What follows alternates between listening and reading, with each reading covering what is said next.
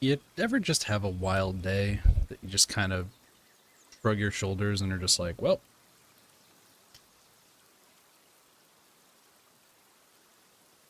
guess that's how today is. And then you just kind of hate everything.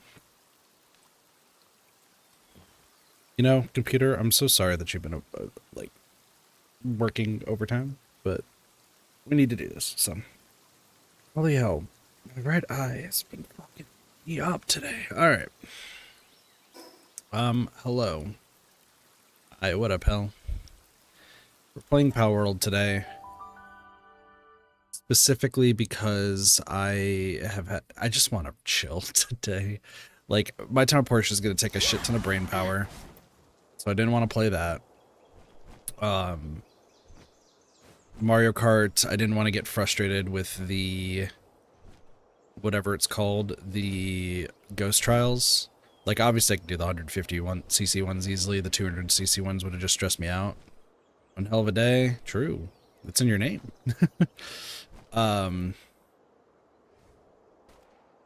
Yeah, there's so much fucking going on that I very much was like, you know what? I'm just going to shrug my shoulders and hope for the best. But it's just been a day. Can we not kill the Nightwings?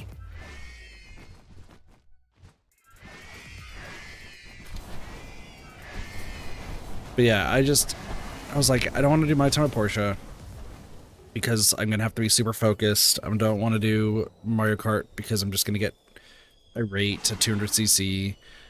I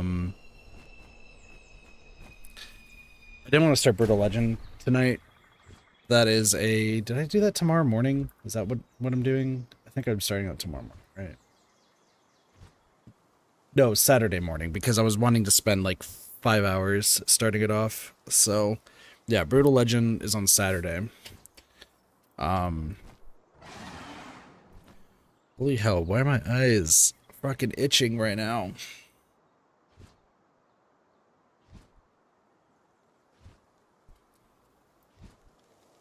Sorry, no,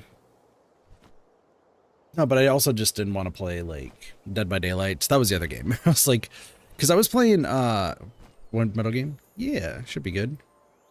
Oh, let's go! Starting off well with the Wolopops! Sick. No, but it was like... How do I even put this? So even though it was just on Dead by Daylight, I was playing with Neko, and obviously when I'm playing games with Neko, it just makes me feel better.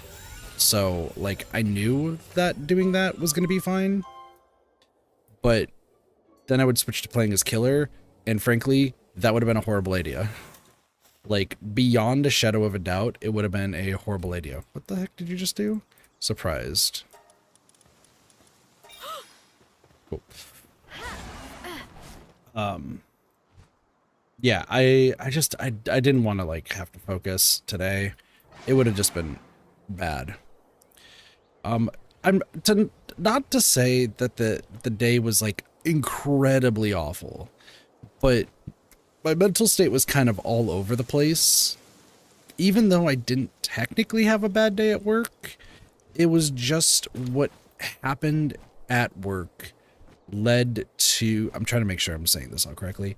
What happened at work led to a bit more frustration than I feel like should have been warranted. Does that make sense? I think that makes sense. What I mean by that is I had to run the entire day today by myself, which was like, it's not bad. I don't mind it. Also, I need to catch you. I forgot about that. Oh, yeah. Going there, like, running the day by myself and everything, like, wasn't bad. It was like an easy day. But some part of me was just kind of like, I feel like I could have done so much better today. And also the sheer... I'm starting to learn what spring meant about somebody.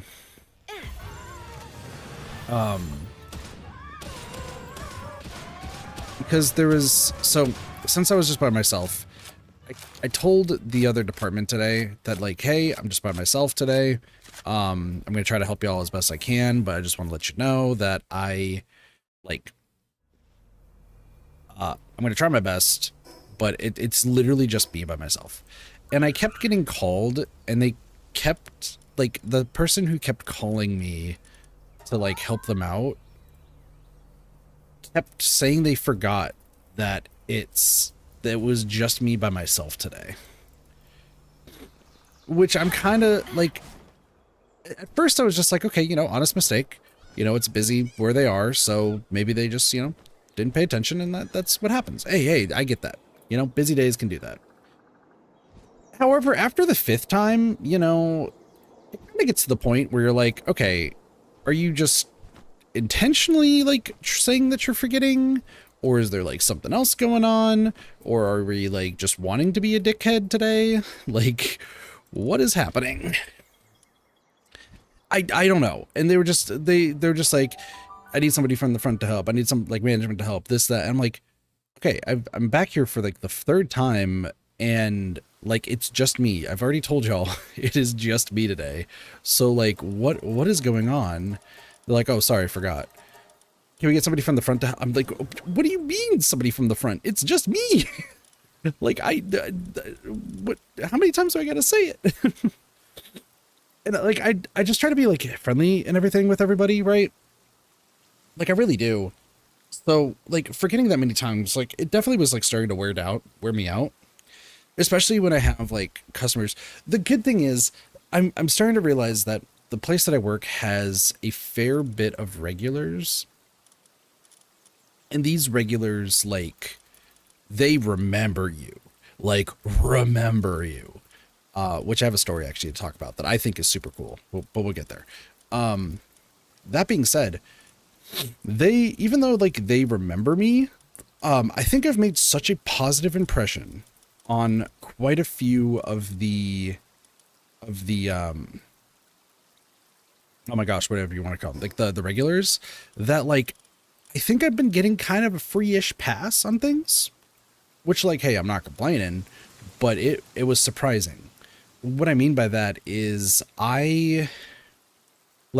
because I was running back and forth, there'd be, like, customers waiting for me, and I, like, would have to run back and forth a few times, and they were like, no, you take your time. We're not in any rush. I'm like, no, I know y'all have time, and, like, your time's precious.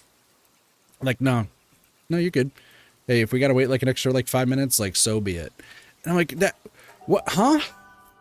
Like, most other times from what I hear, like, people would be like, freaking, it's, like, horrible. But you're just, yeah, you know, you got stuff that's going on. Okay, no worries. Like, I'm so glad I've made, like, a positive impression on the regulars for the short amount of time that I've been there, that they're like, listen, if we got to wait an extra 10 minutes, like, whatever, we're chill, because it's Kit. I'm like, oh, that's sick. But no, it just kept happening, and I had to run tech support from them before I found out that I even called this, that I didn't have access to the software that they needed to fix it. And they're just like, well, you don't know that. And I'm like, no, like, I had a job in tech support. I'm pretty sure, like 95% sure, that the reason I can't fix this is because they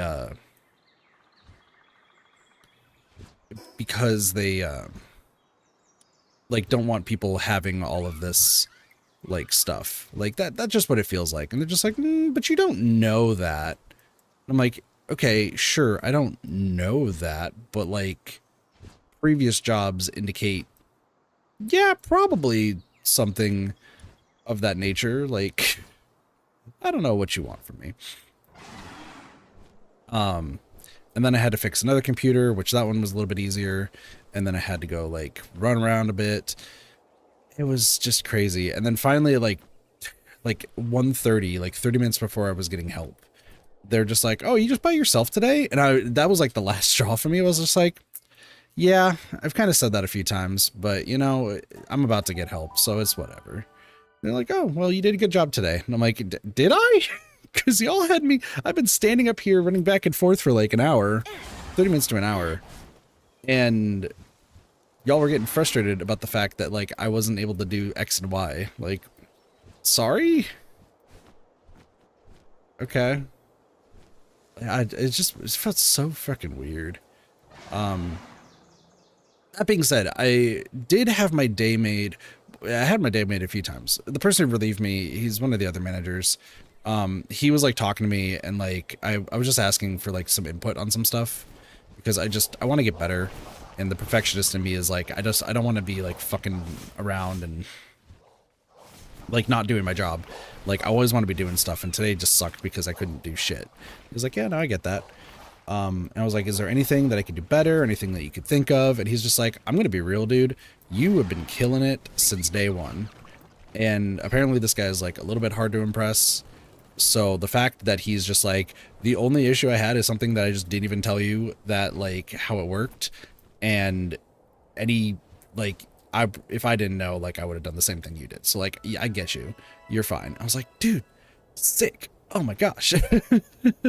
So I felt pretty happy about that. Like that made my day, but once again, I was still like kind of having a rough day. And then, hold on, let's put these on. So that way I don't fuck this up.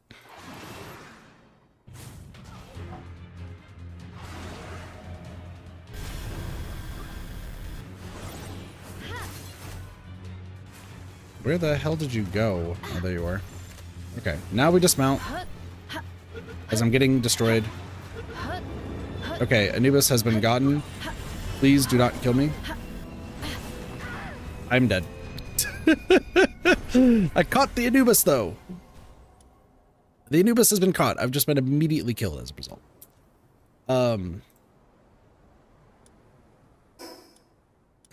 Immediate death. Do not pass go. So yeah, that made my day. But like, once again, I was still like a little stressed with like what was going on. But then I had a customer come in, and she's a regular that I talk to. I have to tell this story because I think this is the coolest thing I've ever done unintentionally, if that makes any sense. I like, for real, I think this is one of the coolest things I've accidentally done. Hands down. So context, this lady came in, and I guess she's like a regular who a while back was like, hey, like I'm having a rough day. I'm buying a plush for myself. Please don't judge me. Like, I know people who buy plushies, like they're not exactly, you know, it's not a popular thing. And I immediately broke face and was just like, I'm going to be real. I had a bad day once, and I purchased 5 plush sharks. And then I tucked them into my, into like the seats of my car, and like strapped them in with seat belts and everything, and like just went on a drive. Like, miss, you're fine. Like, I'm not gonna ever judge anybody for getting into like plushies and stuff. Like, I love plushies. I have so many of them. I have so many stories regarding plushies. And she's just like, I would never expect somebody like you to be into plushies, which I get what she was saying. Let me just be clear. I get what she was saying and why she was saying it like that. Because I know if you just look at me, I'm not exactly the person who like you'd expect to be into like having plushies and stuff. Like, I tattoo, like my hair, I'm kind of I wouldn't say like punkish, but like that's the best way I can describe it. Oops. So like, I was like, no offense taken. Like I get it. I don't look like the typical plushie owner, but like, listen, those sharks helped me out through a tough time. And like, I even brought them to work, and my coworkers love them. And, you know, it just raised the morale. And sometimes, you know, you got to treat yourself and, just hug a shark, hug a plush shark, you know? And apparently, unbeknownst to me, like, it made her day. So like, I was pretty happy about that. But then she came in today, and she's like, oh, what's up, friend? And I was like, cool, I guess I'm friend. nice to see you. How's it going?" She's like, "I have a story for you." And unbeknownst to me, she works at a like a mental health clinic. And from she thought that it would be a good idea to tell the, I guess, patients is the best way to put it, the story about like me purchasing the sharks and like how, you know, even somebody like me who you wouldn't assume would be into like plushies and everything, you know, can make their own day better by like, you know, hugging a plush or purchasing one and, you know, just having a good day. Which I was like, okay, cool. Like I know I say my stories on stream, and obviously like nobody I'd speak to other than Spring like knows I stream. So, you know, interesting, but you know, I didn't really pay any attention. Like I paid it no mind. And this is the coolest thing to me. She then says that one of the patients, like after hearing the story, went to their backpack and I guess was like really like kind of secluded, and apparently the story made them feel so comfortable about liking plushies that they pulled out their own like little bat plush, like the animal, the bat. I don't know why I have to specify it was an animal, but like go for it. They pulled out their own little bat plush and hugged it to make them feel happier. And I guess it was like the first time that they actually like revealed that they were into plushies. And I guess the story inspired them to like show it off. And I thought that was like the coolest thing. Apparently it was my story that like encouraged them to do that. So like I don't know what to say to that. Like, weirdly enough, I would say that I know I'm like kind of a role model when it comes to like streams. We've talked about this before with like Sparks and Cheese and Cassie. But like never did I think that real life Kit would inspire somebody to break out of their shell after they were like having such a hard time. Like that's so cool to me. Like say what I will about my day and like overall, as especially once I got home, like the day just got worse. But the fact that somebody heard the story secondhand through somebody just like randomly interacted with, I like fucking crazy. So I hope that person's doing well, and I hope that person knows, like, hey, like, you could be big, buff, burly man who, like, has muscles upon muscles and is supposed to be, like, the strongest of the strong. But if man, you know, hugs on to a ducky plush at night, like, more power to you. Because plushies are just, they fill me with happiness, and I know they fill a lot of other people with happiness. And there's nothing to be embarrassed about liking cute stuff. You could be a hardened criminal in jail or something, but if you like have like a teddy bear that you like absolutely adore, honestly, that's fair. It's just it was a cool thing to learn. Granted, I did feel a little bit like confused about the fact of how my look like gets described, which is fair because like throughout the day, my hair goes from looking kind of like punky-ish, I guess is the best to put it, like emo. It's all like swept to like one side. And then the longer the day goes, the more like unkempt it gets. Like right now, my hair is like everywhere. So.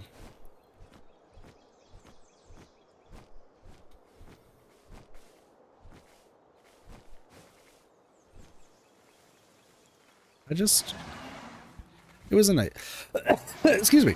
It was a nice interaction. But it also, like, after that interaction, I had it led to something else that, like, I feel would be cool. I feel like it would be cool based on who I've told so far, like, it sounds like the reception would be great. Do I have any way of making the idea a reality? No. Do I want it to become a reality? Yes. I like would have to take some time away to make it a reality. I understand that. But I I have had a long thought process on what am I good at in life? Because I have a family who thinks I'm shit at everything, right? And I've never like had consistent jobs to be like, oh, I'm really good at this. Oh, I'm really good at that. Like, I feel like I could do really well with it, but, uh, you know, I feel like there's more that I could improve on, right? I feel like there's a lot more that I can improve on. And I sat down, like, so I had lunch, spent some money on lunch, which I'm going to try to make sure I don't spend any more money for like the next 2 weeks. So that way I can just kind of save for Doja's wedding. But I sat there, thought about it for a little bit, and I was like, you know what? I need to like think about what I'm actually like good at. Like, what do I know that I'm good at, and what can be done as a result?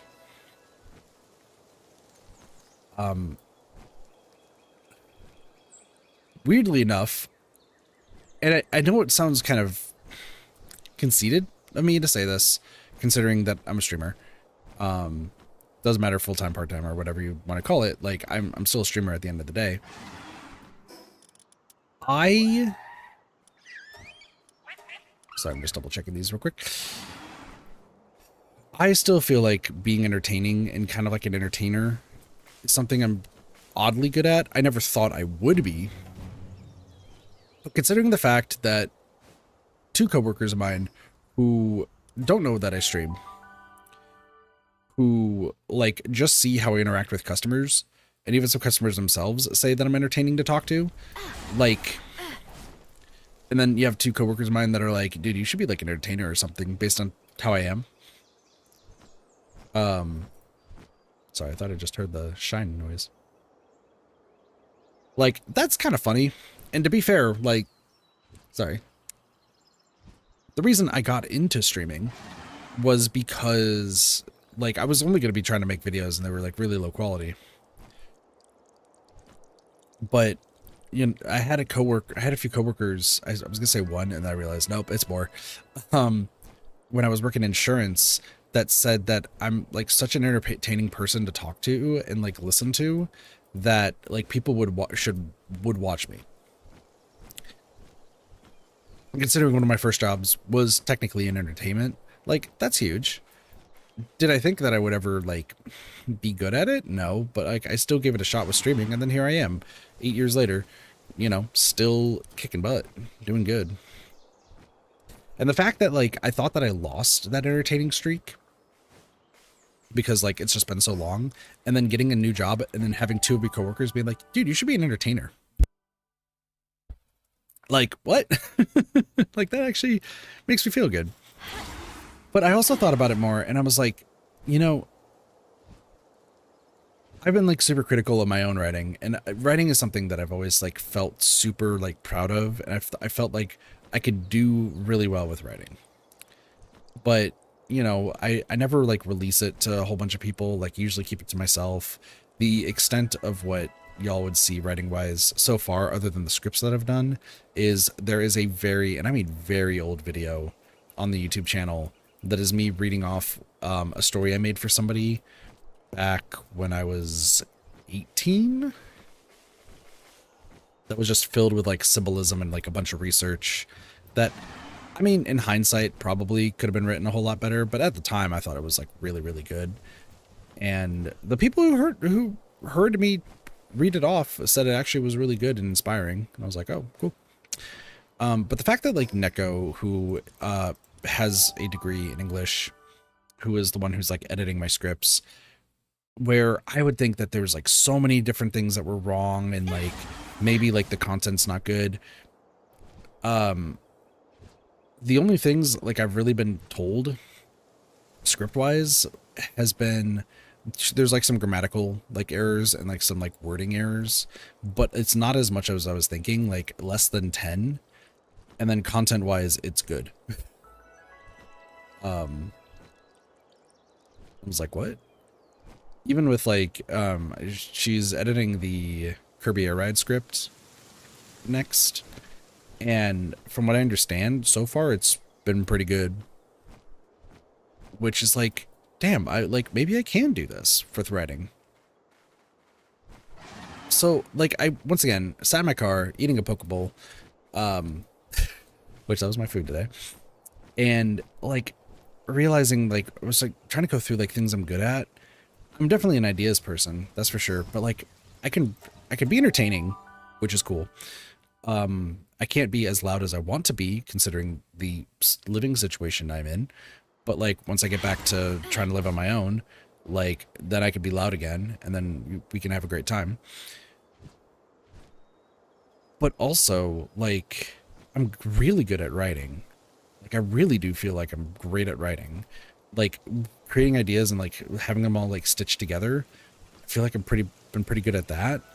And then like having like the leadership and like creative like direction to lead a team, I also feel like I have that as well.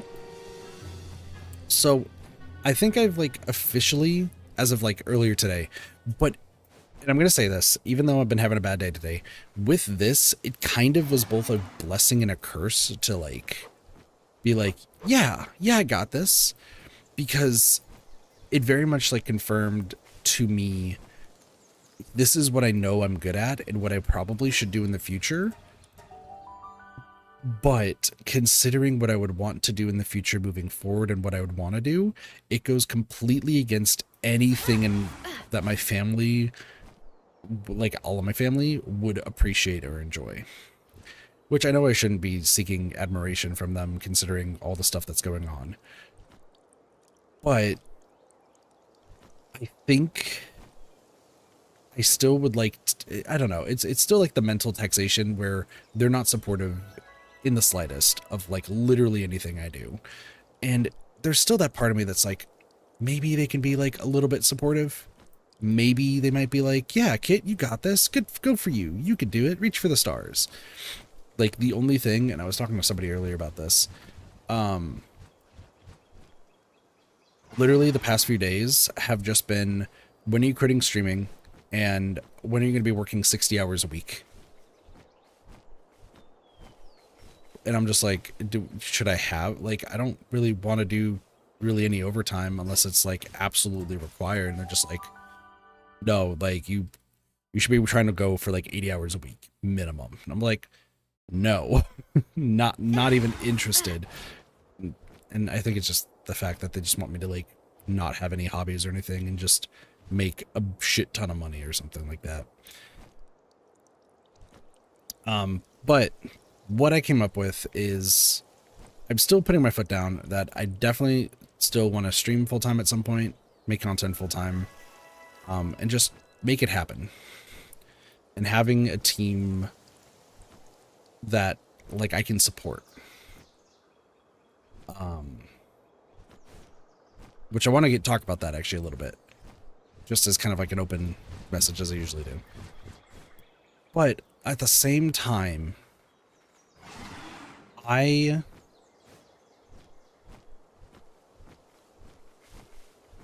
think I am decent at being entertaining. I feel really confident in my writing and like leading a team and having like the leadership qualities. Surprisingly, even though younger me would highly disagree, the fact that I've been put in management roles and had to lead teams before, and even like group projects, I always was the one who took the leadership role. Like, I can see it. I can see it. So I want to make streaming content work, as I've said numerous times before, but also I do want to, something I've wanted to do is release a book, like a series of books. I know books aren't like the hottest topic anymore because fucking people have AI write that shit, and it turns out shitty, and then it just looks bad on all the authors out there. And there's also a lot of authors out there that people aren't super fond of. So I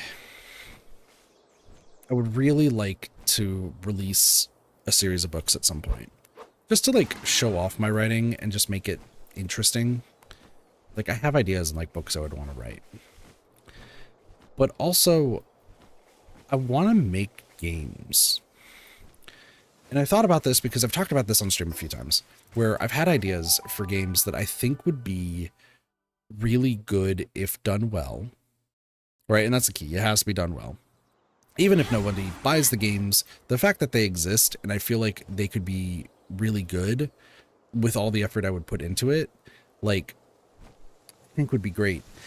I've talked about the fact of the concept of like two ideas that I've been super open about is the concept of a visual novel where you're not the main character, which is, it sounds like a weird concept. I get it, but I don't want to describe it any more than I have done in the past. Let's just say that like it was a time loop visual novel, but the character you're focusing as is aware of the time loop, but isn't exactly the one that can be classified as the main character of said time loop. And I thought that would be a unique take on that genre. And then we had another idea that I've talked about too, which was what seems like a very ordinary, like life analyzing platformer, like a very like a serious, like emotional filled platformer sort of game that starts off not meaning to be like super difficult, but the more you play the game and you complete an ending, you find out that there's multiple endings in the game, and the game very, like, you could play the game once and get like feel accomplished from it. Then you realize that the game is trying to nudge you in a particular direction to then learn more and get the second ending and then the third, and it continues from there with the game getting slowly harder and harder, just to encourage you to get better enough to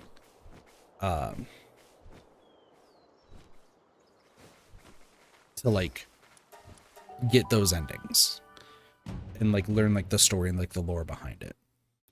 We haven't talked about that once again. Like the ideas are there. I just don't have the skills to do it, and I would definitely need to like learn and like sit down to learn it. Which, if me trying to learn editing is any indication, man, game design would be super way worse for me, I think. But you know, I still want to give it a try. I had and after I got the story from the regular that I had, and this one I want to keep close to my chest because I think this is a idea that people definitely could do, but I'm not gonna do it. Like, I don't, even though I'm a smaller content creator, this is an idea that I would absolutely want to do, that I don't want to like even give people the idea of like how to do it. All I would say is that it would be something more than a convenience store simulator. And that's all I'm gonna say. If this is a shiny sweepa, that would be insane. No, it's a shiny Sui. Lucky Sui, excuse me. Did I miss? I missed the Sui. Okay. That's funny.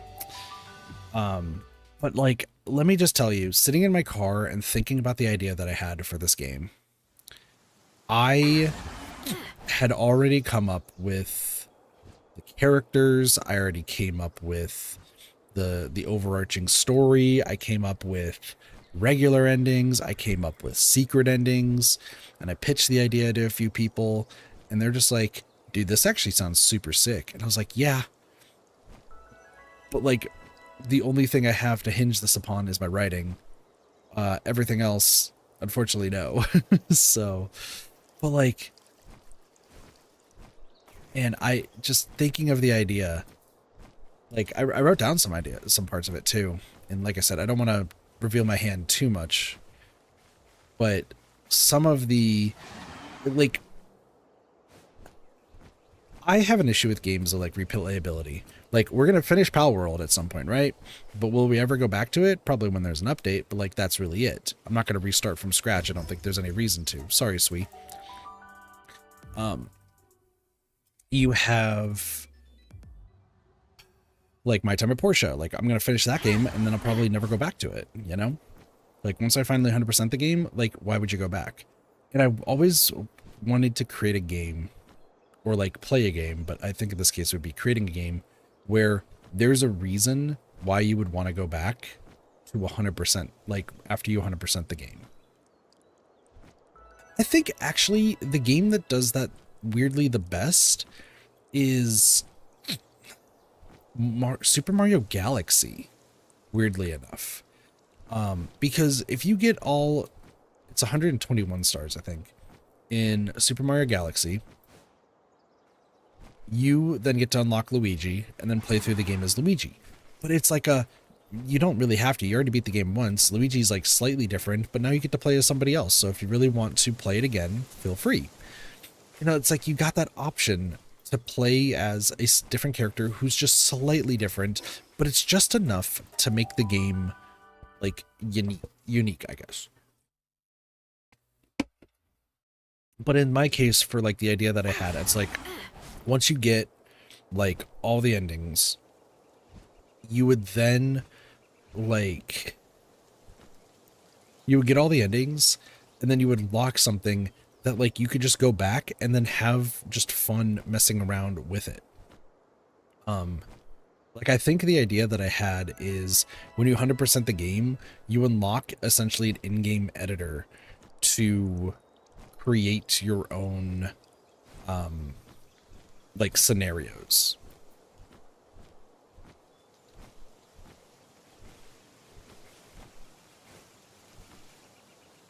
And then, you know, maybe later on I could like release like that editor earlier to unlock everything, but then it at least encourages for the bit of time in the beginning to the people who are passionate about it that you need to experience all the game has in order to do that.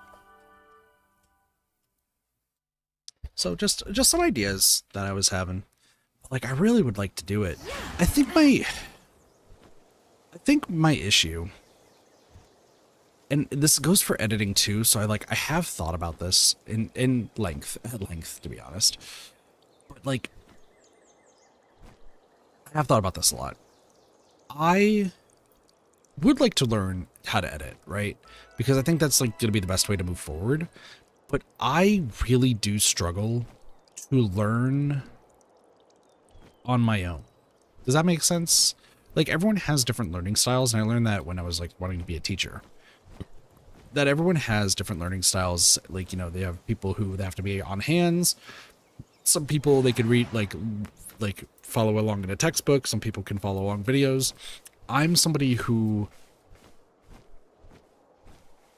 I very much like to learn from somebody who's already done it, because then I can see what they're doing that in my case would be right or wrong. And by sorry, how do I word this? By seeing how they're doing it and seeing like the struggles they might have, I can then infer different ways on how to improve upon what they're doing. It's why I'd like when I talked to the other manager who relieved me today. I was like, this is the idea that I want to do. And he's like, honestly, like there's pros and cons to it, but I think the pros outweigh the cons. So if you're able to have time at some point, it's like, yeah, do it. And I was like, cool. Has anyone thought about doing this? No. Great. Like that's just how my brain works. We did agree to not do it in alphabetical order though. That would be horrifying. But like I think what I need to do is, because I want to learn how to edit. I really, really do. But I also kind of want to learn how to make games if I don't, you know, want to have a team together. Even though I have some, like, once again, end game goals that I'm holding close to my chest. I need to find a way to, like, have somebody teach me how to do this stuff. I think is the big thing. fuck. I like just remembered something, and there's a message that I have to, or a thing I have to fill out, so that's fine. There is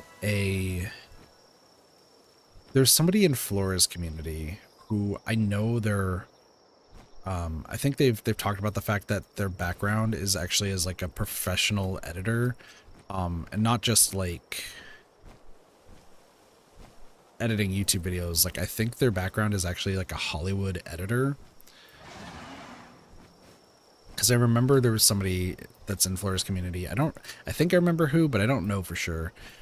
That taught Flora how to edit. Like, spent like a week or two. And I was like, man, like I would love to have like somebody like that, like teach me. Give me one second.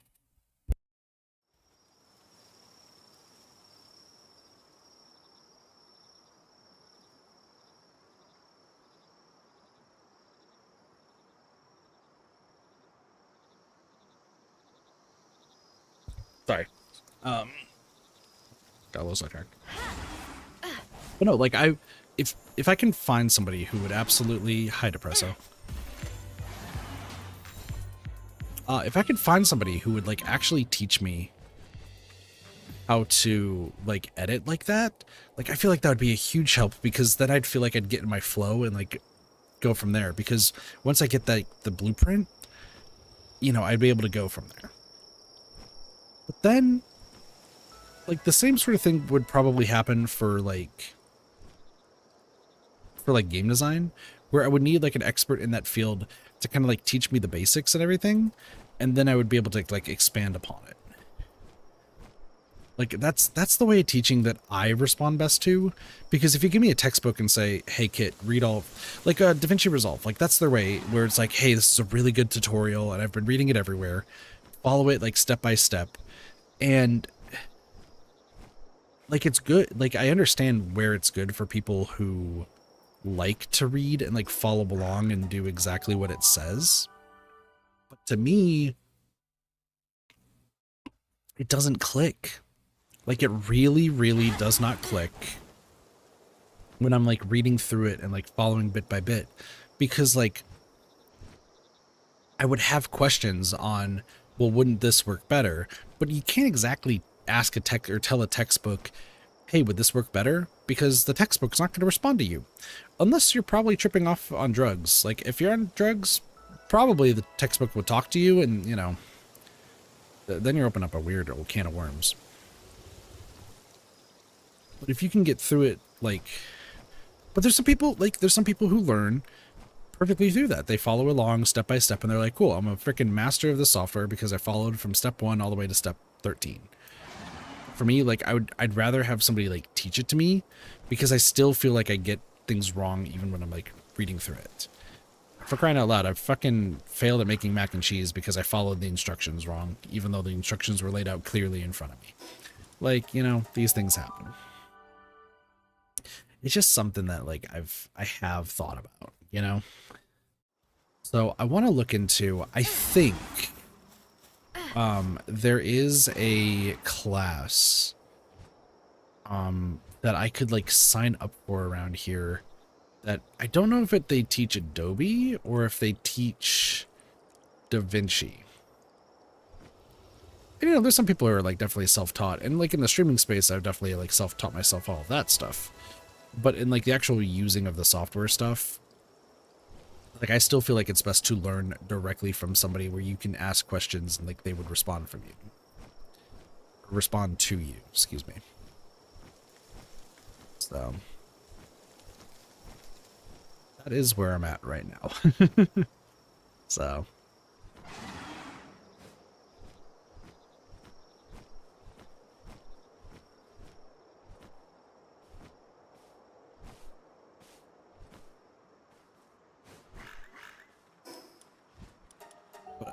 game design's a little bit harder, where I think everyone has, if I learned anything from Game Dev Tycoon, everyone has specialties on what they're good at when it comes to game design.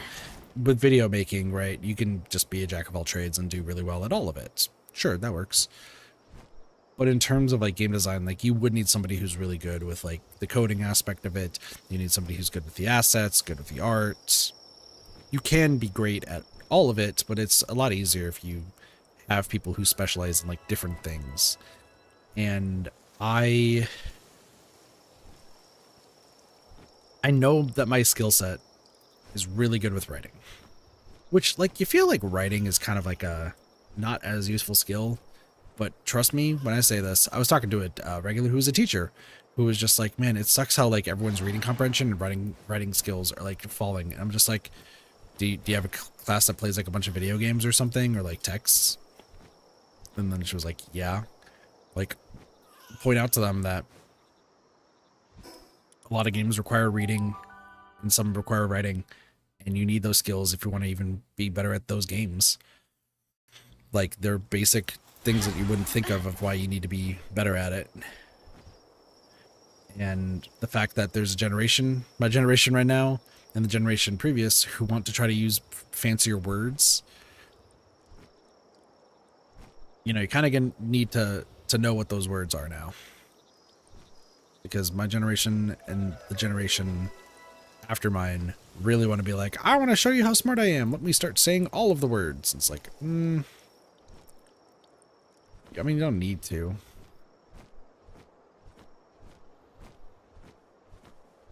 So.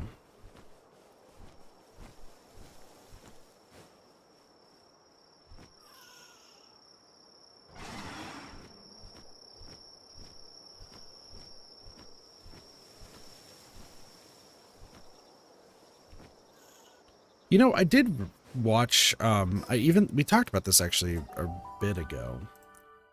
Did I just get sent?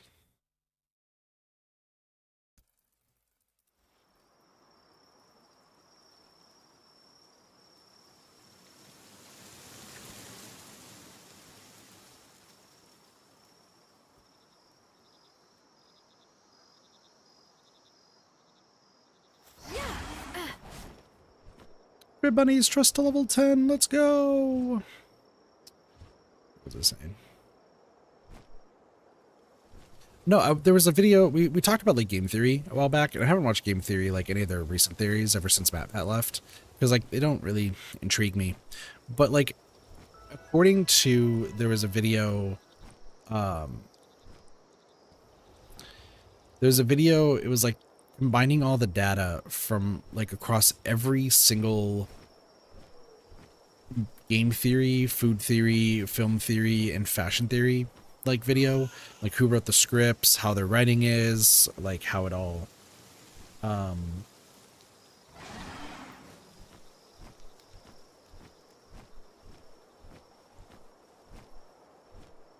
just got sent.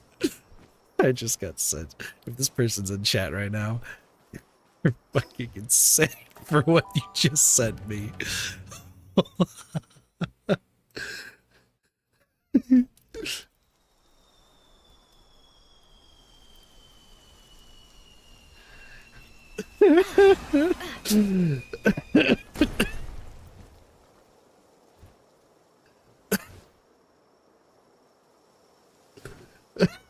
Holy shit.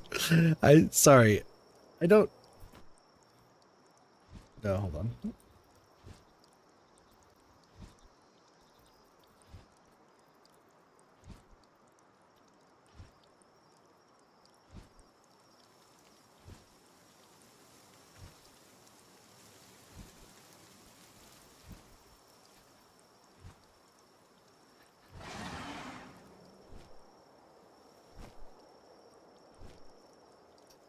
Sorry.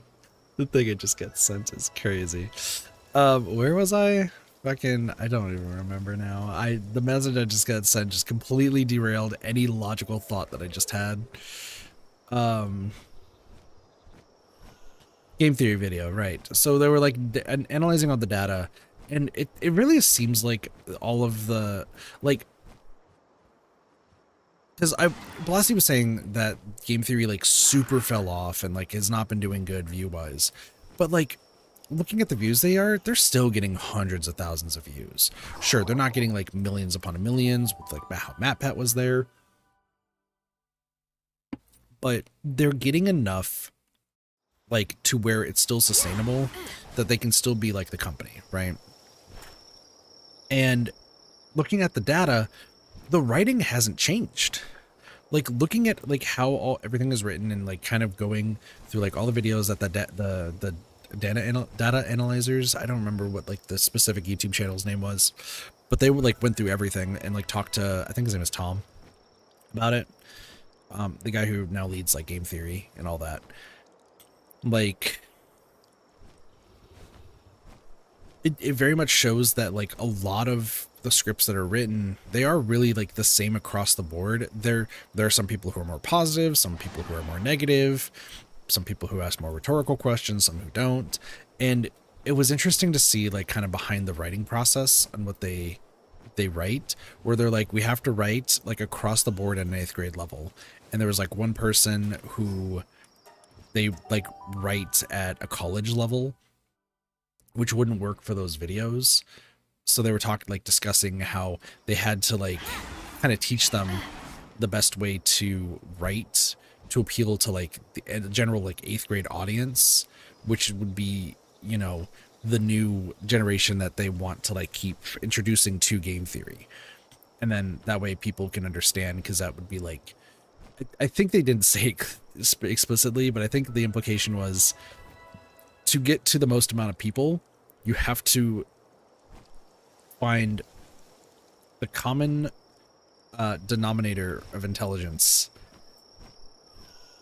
on like what people will understand. In this day and age, it's an 8th grade comprehension level.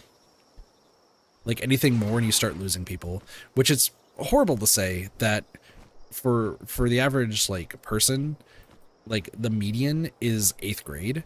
That's still not high school. That's middle school or secondary school, I believe is what's called in across the seas. So the fact that like that's the baseline is fascinating to me, right? It's like I would expect people to be smarter and to be at like an 11th grade, a 12th grade level. Not exactly college, like not everyone needs to be college, but like 11th to 12th, maybe 10th. 8th grade feels insanely low for the average person. But if that's like the average way for people to understand, and that's what's working great for game theory for years and years and years, and still is working well, and it's probably the same for a whole bunch of others, then that essentially translates to if you write a script or something that can be understood, or even a game that can be understood at an 8th grade level and does not need to like appeal to people who are smarter, that's the limit for how you have to write without making it uninteresting. Is that the best way to say it? Like if you were to write anything more advanced, you would lose a big section of your audience. But if you were to write like as like a 5th grade level, it kind of would seem that you're implying that the reader is dumb, or the viewer, what have you, they're stupid to the point where they can only understand at a 5th grade level. So it's like 8th grade is like the median of that. I think that's fair. It sucks to hear, but it is fair when you're like considering all of it. I thought it was very, very interesting to like see what their writing style was and what they like consider when they're writing, because a lot of stuff goes into it. And then I watched the behind the scenes. So obviously I've been watching a bunch of Game Changer and Dropout. I've been watching a lot of the old stuff right now, and I've been kind of jumping around, but I need to finish a lot of the stuff that like I haven't watched too much. Like when I watched Sem Lama Ding Dong, Sam Reich said that there's so many episodes that are so like underrated that are his favorites. So I was like, you know what? I need to go watch them. One sec.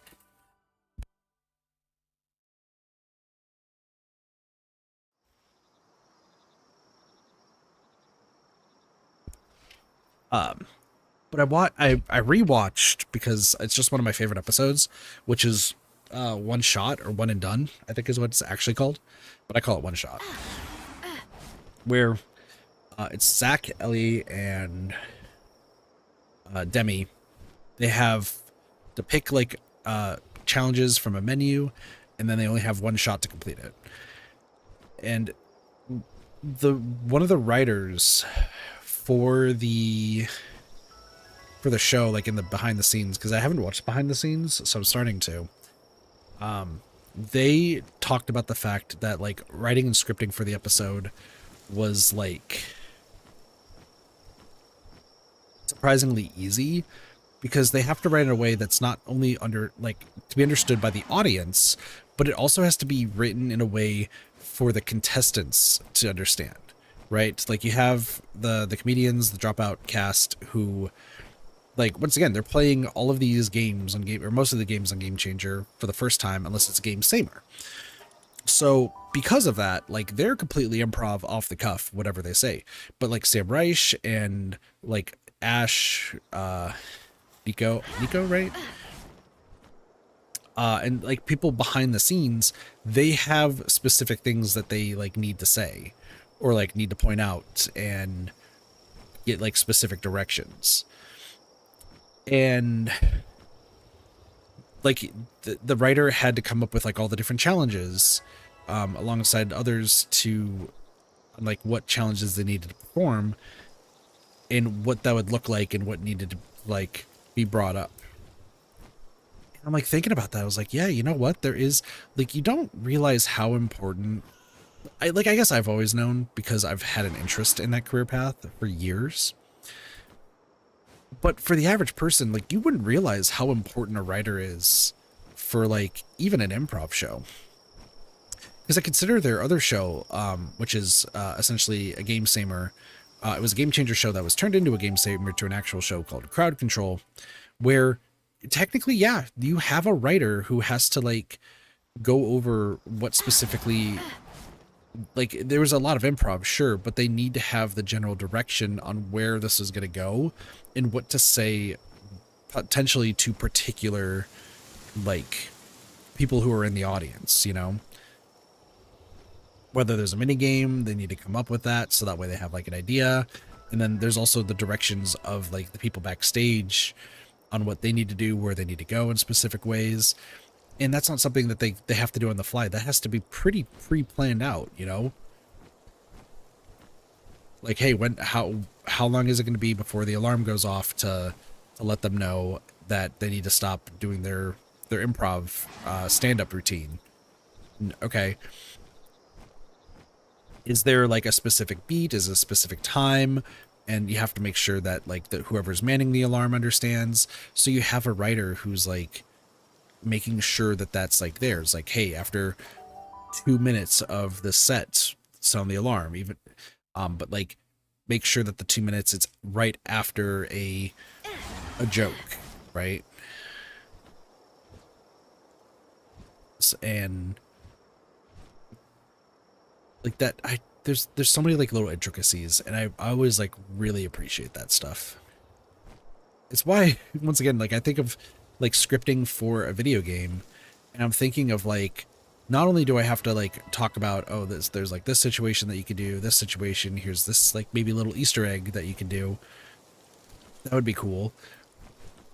But on top of that, I'm just like, oh, I would also need to write like how the scene would be directed, and I would also like to like need to write how I would want the scene to look, so that way the game designers, they can like make sure that it's put in properly.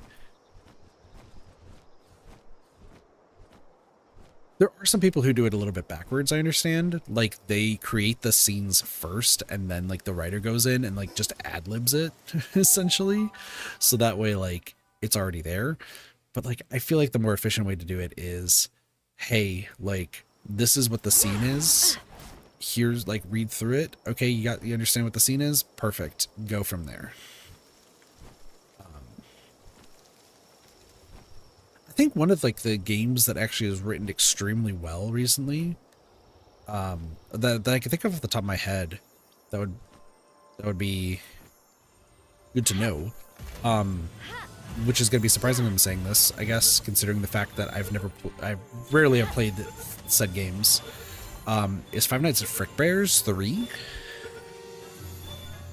Also, in case anyone's wondering, I've just been here trying to get the Oz robes. Like I was just trying to get a a lucky Ozarobe. That was it.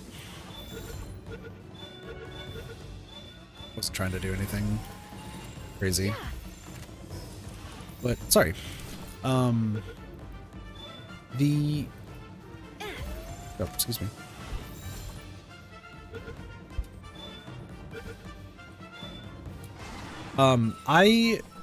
So even though I haven't played the Five Nights at Freddy's games or anything, I have been watching a lot of content for it lately, just because, like, I'm trying to not be scared of the games for when I play them. I know that it probably is more entertaining if I don't know what's going on. I get that. But for me, like, I don't want to have another instance of what happened with Five Nights at Freddy's 2, right? Where Five Nights at Freddy's 2, I don't understand like how most of the game works. Five Nights at Freddy's 1, I did really, really well, but when I got jump scared by Freddy and I hit my head on my bed frame, like, that's really shitty. And like, I get it, it's probably really great content, but at the same time, fucking that hurt. Like, I remember it hurt. So I don't like, I kind of want to like learn the games, just like experience them at some point. But one, I need to make sure I'm not afraid of the jump scares, and also two, I feel like I need to like understand the game to an extent. So I've been watching a lot of Five Nights at Freddy's 2, especially like Markiplier's new run of it. I actually went back and watched all of Markiplier's stuff because I knew that he's played through the games, and it's interesting to see young Mark play through them. Also, side note, I think that was the first time I've ever seen what 5020 looked like back then. Or 5020, excuse me, that's UCN, but we'll get there. 420 mode for Five Nights at Freddy's 1, and like what the original strategy was, and that fucking boggled my mind. Like, this is just a side tangent. Did people really think that that's how it worked back then? One second.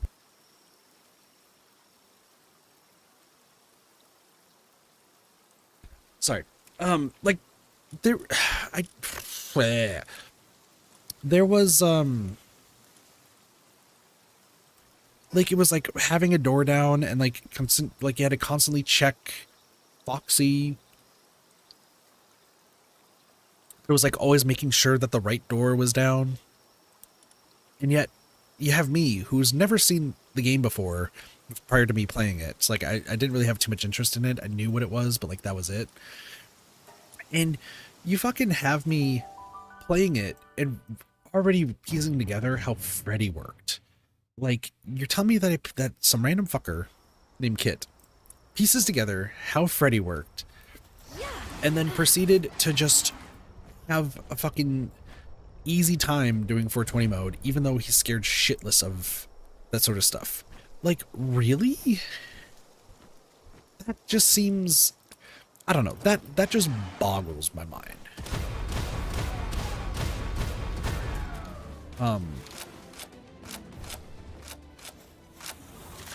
Like what the strategy was back then. But there was also, like, recently there was him doing 720 mode on FNAF 2, and like, once again, I think I'm just too scared of the animatronics.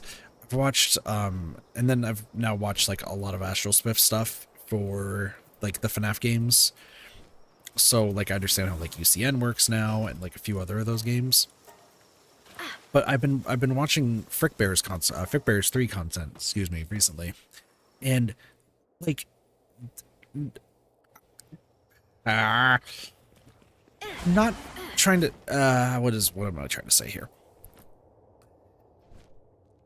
You could talk about the interest in the animatronics and like the game mechanics and everything like that, but I'm gonna be real. I watched Astral Smith's playthrough, and then there was like a guide video I watched where like it covers like some of the writing too. And I'm gonna be real. The writing in Frick Bear's 3 is immaculate. Like, I don't know who did the writing back then, but holy hell, whoever did that is so well done.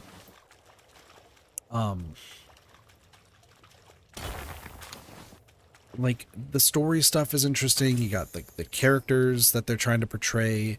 You have them all like very clear cut. And like that really like spoke to me. It was like, man, that's a recent game. Sure, it's a fan game, but it's still a game where they just like have fun with what they're doing and like show off some really, really sick shit. Like I thought that was really well done.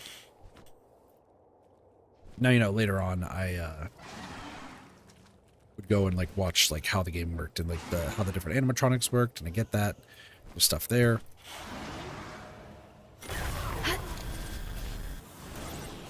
You didn't need to do that. But okay. I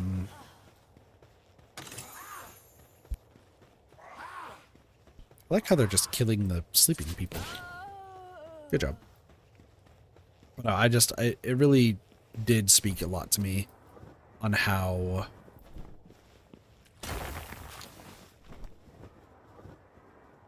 the game worked.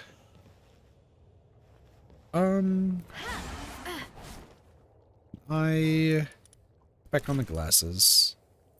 Let's start laser these.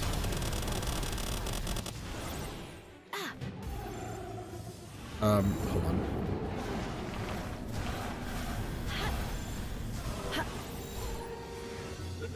I should be able to get you.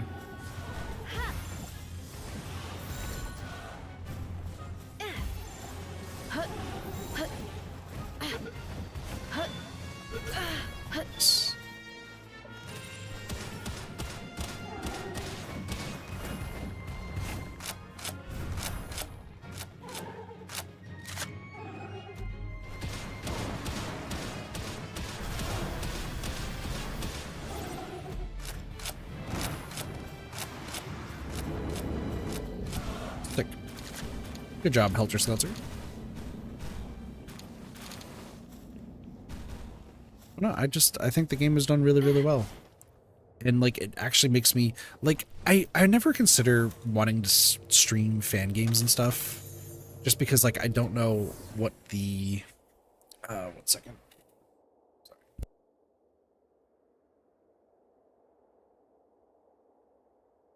I never like consider wanting to stream fan games and stuff, or like fan remakes. Just because like while they are games, like most of the time there's no like achievement related thing or anything similar in that vein. So I just kind of like never consider wanting to play through it. Frick Bears, I would consider. I'm gonna be real. I would consider streaming Frick Bears due to Jesus, what the fuck is going on there? Due to the fact that there are achievements located in the game.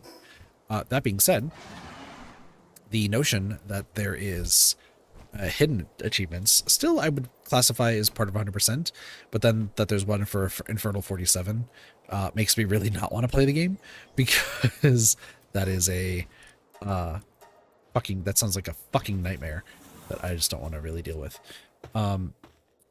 Fan game on Game Jolt does have an achievement system. Interesting. I never knew that. So like my baseline is always like trying to find achievements. I've heard of Game Jolt. I don't think I've ever used Game Jolt. Some, but not all. Yeah, because I would really only consider, and I'm just gonna be truthful here, I would really only consider playing like fan games that have achievements. The only fan game I think I've ever played that broke that trend was Pokemon Infinite Fusion. But that's because, and let's be real, if you know Pokemon Infinite Fusion, you had to be there just to enjoy all the different fucking random ass combinations. To which I feel like my playthrough is Five Nights at Treasure Island and its sequel. Ooh. Interesting. Helter Skelter's not doing too well, so we're just gonna carry on.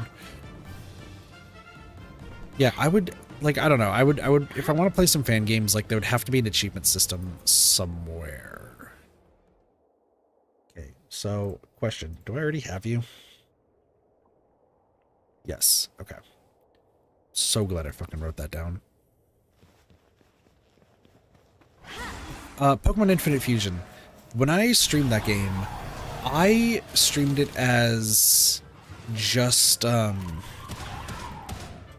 was, the Pokemon that I could fuse had to be the same Pokemon twice. So, like, if I had a Charmander, I had to merge Charmander with another Charmander.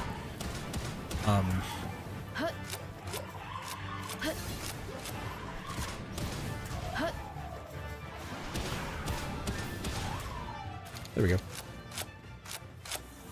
And it was a really fun time, don't get me wrong. One of the fights can go fuck itself. Didn't like one of the fights, but like the rest of them, really fun. But no, it's the same thing with like console games that I play right now. There are some console games where I'm very much like, hey, I would really like I'll 100% them because like I own them, but it sucks that there's like not any achievements. But then you have retro achievements, right? Which like, oh, there's so many games of retro achievements I want to play through. Which that brings me to something I alluded to earlier that I kind of want to like, haven't talked about, but like I kind of want to. There are so many, and I do mean so many games that I want to complete and make videos on and so on and so forth. But me being one person, like I can't. So that's why like I have a team that I'm working with and like trying to get that all like put together, right? That being said, I think I have another goal where if and when I can do this full time and do like a whole bunch of 100%ing, I would love to... Is that another fucking Bushi? Holy hell. Hello.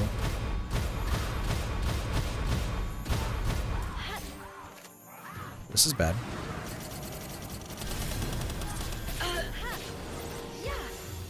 Please do not kill me.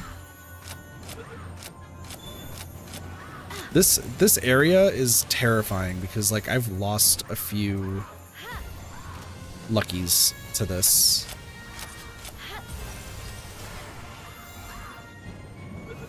No. Stop killing me. We're good. Ooh. Run. This is an idea that I had. Just being real. Do I think it will work? Maybe.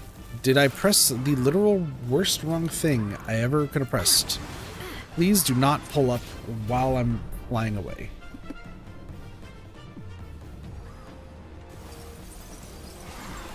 Hold on. Fly away.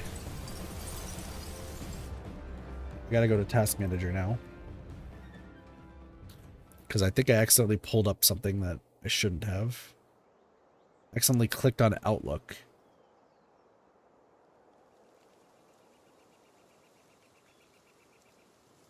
No, I don't want to open Outlook.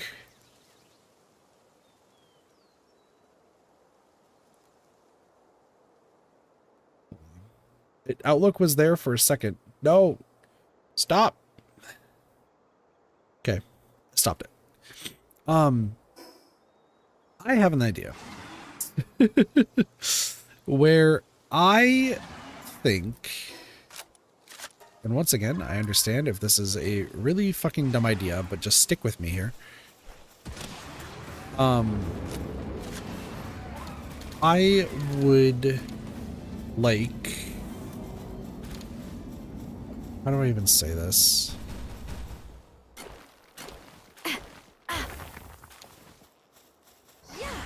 Let me sneeze real quick before I say it.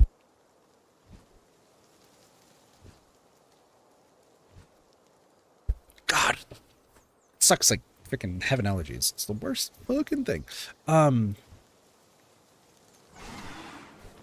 Another end goal So there are already websites out there that like cover games in depth. You have like IGN who does like guides on games. You have Game 6, something like that, that like covers a bunch of games and gives like a bunch of information. But I've talked about this in length of like the fact that I would love to have a place that just fully goes over like the efficient ways to 100% games, like just in general, right? I've talked about this at length where it's like, I would really love, like I wanted to make a website in the past that was just like, hey, here's 100%ing the game. Here's like the video that shows like how to do it. And here's like the written guide on like what to do. You have like game facts and everything like that, but I would want it to be like verified by other people. So that way, like all of the up-to-date information is like there. And then it gets like fully verified. Cause you can go into game facts and, like read a guide, but the guide could be missing like some crucial information because it's not verified by anybody. It's just, yeah, I wrote this. Do you like this? Cool. I wrote it. That's all. Just shrug your shoulders and like go. So I wanted like have like I can complete a whole bunch of games and then just have multiple people like making the videos and like making the guides too. And I would also obviously be helping out with writing as well. I feel like that would be really cool. And that would be for like as many games as possible. Like I don't want to have some indie games that like only have 5 people playing it get swept under the rug. Like I would absolutely, and I stand by this, I would absolutely want to include like all sorts of games. I like nothing's off the table is what I'm trying to say. Also these are next level. Sorry, I just need to mark these off. Be lift monk. Pixie is next. Also Abrahams. Sure. Yep, Kelpsy.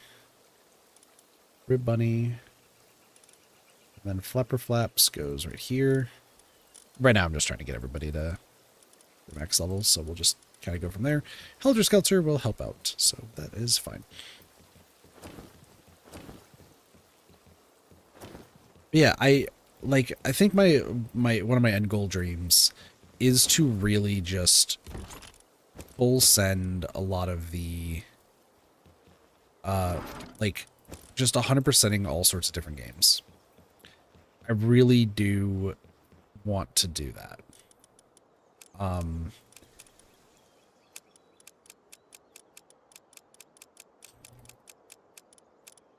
So what I mean by that is like, yeah, if there's a game out there that never got like critical acclaim or anything like that, like they made the game and like 5 people bought it and stuff, I would want to buy it and stream it just to give it like more attention if it's like good, or like I would play it off stream and then like determine if it's good, but then still have it there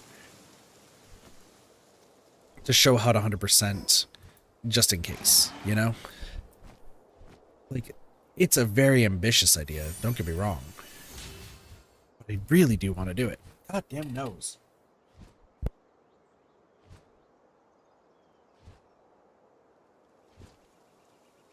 All right, we're good. Kit's nose is just going to fall off at this rate. But no, for real though, like there was there's like every now and again I'll get like a Twitter post that like comes across my feed that's like, you know, I made this game, it was a passion project, no one played it, so like here, y'all fuckers can play it for free. Like, I'm sorry I'm shit at games. And I would still like want to like play the game, and if like I see that it's good, which this is the big thing, is there'd be some games that like people are hyped about that I would stream, but then I would want to do similar to like roulette where we play through like random games, still to 100% them, but like give them the time in the sun to be like, this is actually a great game, or this is a game that like probably isn't the greatest, but here's how they could do it better, you know? Like, this is what they should maybe improve on. And I'm by no means, like, you know, a great, like, a game designer, even though I want to be. But it would be, like, maybe interesting to do. Once again, the ideas of a kit are vast and crazy. Oh, there we go. Like, I want to. We just gotta get there.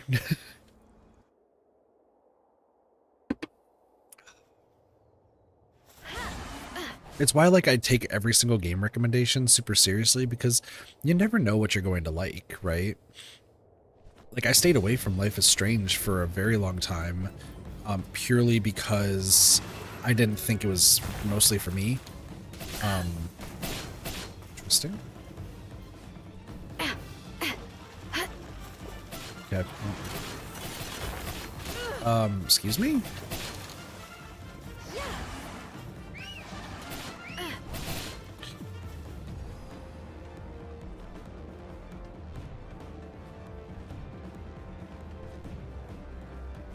But yeah, I really would like to have like a full breakdown. Like I would like to be a part of like making full breakdowns for like every single game I can think of. I think the the biggest one, excuse me, would be like doing 100% stuff for like an MMO. I have talked about my idea of going back and trying to do everything possible in World of Warcraft, like I was doing with Final Fantasy XIV. There's so many ideas.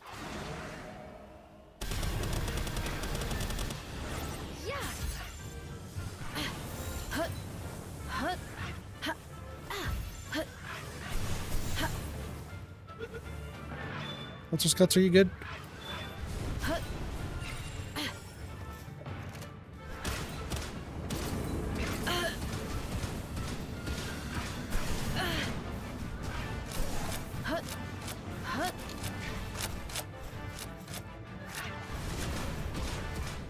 It's got so many ideas. I just want to do all of them. Don't stop. Do all of them. Kit's insane.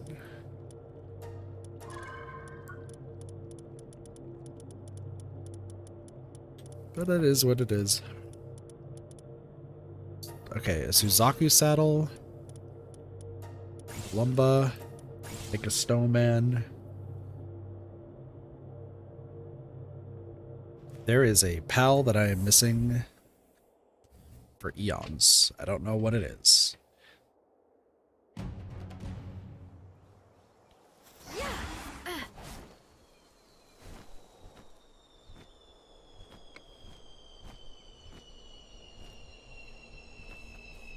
Its brain is just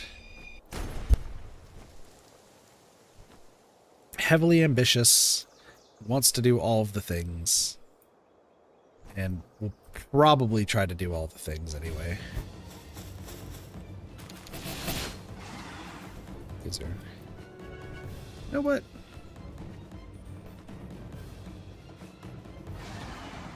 Is this... Oh, there's only one way. Where's the entrance? Have I missed the entrance like 3 times? Perfect. All right. Cool. You go do that. Nope. Okay. Ow.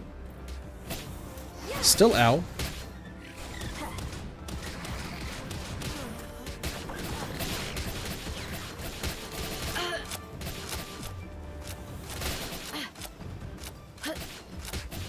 Fuck is down here? Some sort of secret basement? Oh!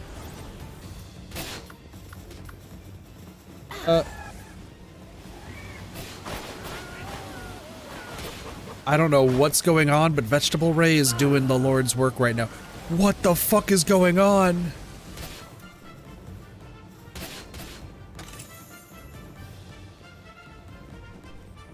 I don't know what Vegetable Ray just did, but Vegetable Ray just murdered like a ridiculous amount of people.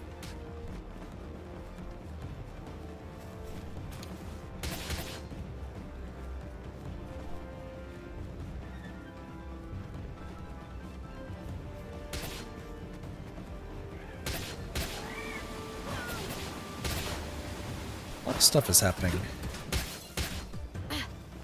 Shit.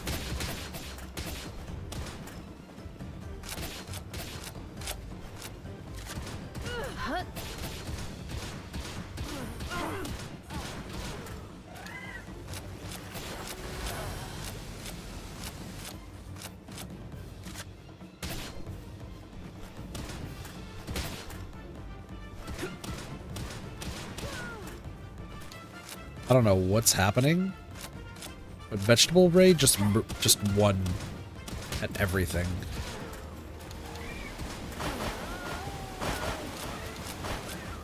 Okay.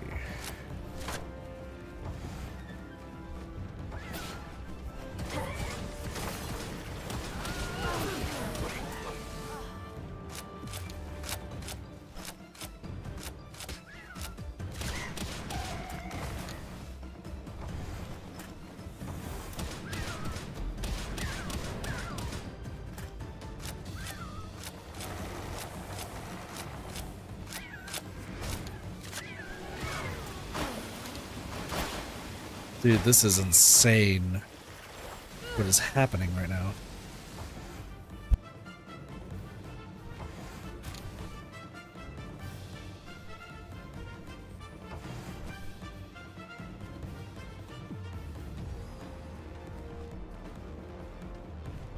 I'm like sneezing quite a bit. Excuse me.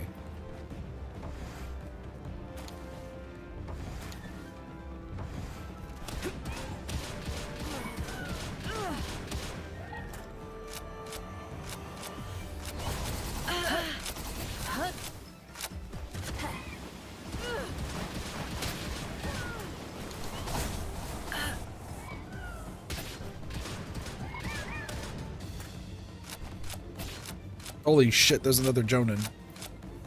Can you come here? No.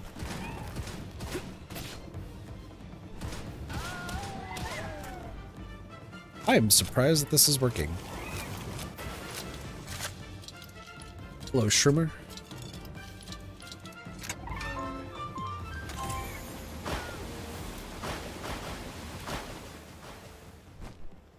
I don't know what just happened, but this was incredible. How do I go outside?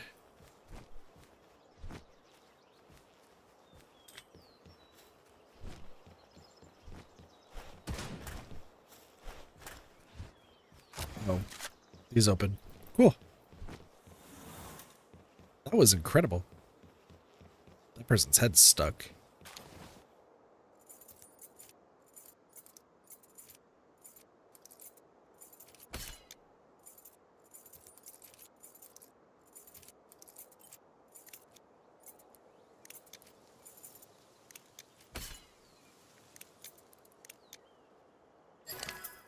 There we go. That worked beautifully. Vegetable Ray just fucking popped the hell off. That was incredible. I need to sneeze again.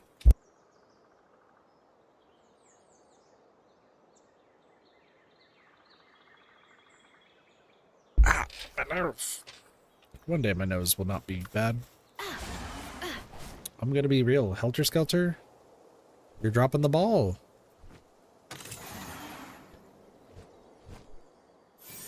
Fucking Helter Skelter.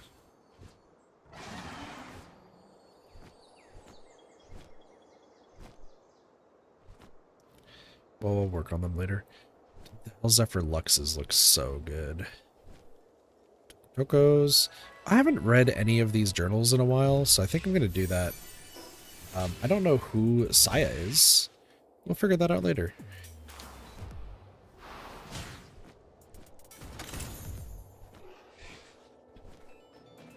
I would like to, what's a predator, pal? Okay.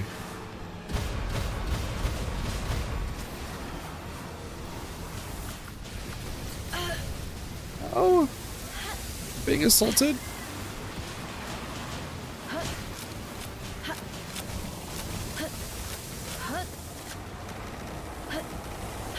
Holy fuck.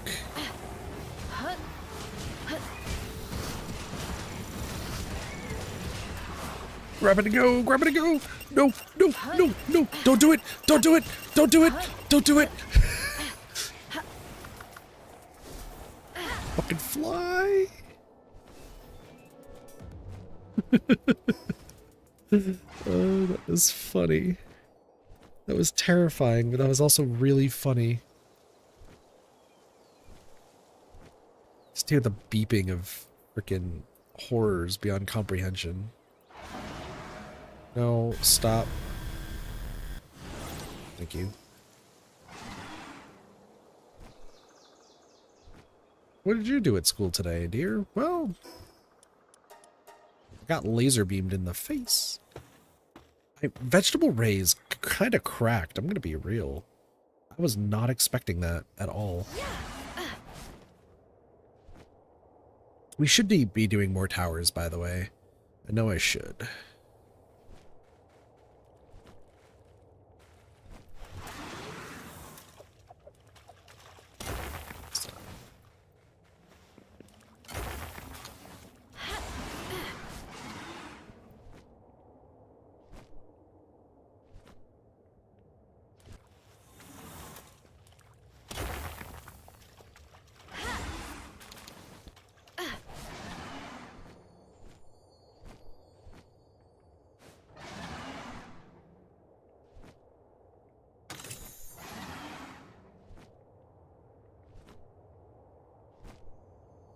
I still need more tech points.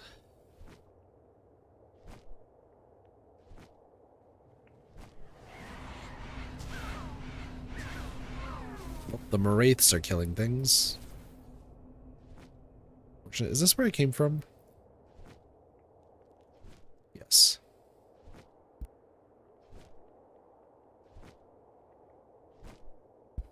Excuse me. Hit sneezing. A lot. I know why, like, this was another reason why I didn't stream earlier, is I just knew I was gonna be sneezing a bunch. I got home and both my dogs were like, we want pets because no one else has pet us today. And I was like, well, that's fine.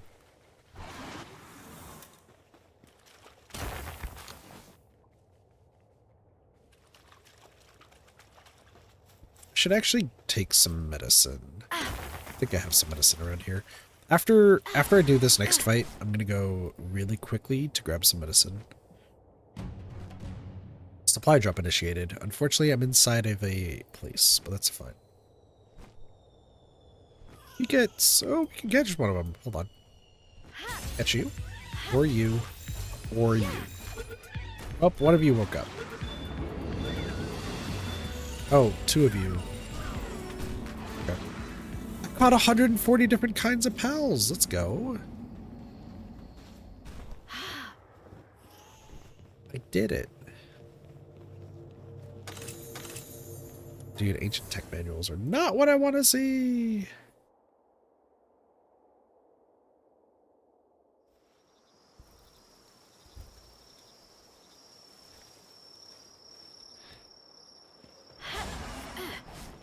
Okay. There is a statue down there. Let's go grab that.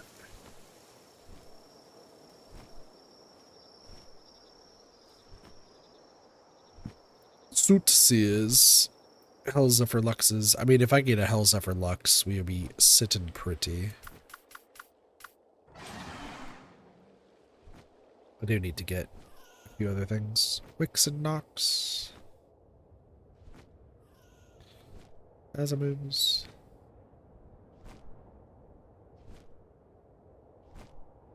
I see that one. There's that.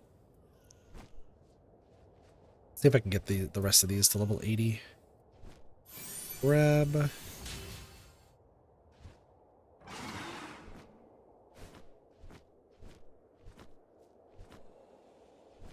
Mood golds. Azamoos.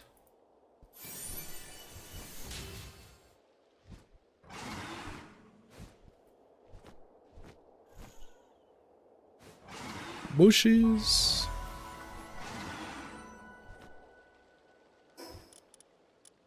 Yeah, I had a feeling.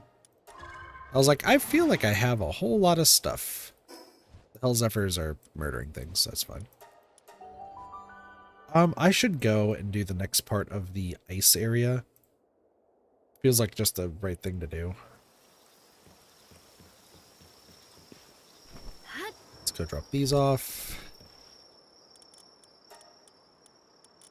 You do have some peaches that I could use. Okay, hold on. There's some new things. That was actually... Wait, what did... Hold on. Plasma reuse slab. Okay. A little worrisome. Okay. Also, so I need that crude oil thing, right?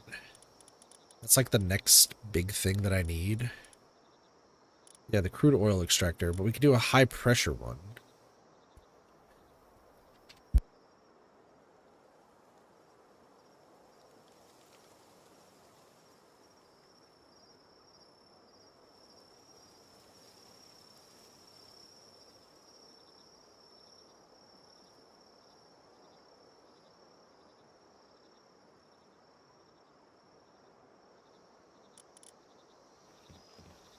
I mean, look, I could make it.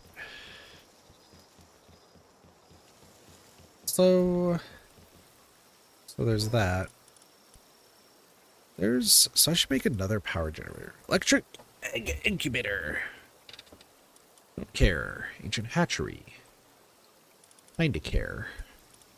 Sorry, what else should I make here? So the high pressure one needs to be placed on the ground, which I think the best area might be right here. Hold on, if I remove you, develops with another object.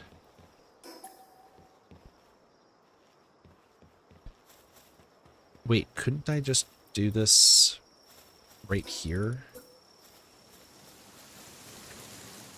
Hold on, I could just put this right here.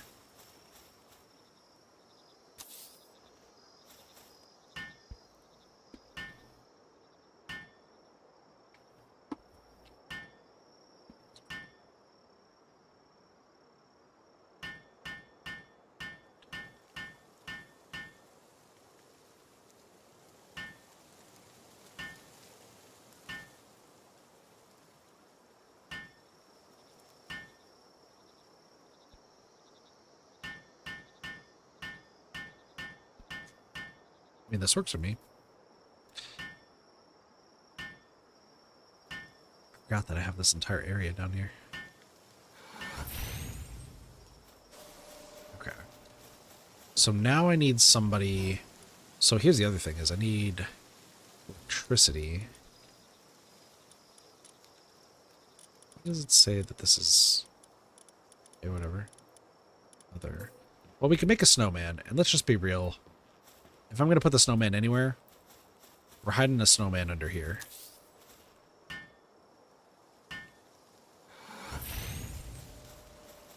Okay. How much electricity is being used? Oh. Oh, that's significant. Okay, hold on. Foundations. Oh, look at that. That's pretty cool. What do these need? Wood? Oh, hardwood? Okay, that's cool. Paper lantern. That's fine. Infrastructure. So we got the power generator. You know what? I'm going to remove this and put a large one.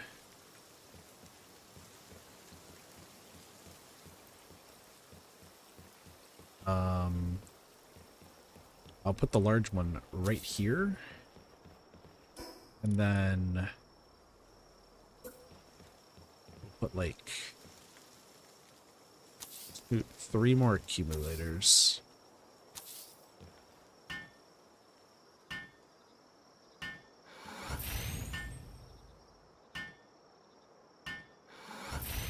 Okay, so I just need somebody who's really good at generating electricity, which I think I do have.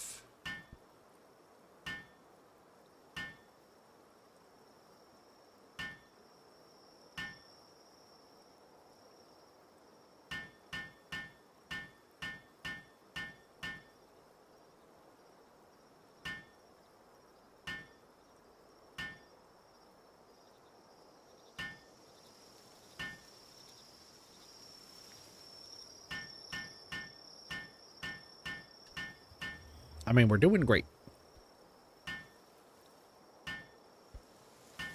So electricity is going to be the big thing. I think I would want you to have insomnia, though. Holy shit, that's going down fast. You, over here. I actually need to add y'all to the thing. Hold on. You need to go there. You need to go there. Is there anything else that I need to, like, add?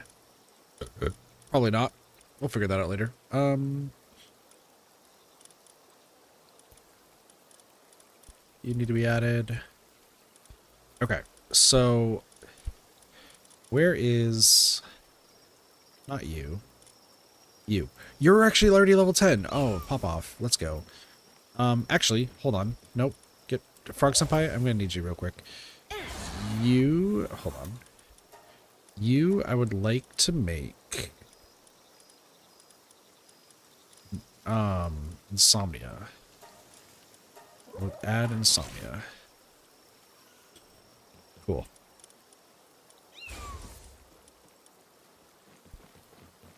Fixed. You're gonna work on that. Okay. You hopefully, oh, look at that. Beautiful.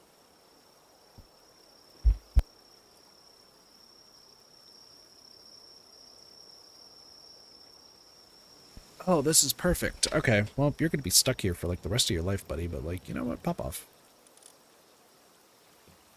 Okay. Let's go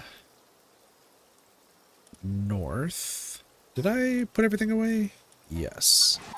Is there anybody who does not have 10? You know what? Surprisingly, no. Oh, yeah, mission complete. Okay. Build a cold food box. What?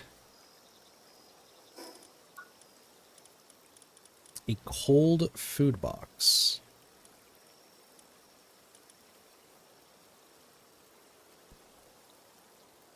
Oh, this is important. Yeah, mutated eggs. I don't think we need to worry about it, but good to know.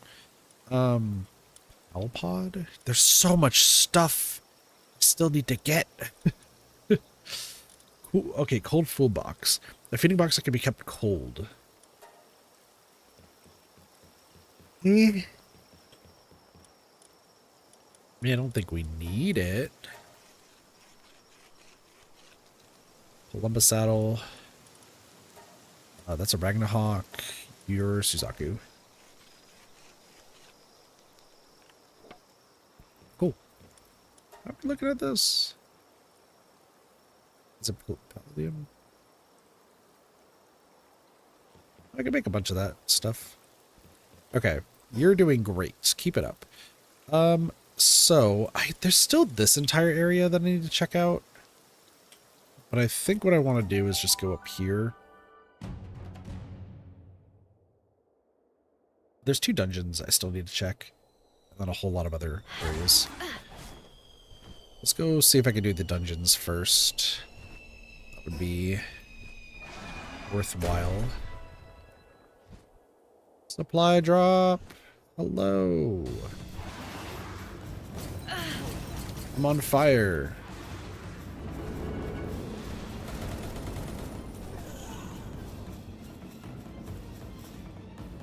Perfect. This right here. Go in. There's also another one further south that we can get. Do I want more palladium? I guess I always do. Dude, the Tombats are here. Who are you people? You're the pal genetic peeps of Peepingtons.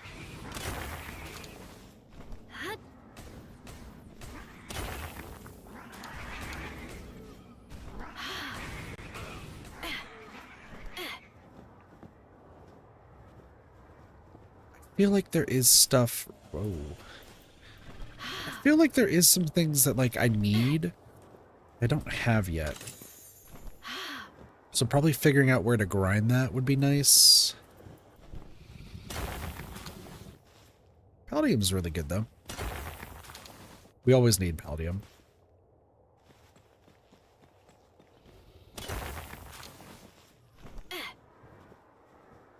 There's also expeditions I still need to do, but I don't really care right now. You know what? I could climb that. Or we fly.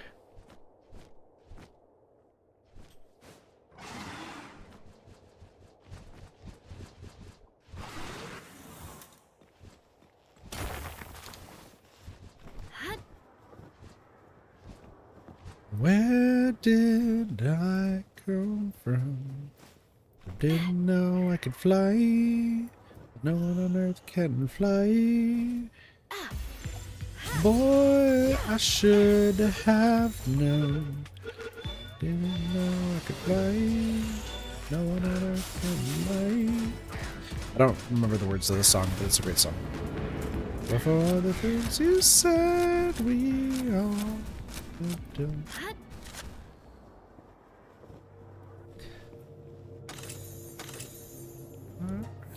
Two ancient tech manuals.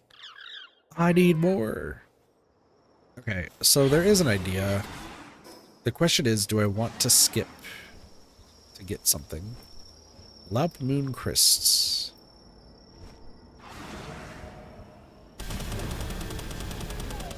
Perfect. We should drop a gigantic soul. 12 gigantic souls, as a matter of fact. So where am I looking at?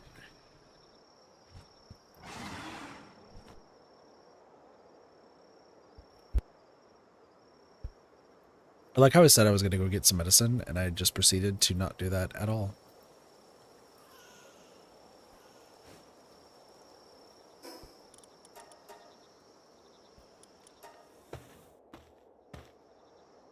God damn it. I clicked the wrong thing.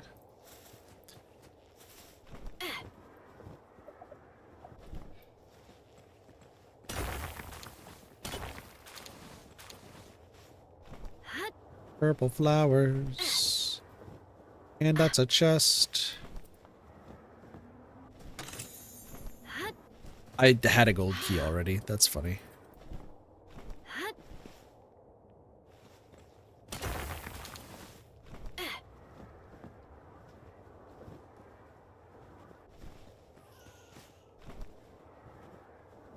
You lift me up. Ooh, ooh. Oh, look. Tombats. Go, team.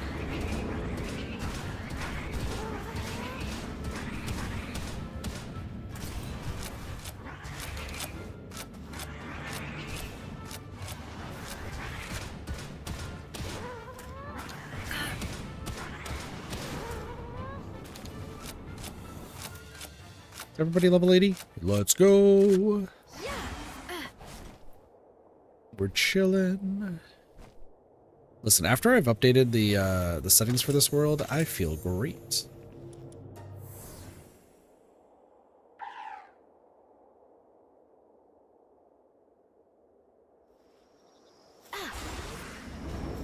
No, stop murdering things. No, the poor Chillet. There was another Chillet that died. Can't believe this.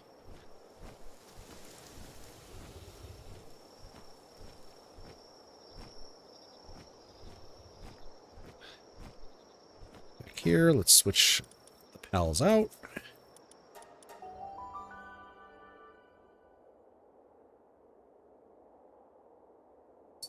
Crojiro. I was only up to Crojiro, right?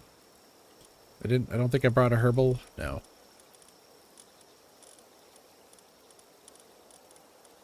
Alright. Cushbill, sputtering. You know, should I also bring the alphas? Literally, that's the last thing, or one of the last things for the land ball. No, fucking don't do that. Cabo de Bumbo. And you. Oh, Super Saiyan Sonic needs to also level up. Why are you waiting to generate electricity? Are these already full? Good lord. How's this looking? Honestly, the fact that it goes slow, but like it's good enough. So I like that. This area I need to fucking figure out. Well, there's a few things that we can get. Is there like anything over here? Like kind of, I guess.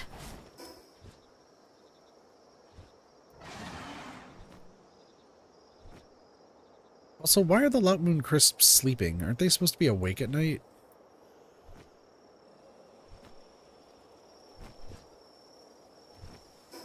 Buddy, I don't even think that's how you're supposed to sleep. You're floating on a wall.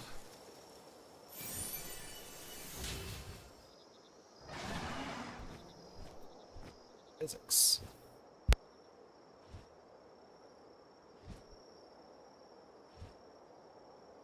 Physics doth not apply to Lot Moon Crisp.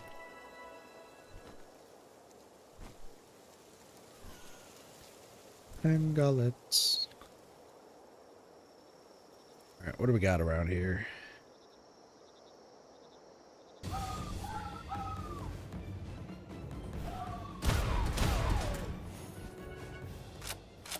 Sorry, Foxicle.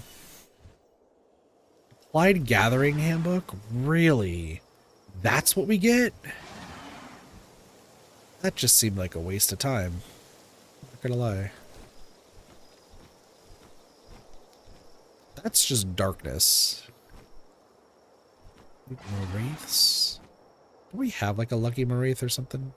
Oh, look at Memoryth Crysts. Okay. Hold on. Now we're finding some cool things.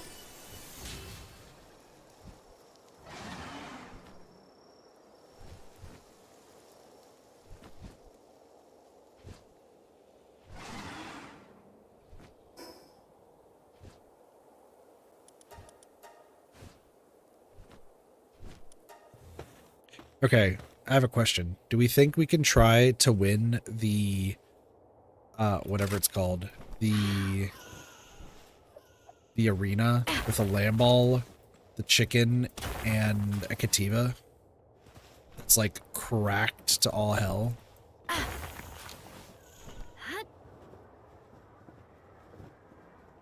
Do we think that I can do that? I kind of want to give it a try.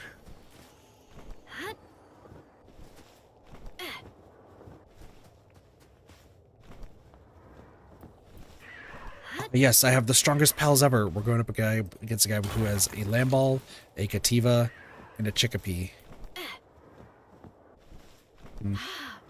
Oh, this is the easiest match ever. What the fuck? I kinda want to give it a try. I'm gonna do it.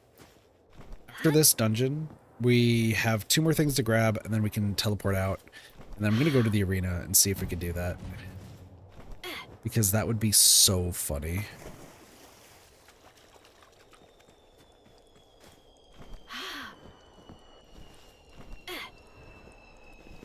Raindrixes. Do I have an Alpha Raindrix? I typed it up the other day. No, I do not. Cool.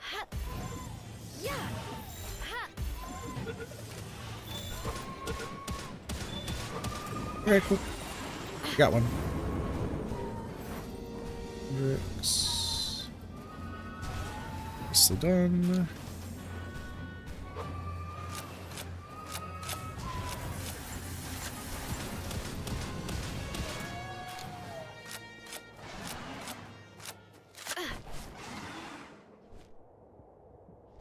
Helter Skelter's at least taking names.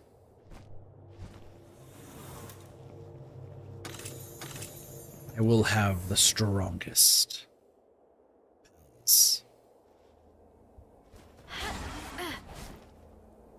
Doesn't make any sense, but we will still try. Grab the Sliff Monk. There is a bounty over here. Let's see if we can take that on and then probably just teleport out. What do we got over here?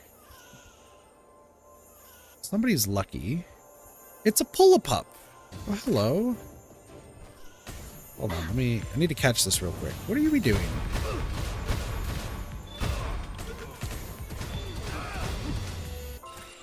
It's a lucky polar pup.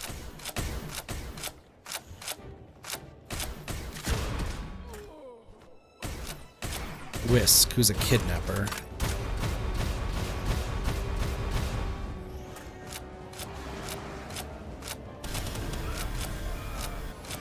Okay.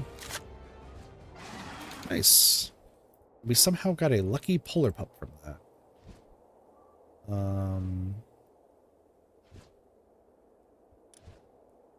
You know what? Cool beans. Cool beans. I'll now have to catch a whole bunch of polar pups, but I particularly mind right now. Right next to that, meteorite's an effigy.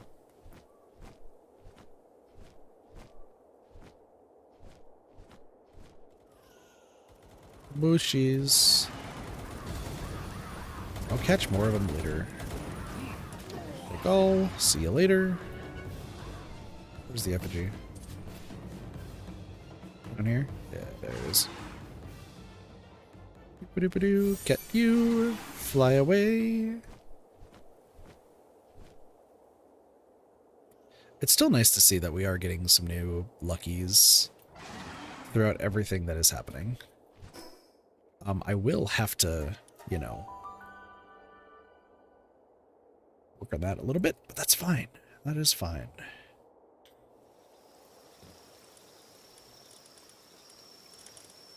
All right, let's move you to here, because I don't know where to put you. Munchill. Nope, I added you. I did add Ratrix, though. This is just crazy. Ooh. Oh, my nose.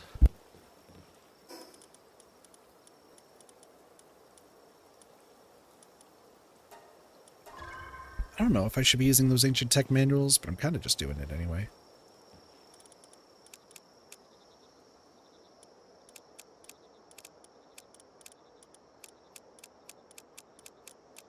I do have a treasure map. I totally forgot. So I can open it.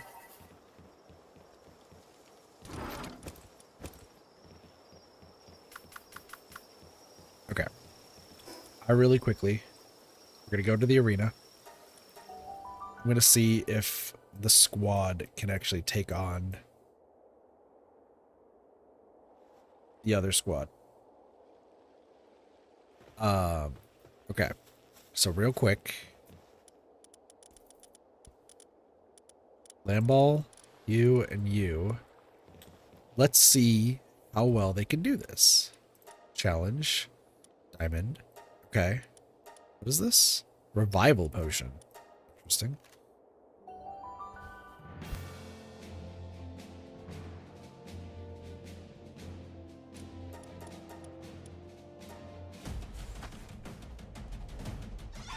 The 3 basic pals versus a lot of leaf stuff.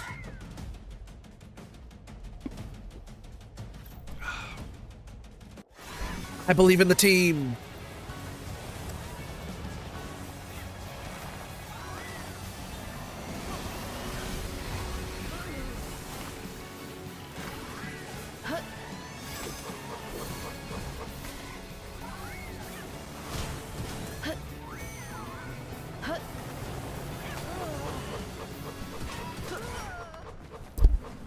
Wow.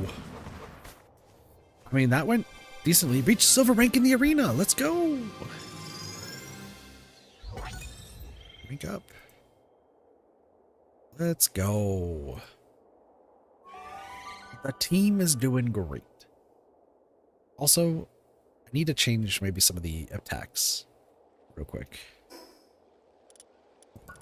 So Puff and Fluff is still fine. We got Apocalypse, Solar Blast, and Roly Poly. Niku Niku Meow has Punch Flurry, but I want to switch these out. And same thing with Back to Begs. I mean, no, Back to Begs is good. It's just the fact that you know all of these is terrifying. Let's see if we can change. Hold on, I want to see if we can get some better moves for Nico Nico Meow. Okay, where is...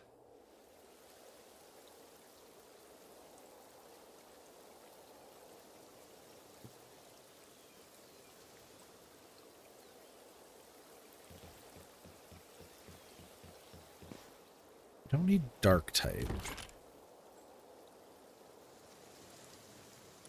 Acid rain?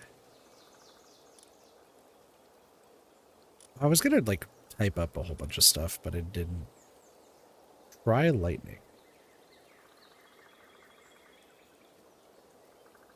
You know what? We'll do try lightning and acid rain. So let's move it to you. Okay. So now you have try lightning, acid rain.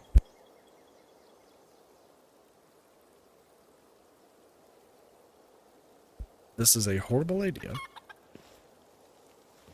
but we are going to try it anyway. For no other reason than that I can. I really want to see if they could do it. I think the Holy Blast actually was what was like holding us back.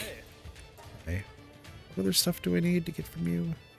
Or eject shotgun. There's all of these. These are what I want. There's also another stuff. Hold on. These are normal Airblade. Ooh, Airblade's pretty good. From what I understand, but I want to get like one of each. So, Master, you get 100? Listen. I think the team can do it, chat. I really do. Bushi knocked, a Soothsayer Blaze Howl knocked, a Gangler Ignis, and a Crow Zero knocked. This seems like a terrible idea. Let's see if we got what it takes.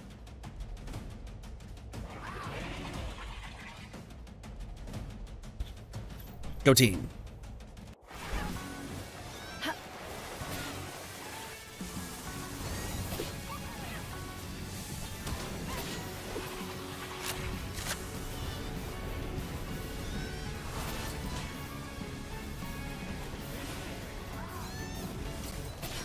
Well, it did not go as to plan. Mostly because the Jonin just one-shot everybody. That's fair. Yeah, that Moonfire Jonin just murdered everybody. That's fair.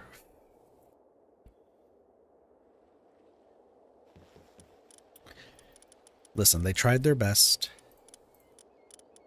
Dude, swords for some reason feel like ridiculously strong. Honestly, their stats are not that bad, though. Interesting. We'll worry about that later, but I just wanted to give that a shot. Alright, anyway. Let's go back over here. Oh, I was gonna go elsewhere. Yeah, that's fine.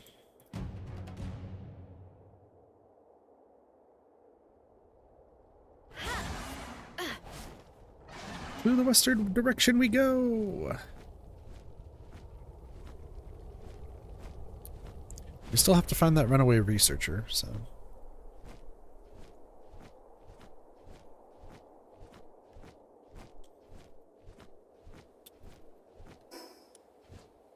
I mean, there is something over here, but like...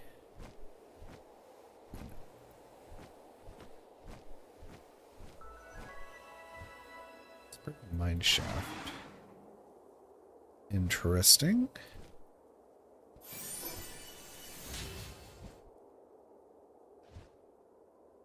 Okay. There's stuff inside.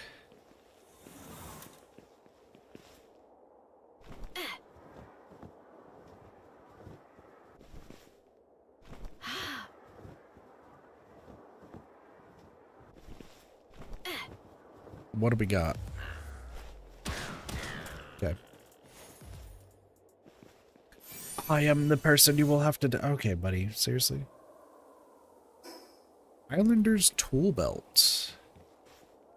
Intriguing.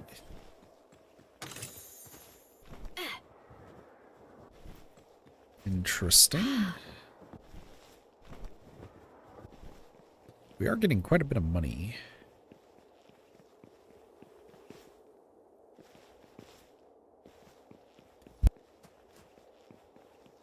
Excuse me. Keep on running, keep on running. There is still a lot that I need to get. Like, I'm looking more at the map and I'm just like, man, I still got a lot to grab. Where in the world did Buddy go? Okay, there's a dungeon somewhere nearby.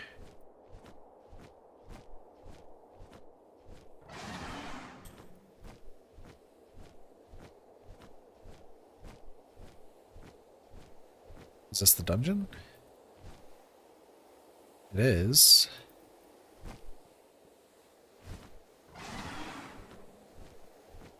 Hi. Are you active? You're not active. Well, that's rude. God damn it.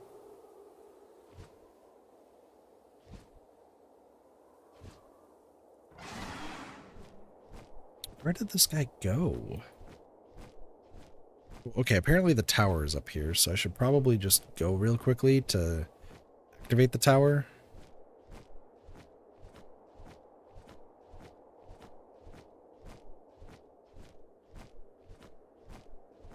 Because they're going to have me go there anyway, so. See, like, it's right there. I'm so far down the mountain. Let's see if I can just kind of keep getting over there.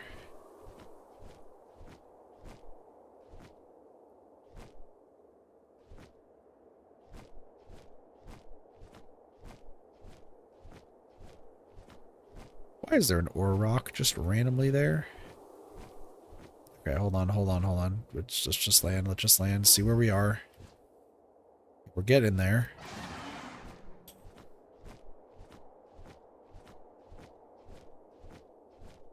There's the tree. There's some vanworms. There's a guy there. There's also a lot of hidden effigies to grab. If I see any, I will grab them.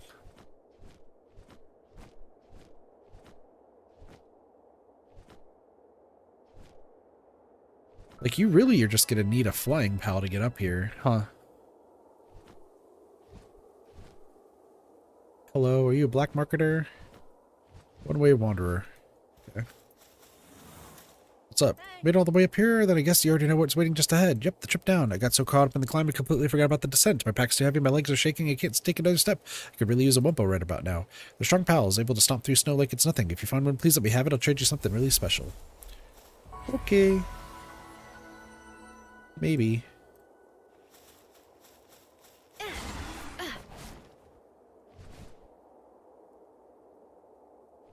I see that one down there. Anyway, this is just better. Let's just go this way. Fly away!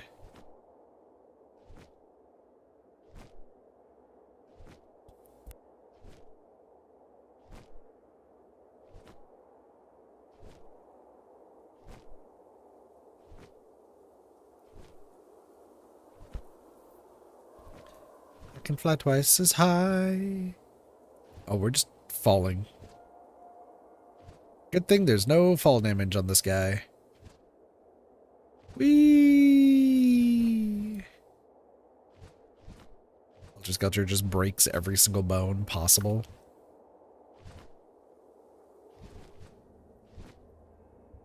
Oh.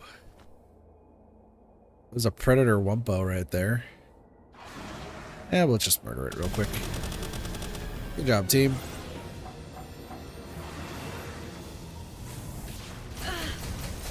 Oh! Oh!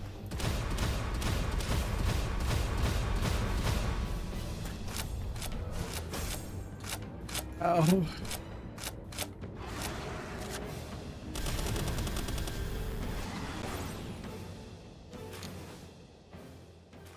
The Wumbo fucked me up. Holy hell.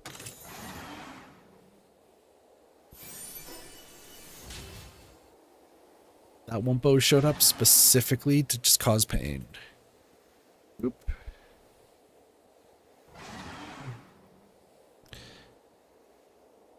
Hello, Emilio. Welcome to the stream.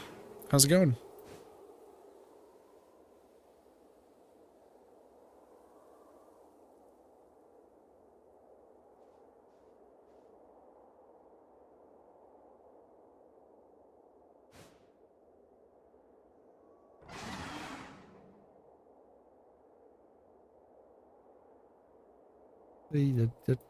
Foxicles.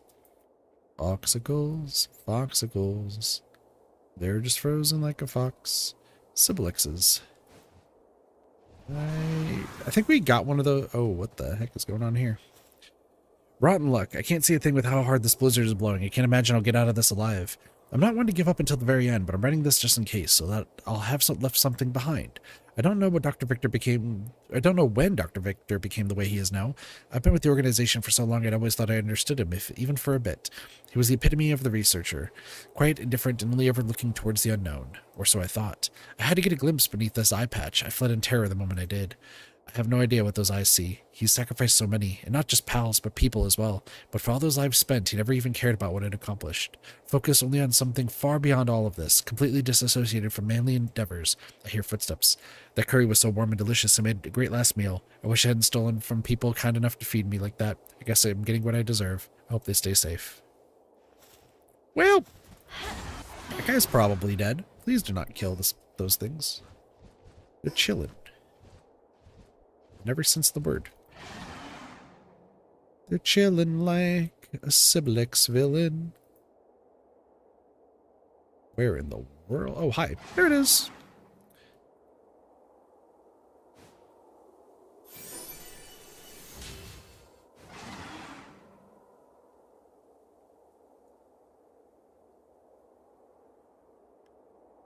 Do do do do do do do. Wyverns. Just to find the Wyverns. Hopefully one of them becomes lucky eventually. You never know.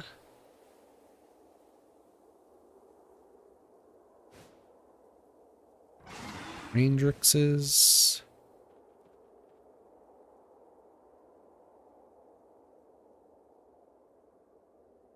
Oh, it's further down. I was like, what am I looking for exactly? It's probably a ruby. Ruby, ruby, ruby, ruby. Oh, oh, oh, oh. You do it. Oh, oh man. Where am I going? Oh, it's down here. This way.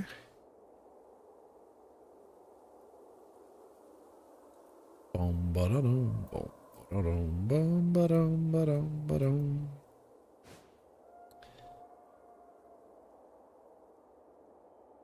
You know,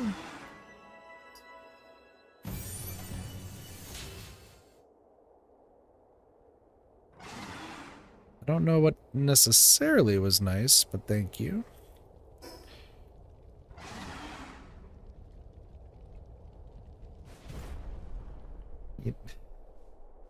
Get all of the rubies.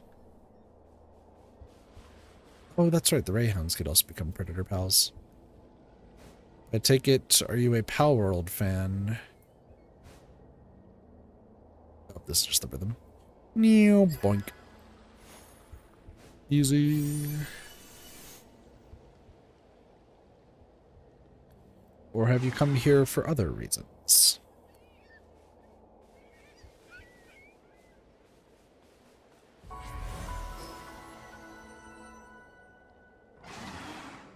Fly up high to the... Wait a second, what am I doing? I'll just teleport.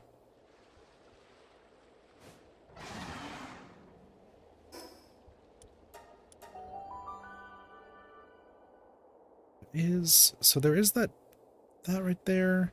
There's another lift mug in effigy. I guess I could just go grab that real quick. Hold on, client. I guess I'll talk to you first before we go there. Hello. You're back, Paltamer, and that man. And he's gone? How awful. I know I asked so much of you already, Paltamer, but I have one final request. We have no idea what Victor has discovered or how he's preparing for it. But what I do know is that we can't just let him take people's lives at will, no matter the reason. Please, Paltamer, you have to stop him. Yeah, we'll beat him. Finish an hour shift. Nice. Well, hopefully you're getting some relaxation in. Good old typical 8-hour shifts. Excuse me.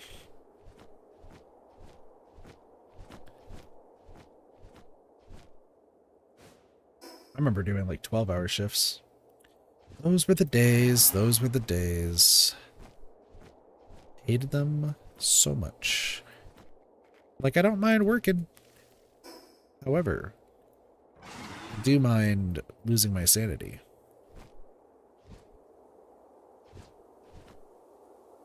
That's just an egg. Hold on. I was like, ta-da! That's what we're looking for. That was not what we're looking for. What am I looking for? Where is it that I'm looking? Sweepers!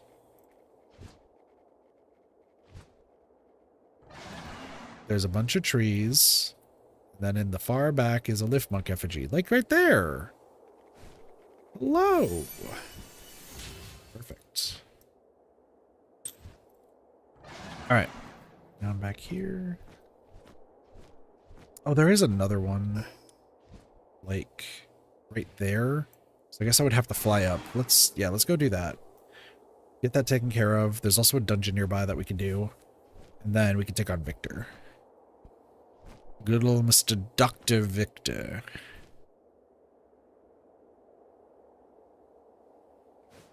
The fact that this game is or this quest is called Interspecies Experiments is really concerning.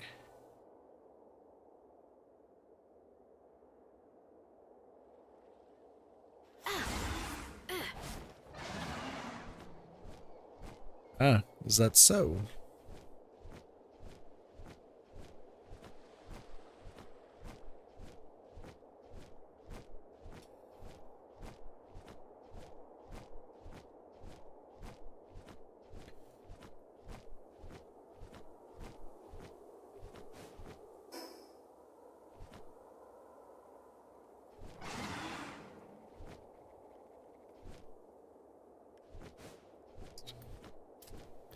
So I'm working on my drawing tab.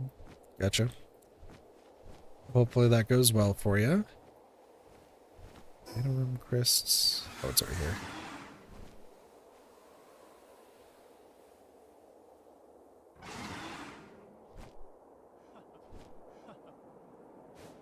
They're laughing? Okay.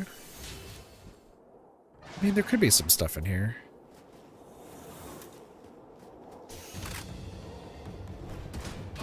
That was a rocket launcher.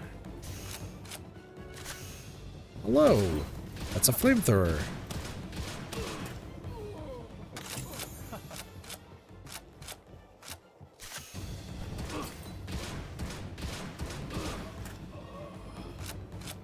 This is significantly easier than every other fight I've ever done.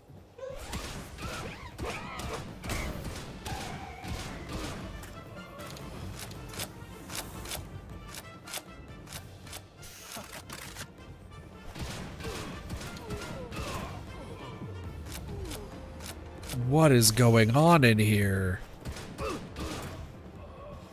What in the world?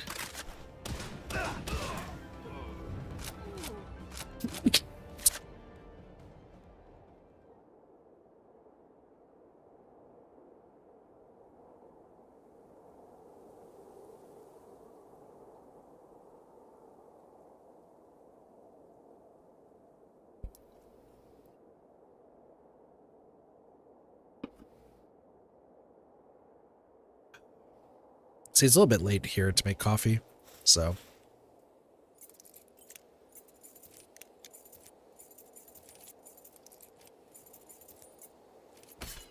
So close. There we go. Yeah, it's currently midnight right now, so. Sorry, 1 in the morning. I mean, time is flying. So, I'd imagine. Hopefully you're having coffee at like a good time, but... Oh, hello.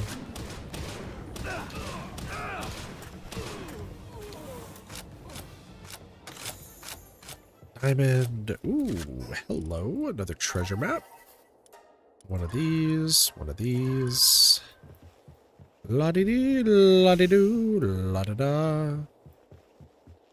You have a pangolin trapped? You playing variety? Yep, I am a variety streamer on YouTube and Twitch.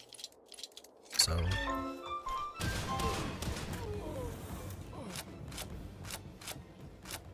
That's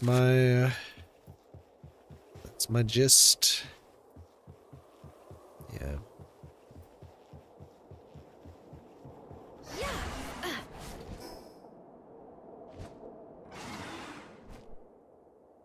What game do you play most?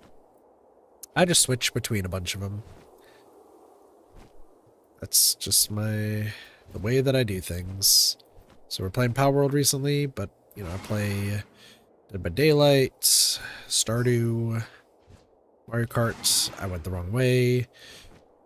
So I just play whatever I feel like. Don't really have a most game.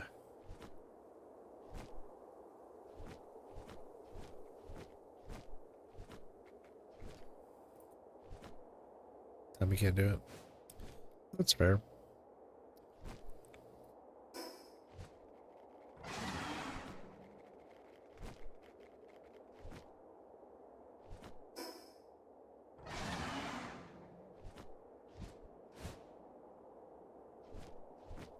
I feel like I need to make a self-prediction. Like...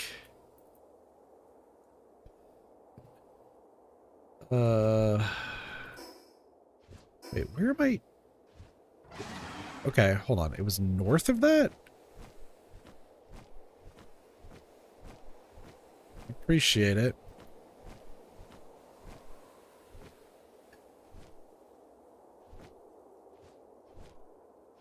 I did not. I am not an artist by any stretch of the imagination.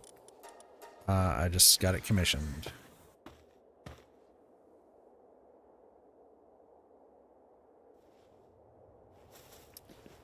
We doing this, huh? Doing this.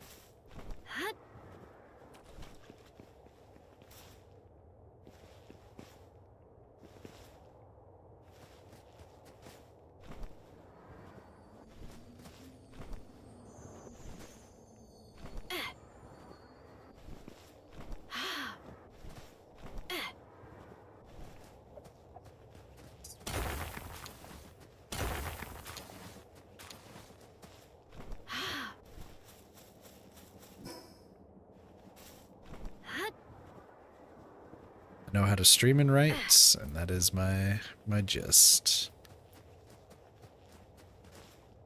I get the feeling something's about to happen. Hello, Wraiths. They look so cool. I do like how the Wraiths look.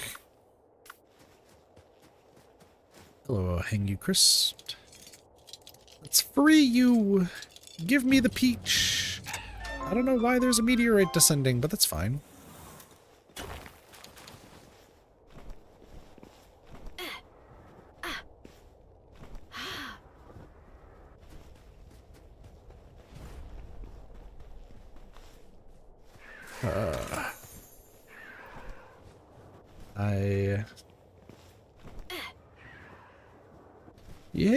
You ever just know where something's about to go and what's about to happen? And you're just kind of waiting for it to happen so that way we can move on. I'm just streaming on midnight. I stream whenever I really feel like it. Hold on. Did I have... Oh, I already have you as an alpha. Oh, that's cool. Let's go... Yeah, but I stream whenever I feel like it.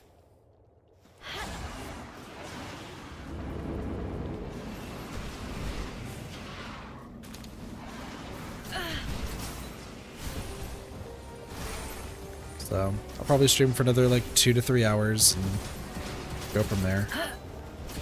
I'm not exactly tired. So...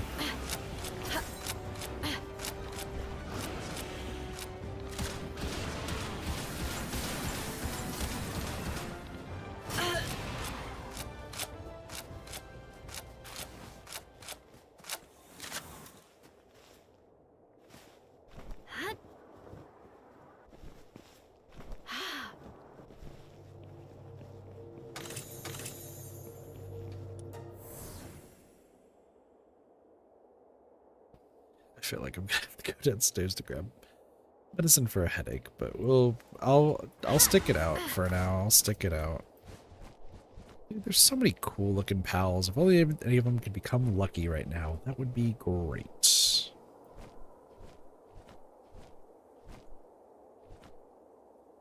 You plan to stream with VTuber?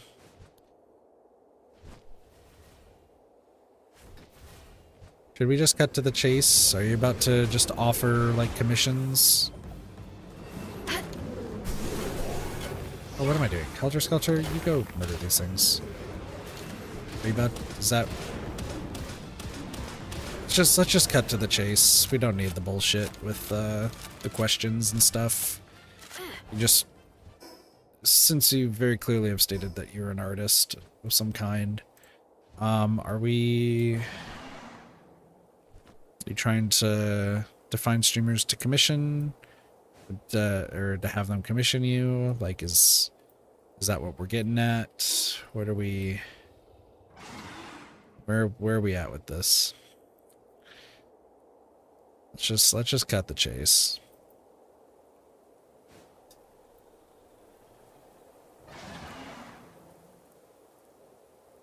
The game of 20 questions is done.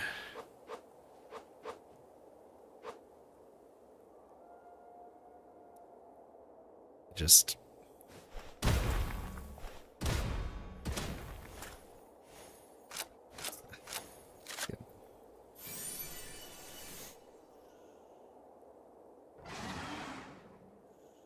to answer your question, I am planning on having a VTuber eventually.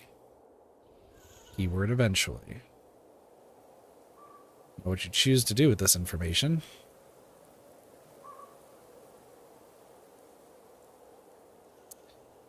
Yeah.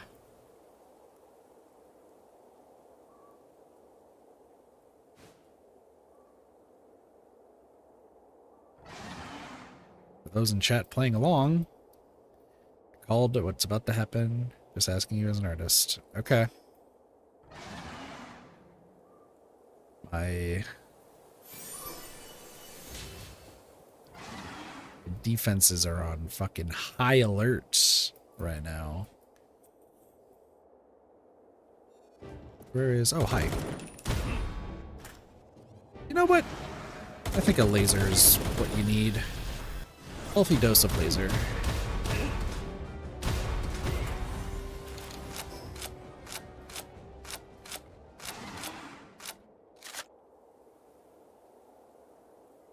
The suspicions are high.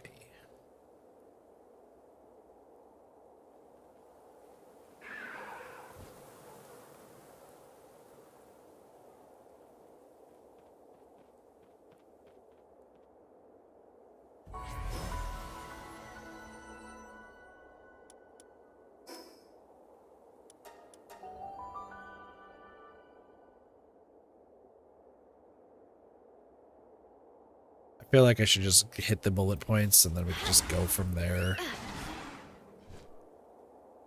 Because it's the same old song and dance. Yeah, I think Helter Skelter should be good enough for this. Alright, let's see. Let's see what this boss fight is.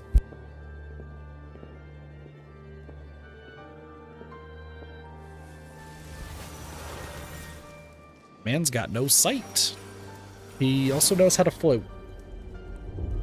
Huh.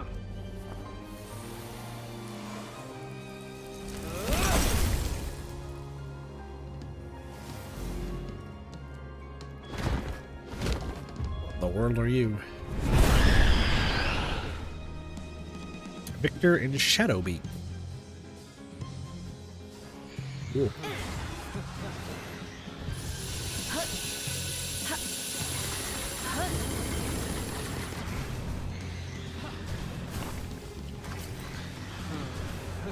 No.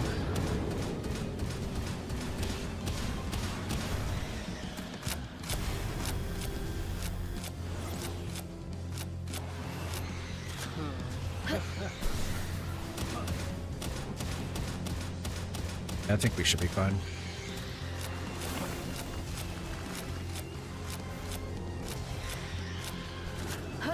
No, stop. This guy is just not doing anything. Where the... Oh, hi. Ow. You have kind of the same moves as my...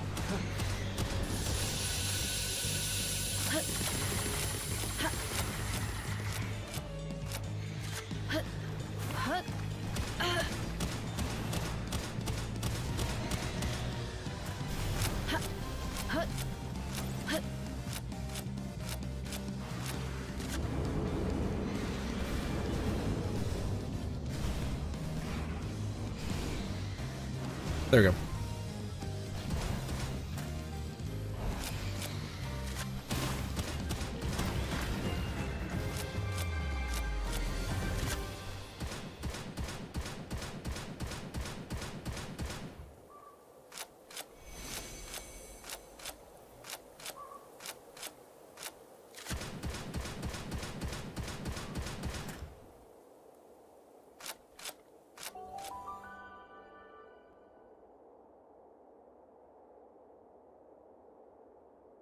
Okay, I'm just gonna just going to just.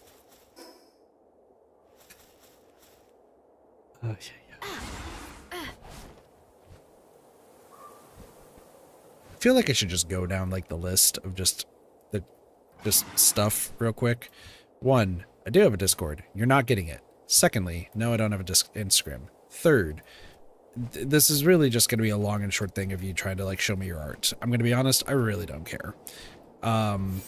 Like, I have such a bad track record with artists. I have a bad track record with artists coming on stream just to try to get commissions from me, and I really just stopped caring. Like, I have a team, I have people, and there's only very few people that I actually like enjoy seeing their art. I don't give two shits.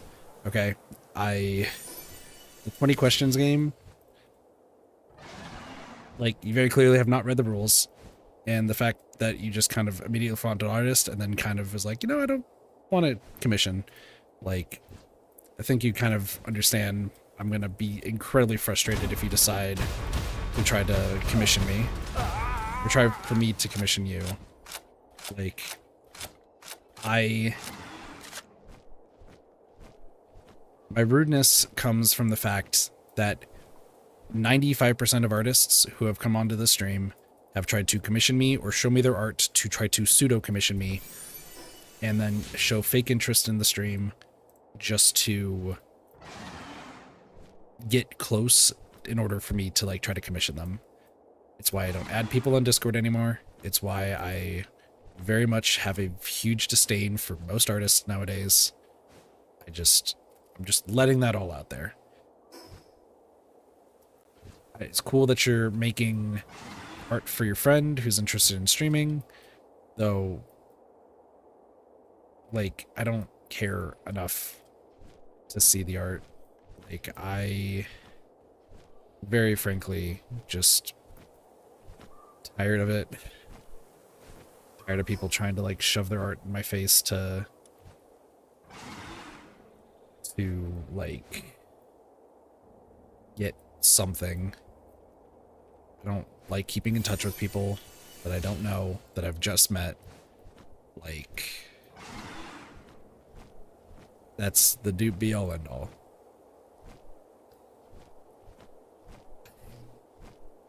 I just get flabbergasted at this every time it happens because it's the same 20 questions. How are you? What games do you play? Who made your PNG tuber? Are you ever going to VTube? By the way, I'm an artist. I'm not going to commission you. I'm not going to ask for your commission or anything, but let's keep in touch. It's the same song and dance. And then what happens? What happened in the past is I'll add on Discord just because I'm trying to be nice. And it's like, oh, you know, I know you said that you don't that you don't commission like new people, but here's my portfolio. Let me show you everything. Do you want to commission me? No. Why not? Fuck it, no. And then it's just this back and forth. It's the same song and dance every fucking time. And I am so over it. I'm like, there's only been 2 people recently who, one's starting to get on my nerves a little bit. The other is actually super chill and like very much was a real person, so like I didn't have to like worry about any of that stuff. So we had like an actual deep conversation, and you know, it was actually like nice. So I give them a pass. There's one who is just like, I know you don't want to commission, but I would like to get commissioned, and I'm like, yo, you started off as a viewer. Hold your horses. I am like, no, let me just do my thing. I already have people commissioning, and I'm not adding any more to that. So exactly, hell. Like, I am at that point where it's just so common.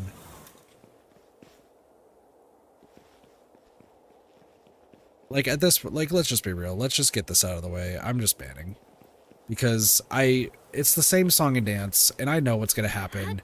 And frankly, like, I hate to be the trigger like the itchy I can't speak. Itchy trigger finger for like artists and like people who like are talking in chat.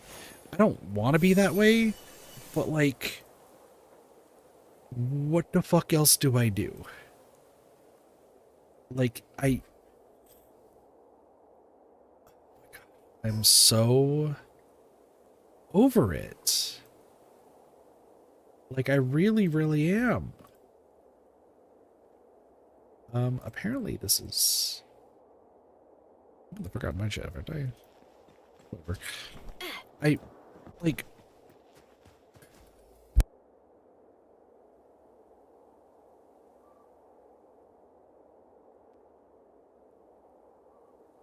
Give me a second, I'm blowing my nose.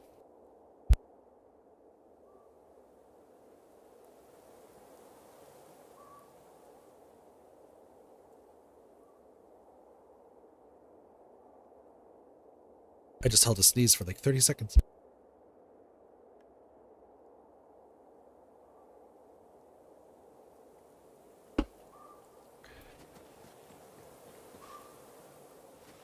And yeah, exactly, hell. But I think I talked about this on stream the other day, but there was a, I got a message from somebody in one of the, so like I joined in one of the like idle games that I play. I needed to join it just to get some like information for the game so that way I can kind of progress. And I've stayed in it because like no one messages each other, but I get a random message from somebody who was like, are you the person who's commissioned me? And I'm looking, I'm like, buddy, why the fuck would I commission somebody from a random idle game server that I'm on? Like, no, of course not. Of course I'm not the one who fucking commissioned you. What? Like, what? Huh? And streaming, it just is so much worse to deal with, if I'm being completely honest, because like, we talked about this. We talk about this every fucking day because it happens every fucking day. It never ends. Like, I get it. Streamers have to deal with like, you know, X, Y, and Z. I get that. Every stream's different, right? But I am at the point of just like, I think my prerogative is just being so incredibly rude to like random artists now, which I don't want to be, but I feel like I have no choice now. Every single day is a new person randomly going to the stream, having no interest in Palworld, having no interest in the stream. They play the 20 questions game, and their main response is, cool, by the way, I'm an artist. I'm not going to commission you, but like, or I'm not going to ask for your commission, but I'm just letting you know I'm an artist. I'm so done with them. Like, I've never been more at my wit's end than this. Let me do this thing real quick and then I'll go back to the base. Oh,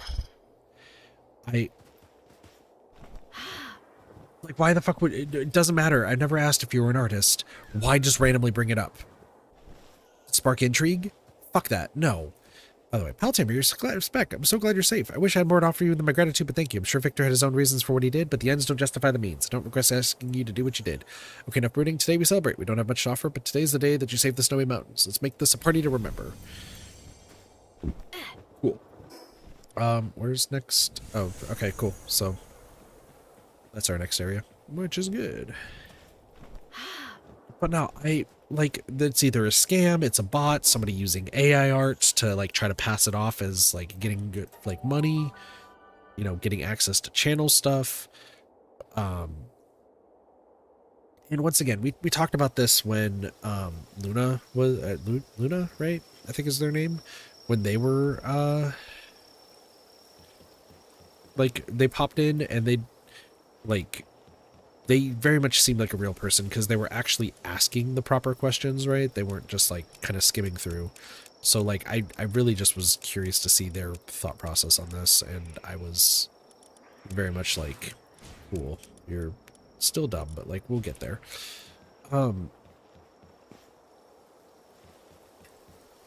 Sorry, that was mean to them. I didn't mean to be mean to them. It's just my confusion, right? It really just fucks me up with like just my confusion on why. But then they got smarter, so like I like Luna. Luna's great. I still think that's probably not their name, but whatever. But I'm at the point now where like, why come into the stream that you don't know anything about the streamer, you don't care to know anything about the streamer, you just want to advertise your services so that way you can get more money. Like, once again, thousands of other ways to do it, and you're trying to prey on a desperate streamer. That's like the big thing, is you're trying to prey that you hope the streamer is desperate enough that they need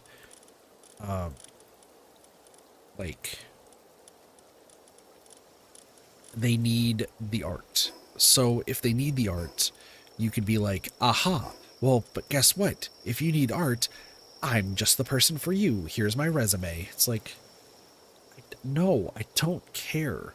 I don't want to care. And like, there's no reason to like try to do this. I just ban the people on Discord who like just try to do it. And once again, like I will say there's only been, so other than the people that I know personally, right?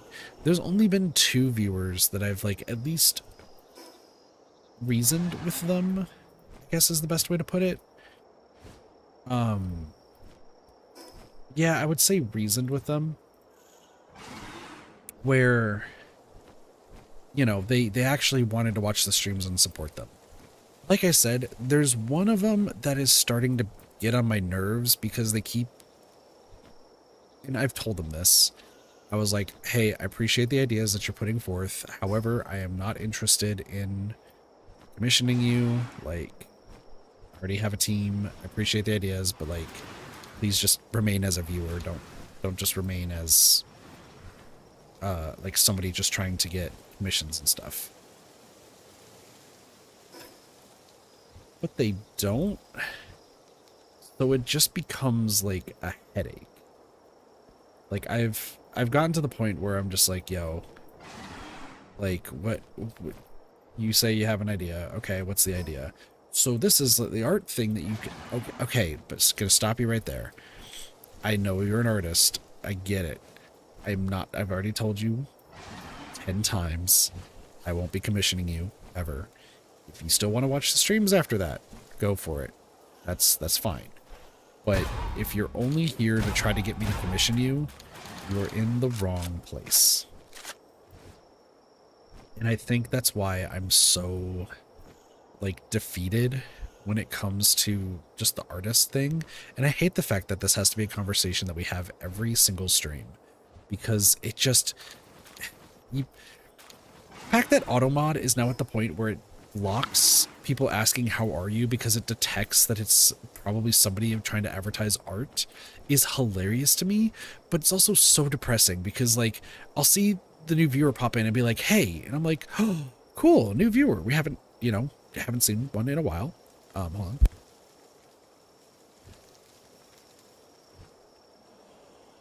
Like, welcome to the stream, welcome to the kid party, hope you're having a wonderful day.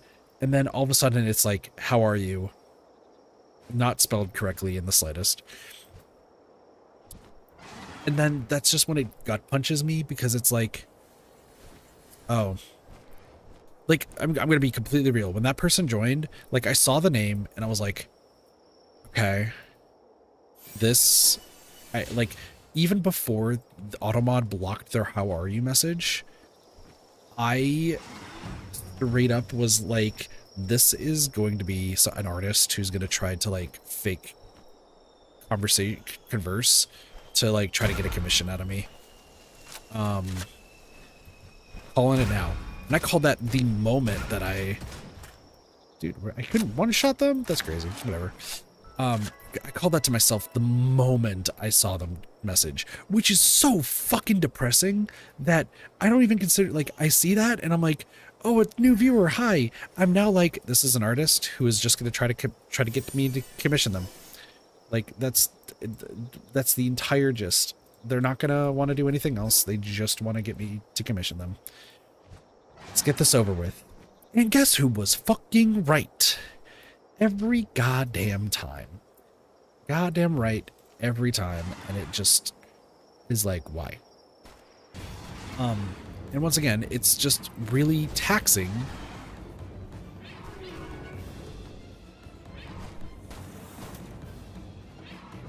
And over. Okay. You. Like, I hate the fact that now I'm at the point where I see a new viewer and now I have to be incredibly skeptical on if they're a real viewer or if they're just an artist.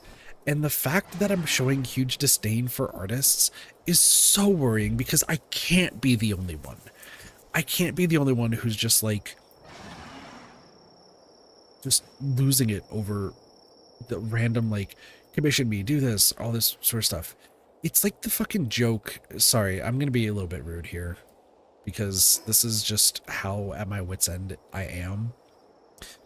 First off, once again, would like to remind everyone, Ray and Spring, two very good friends of mine, two amazing artists, also Sparks, who does art as well. Huge shout outs to them. Their art's also incredible. Just want to get that out there. Do any of them have art degrees? I think Spring might. But like, Spring actively has a high-end job with art. So like, we don't need to worry about that part, okay? That being said, for all the other artists who are like, I didn't want to go to school or anything, or I didn't want to like get a job, I just want to do art, and like the way I'm going to do it is I'm going to message random people to advertise. Like, if you want to be an artist in life and that is like your career calling, fucking pop off. Do what you want to do in life.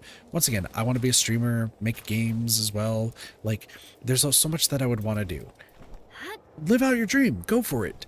But you gotta be fucking smart about it and not be a dumbass dipshit. And I say that with like the utmost sincerity, which I know is contradictory to what I just said.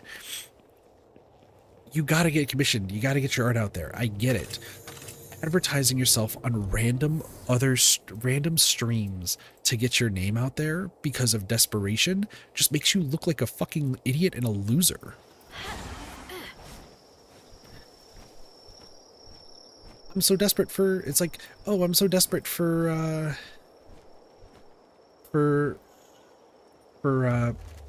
art commissions that I need to ask every single like streamer. Like, I need to prey on the streamers who, might not need art or might need art. I gotta prey on them because streamers are probably stupid, so let me just prey on them. Yeah, fuck you.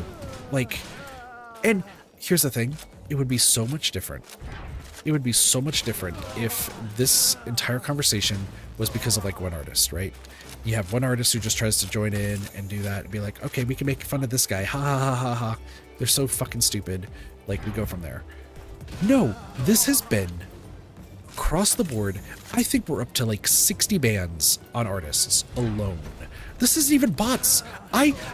This is so depressing to say. I have banned more artists not listening to the rules than I have banned follow bots. I have banned more artists than follow bots. Like, what? Like, how is that even possible? That's so depressing. Y'all have no idea. Because, and how is that logically possible?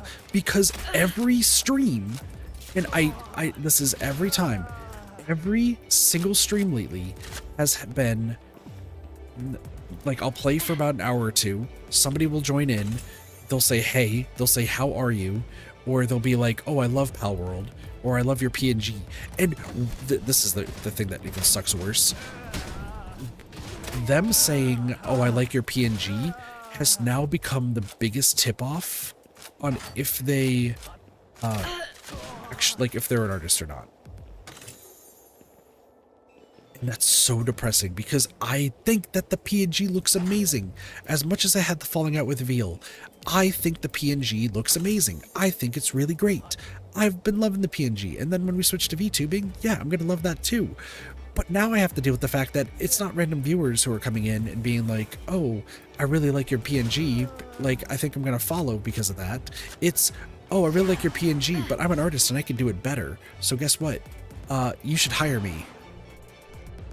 That's so fucking depressing. And once again, I get it that there's artists out there who, like, they want to make it their career and they want to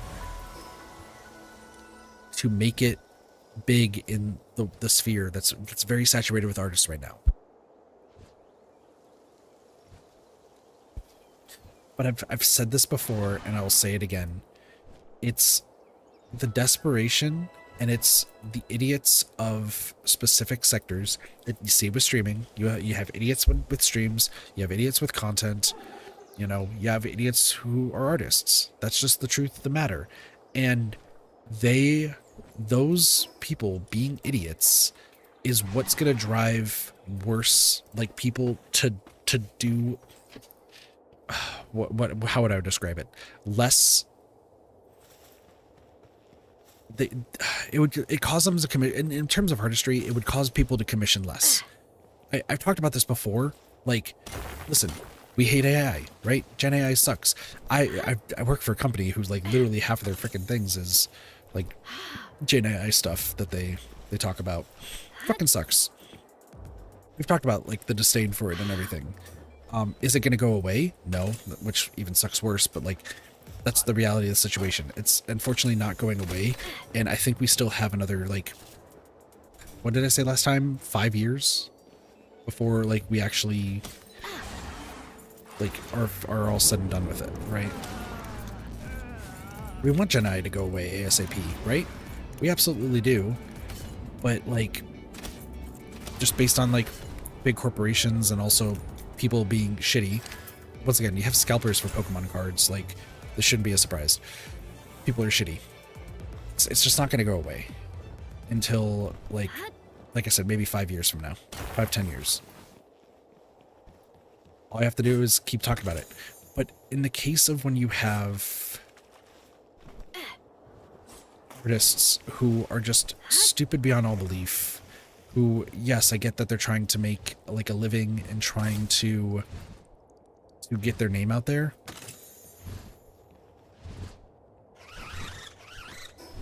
Isn't this a silver key? I dropped it on the ground. Okay, that makes sense. You have people like that it's gonna move people to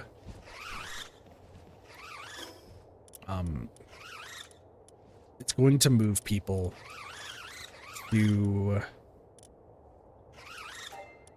choose AI art over actual art, because of just the disdain for how artists are acting.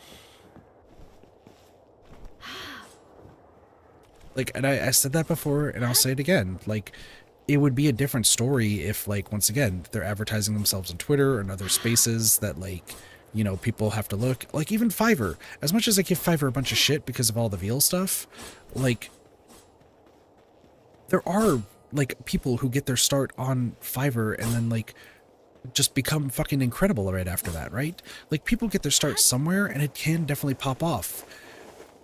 They're being smart about it, and they have their prices set, and if their art is, like, enjoyable, I think that's the thing too, is they don't want to have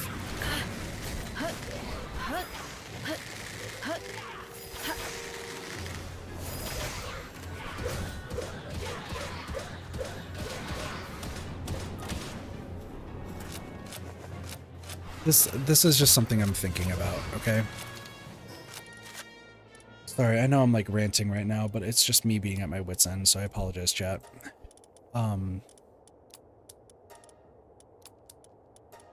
I have the belief, and you know, I could be absolutely wrong, like, I understand, but I would believe that there are artists out there. Another reason why they're probably going to streamers is because it doesn't matter if their art is good or bad. If there's a streamer desperate enough and they say yes, then they have a client. It doesn't matter if, like, their art is, like, good or anything. The desperation of a streamer is what they're preying on.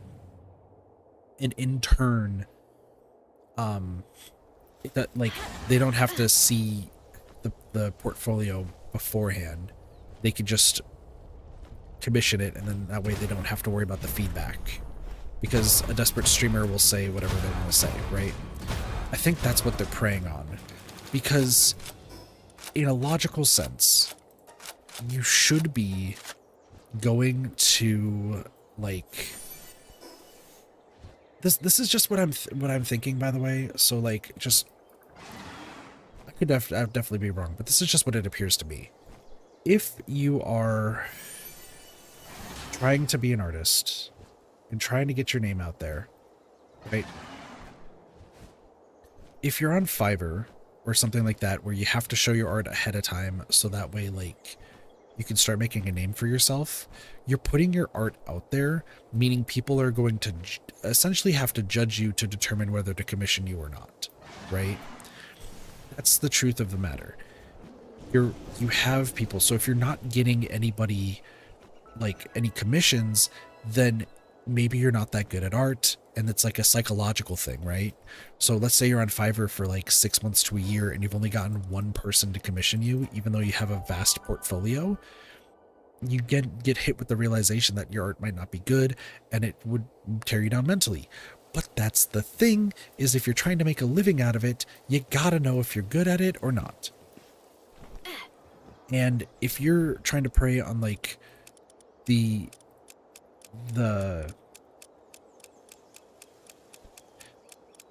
desperation of some streamers, like, if that's what you're trying to do, which I'm not saying they are, but if that is the case, that they are trying to prey on, like, the desperation of streamers for like getting commissions,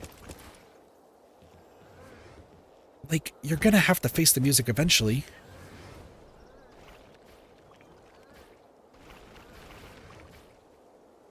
I don't know. I'm at the point, right, where, like, this is just a daily thing at this point. Daily thing where we just talk on stream about the sheer insanity of the fact that I have to deal with, like, desperate artists. But if they keep doing this, right? Like, I really don't think I'm the only small streamer who has this disdain.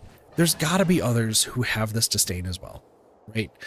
Unless every fucking small streamer is desperate for views, which, you know what, could be the case. Like, I wouldn't put it past people, right? There's there could be just a bunch of people who are like super desperate for views, so like they'll like agree to anything.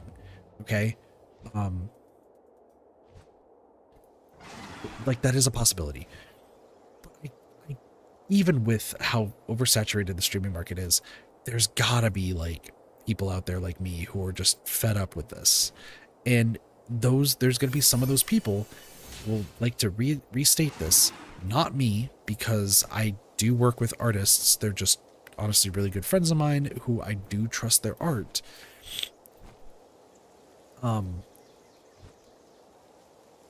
They're gonna go to AI shit. They're gonna be like, listen, I've been like scammed about like a whole bunch of artists for like years and years and years, and this happened and that happened, so I just said fuck it, and I just did I just did Gen I and did this. It's gonna suck because then that person's gonna get flack. Then you have to have the argument of, can you blame them? Because they got to that point because so many artists just tried to like prey on their small streamer status to get a quick buck. Like I'm so fed up with this now. And I'm sorry for talking about this like every single stream. It really feels like this is every single stream, because every stream at least one new person joins, and every time it is an artist who tries to get me to commission them, and I have to ban them because they don't want to fucking listen. Once again, I really do apologize for like beating a dead horse in that case. And why it gets talked about like every single stream. Also, these guys are stuck in the fucking thing. I'm just so over it. Like I think what my thing is right now is I'm not gonna treat every new viewer obviously as, oh, you're just an artist here, because that would be unfair to those who actually want to support the streams and actually want to be here, right? I think what it is when if I get the immediate sense that they are an artist, that I will just immediately ask.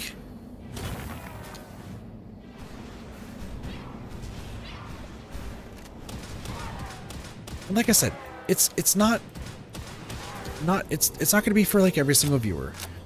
But I think there is a point that we have to be logical about this, right?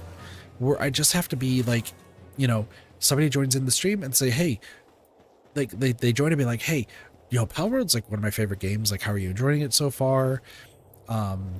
What's your goal? Like asking those questions. Okay, that's a Palworld. That's somebody who's interested in Palworld. Okay, I can get behind that. Sick. But hey, how are you? Nice. Like those, like when it starts off with those three, like that would immediately tell me, yeah, you're probably not a real, like you're probably going to try to ask for a commission. Or if it's like, oh, what do you do like for streams? Oh, like what do you do? Like, where are you from? What do you do? This, that, and the other, like trying to learn more about me. That is what's going to tip me off that it's an artist every time. So I think I'm just gonna crack down on it.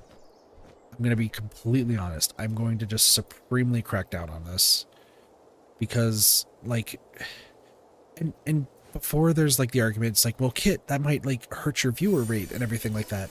Do I really want to have viewers who are just trying to advertise art 24/7? I don't think so. I feel like that's just not a smart thing to do.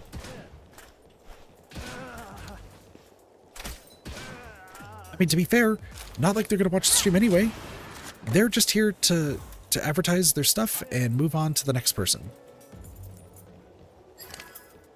That's all they're trying to do. Like, once again, I'd like to remind everybody, and this is just the truth of the situation. This will be the last I talk about this for tonight. So I apologize for harshing the vibes.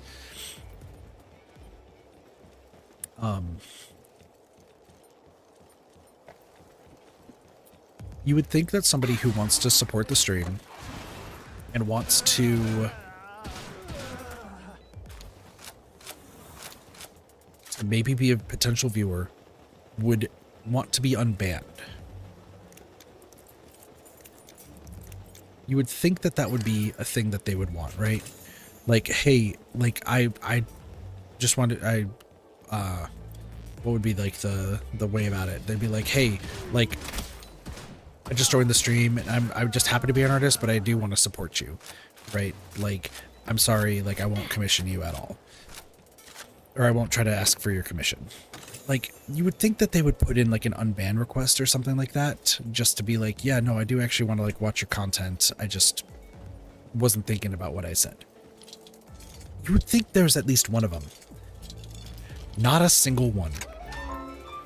Not a single unban request. I'm actually going to take this one step further.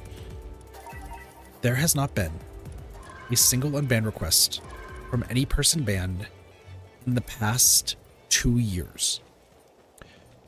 2 years we have not had a single unban request. The last unban request was from just a really piece of shit person who just wanted to come back just to cause more trouble. So like, obviously I kept them still banned because that's just the right thing to do.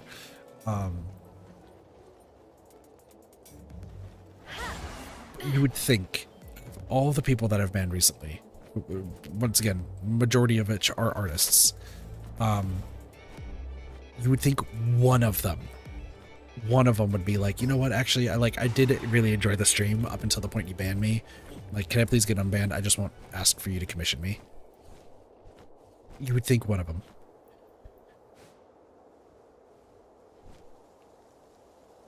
Not a single one, chat. Not a single one. And I think that is very telling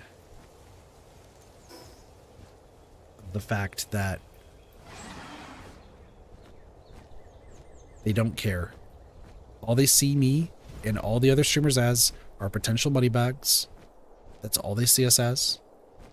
They think they see because, and once again, this is because it's unfortunately the case with a lot of small streamers.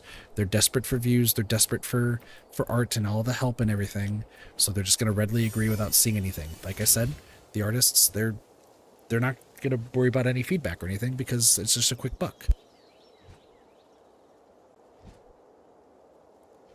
And that's really fucked.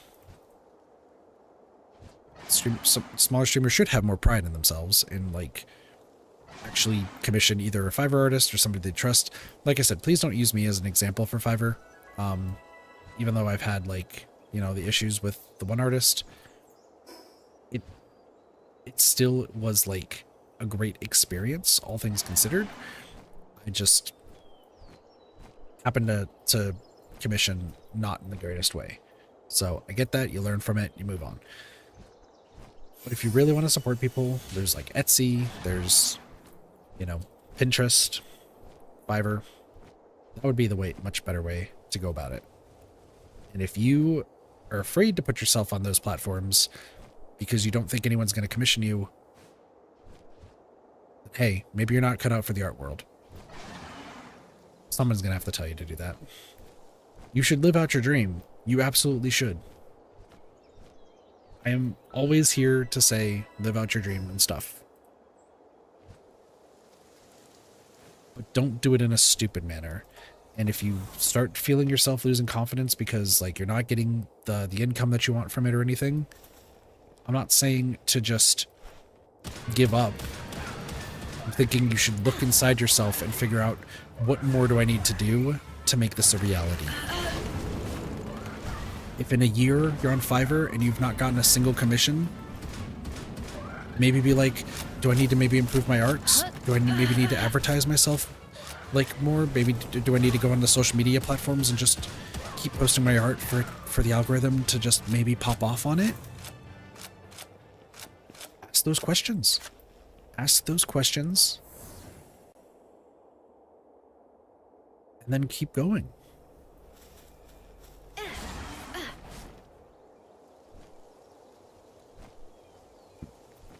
Sorry, I'm going to double check because maybe, once again, there is one new unban request. Hold on.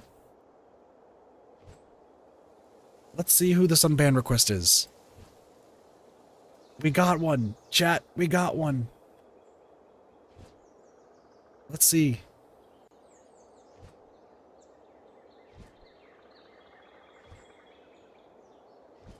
I just want to see who it is.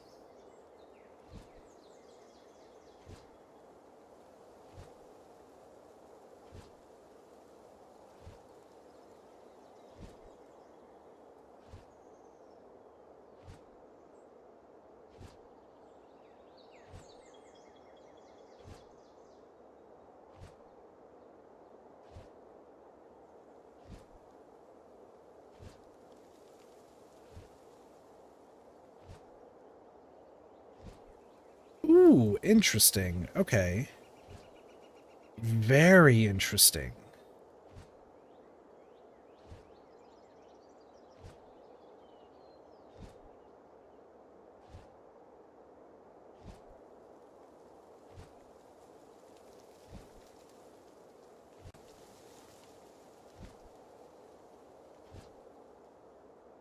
Okay, hold on. I actually don't know what we should do with this one.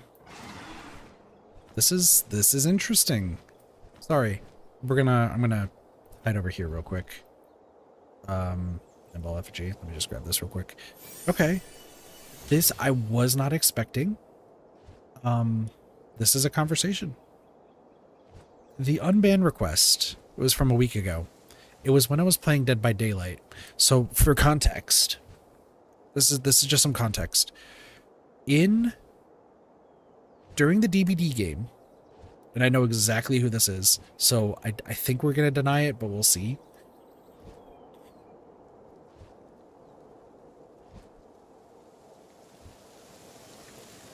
Um,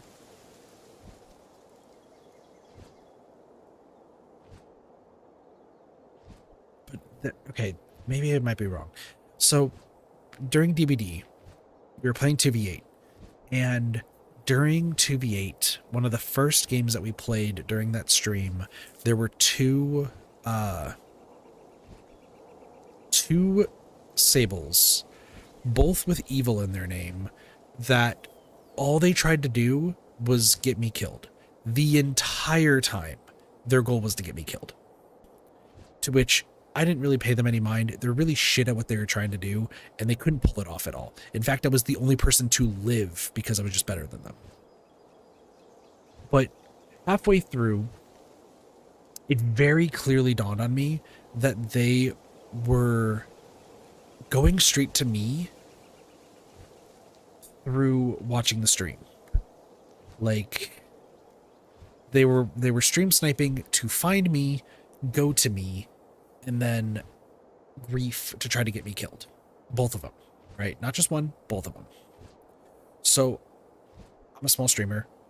Let's see. I'm heading out to get some sleep. No worries, hell. Thank you for watching the stream. I hope you have a great night.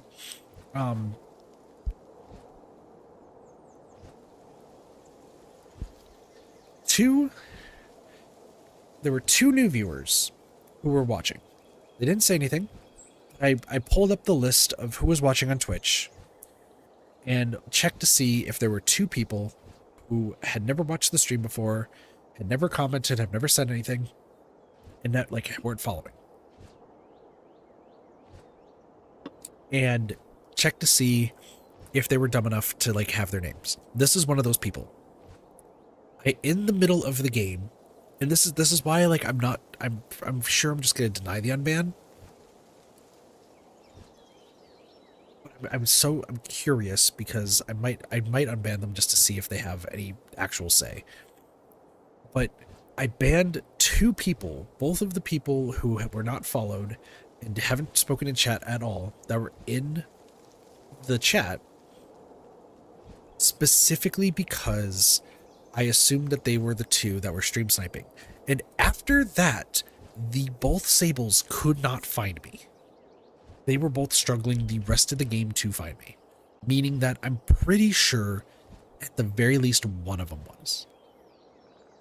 So I am going to see this.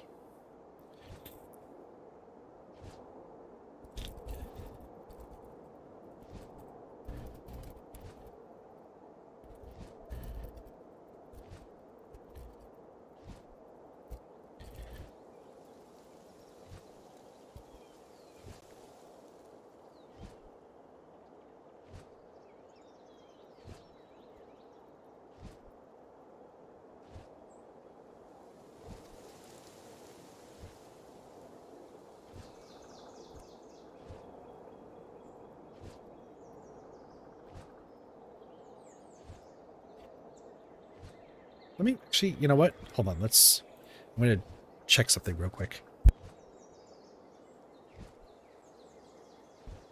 Excuse me. Let me go here. I actually want to check the game to see.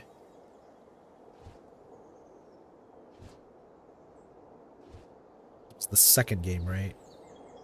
We're in Greenwich. I just want to double check. I don't really care. Okay, let me just double check.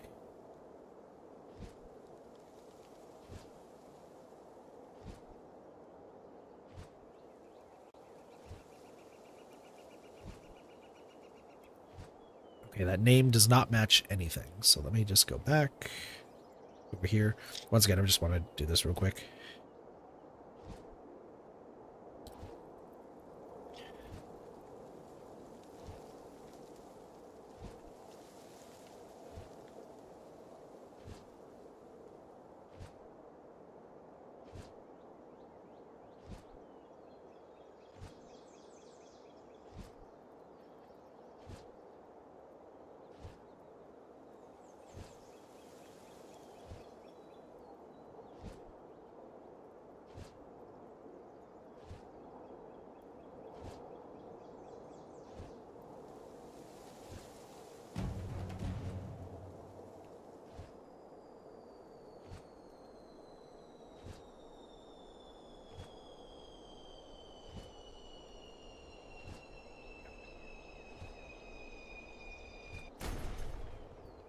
Crazy, but we did get an unban. Unbelievable.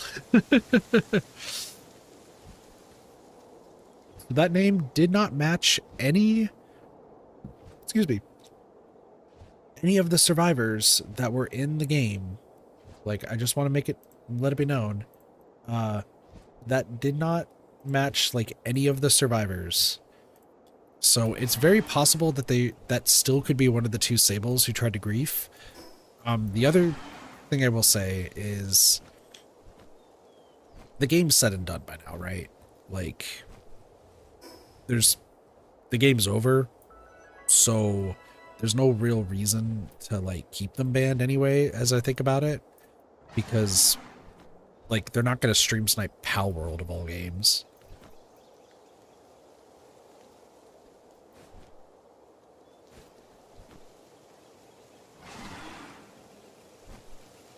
And plus, like, I only really needed to ban them during the game to prevent more stream sniping.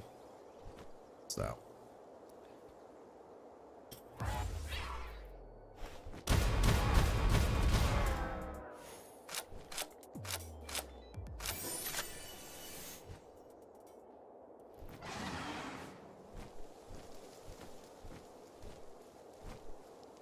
No, I mean, if they come back and immediately just start saying, like, horrible shit, then, you know.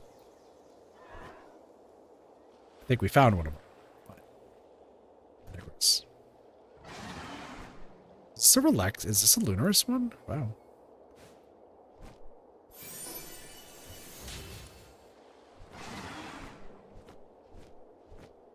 Good shit. Yeah, that's the end of my tirade for artists and everything like that. Long TLDR, I'm just officially done with dealing with all of it. I'm just gonna keep my foot down on it.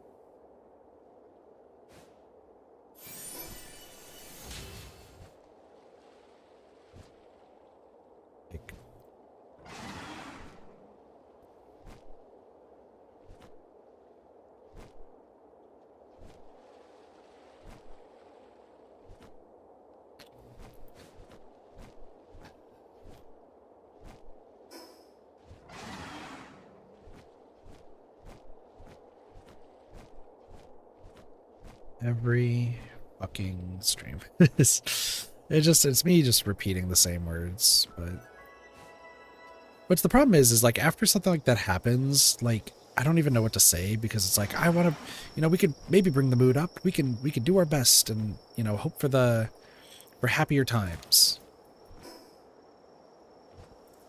But it's like, well, no, we just already had like the the long and short of just irritation, so.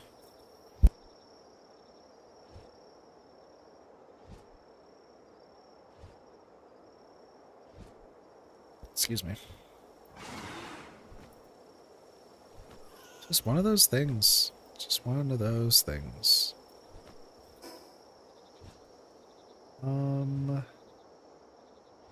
Maybe wants to go up north. There actually is something over here, though. Frostbound Mountains. I think today's just turned into an exploration stream. Which, you know what? That's fair. Lunaris effigy. Obtain 4 Lunaris effigies. Sick. Realm of Pristine.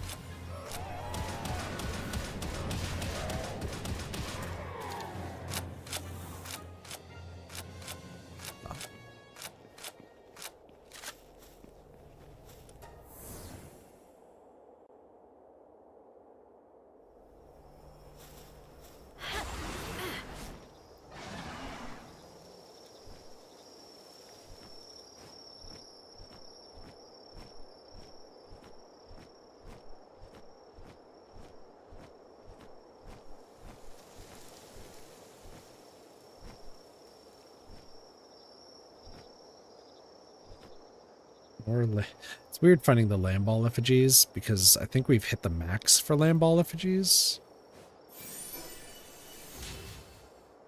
Pretty sure I have. So that's fine. Hitsons. I mean, hey, we got like 2 luckies out of like the goals that I had today, so I still don't really feel tired right now, though.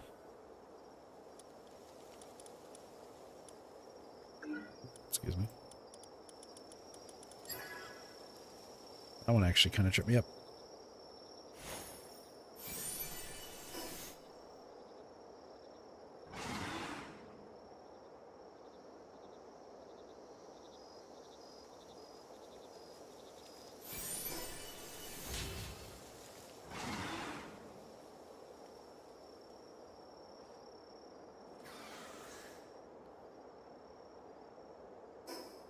I just also find it funny that I've like talked this entire day about like, and I've been like chatting this entire day, and the one thing where I just immediately like was like, you know what, or the one thing I didn't want to talk about and then it had to happen was the artist stuff. That's funny. I spent the first hour and a half of the stream just non-stop talking too. That was...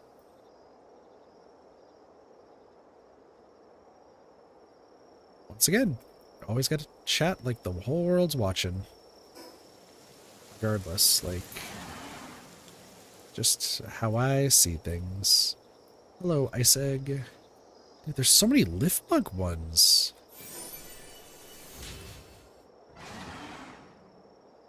So good.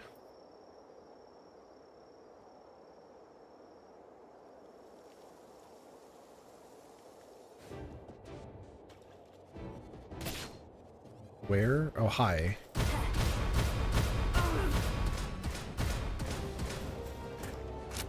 Excuse me. Hold on, hold on. Hold on, just wait there. Just wait there. Perfect.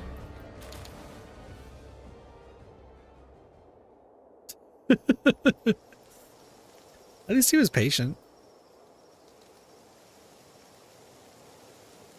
Very, very patient.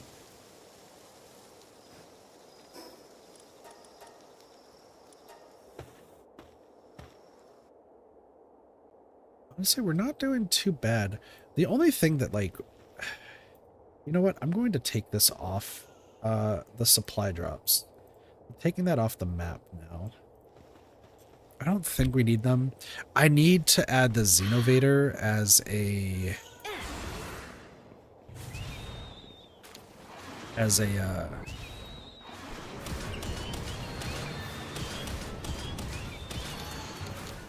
one to use with the mod, but we'll go from there. Buddy, you're just killing all of them. And you killed that one too. Good job.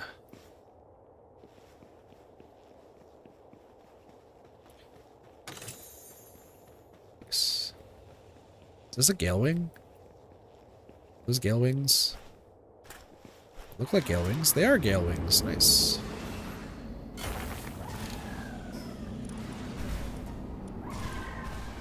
The fact that we got a PAL reverser is actually kind of crazy.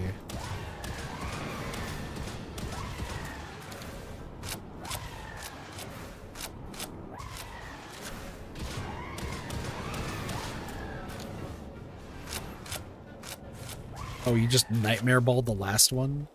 You hit every other one with like just some sweet shit. Only to nightmare ball the last one. That's funny. Ancient tech manuals. The amount of ancient tech points is ludicrous. Absolutely ludicrous.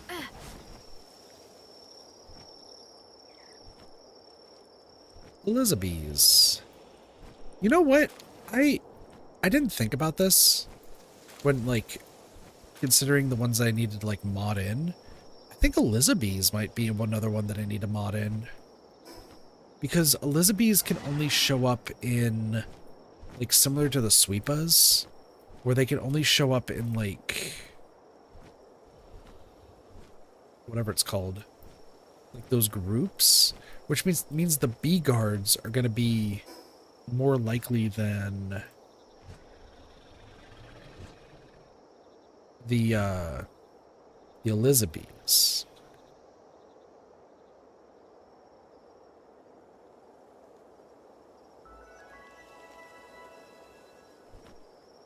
Number 6. Oh wait, sorry, south? Oh, it's this way. Interesting. Yeah, that's just something that like dawned on me. So the Xenovators can only be gotten through whatever it's called, the meteorites falling. So I can increase their like likelihood. I don't think it's like the right move, personally. What do we got?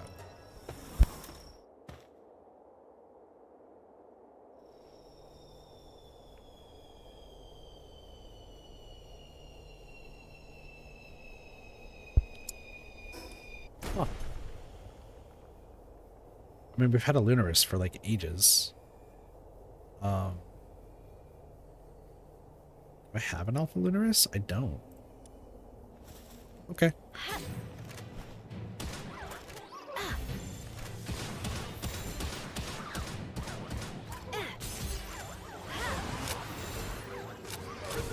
Interesting. Wait, kill the other one? Yeah.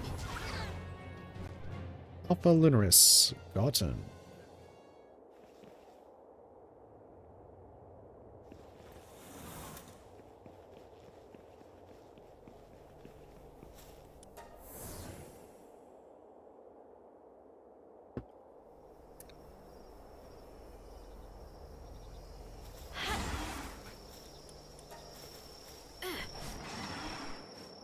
Honestly, today's been like a really successful day with like all the explorations and stuff. I have been getting a few things. My bases are like pretty much barren now, but that's fine. Surprisingly, Clovy's not done yet. 0. How is everything? Oh. You activate the generators. 7% power capacity. Not looking too good, but Super Saiyan Sonic's got this on lock.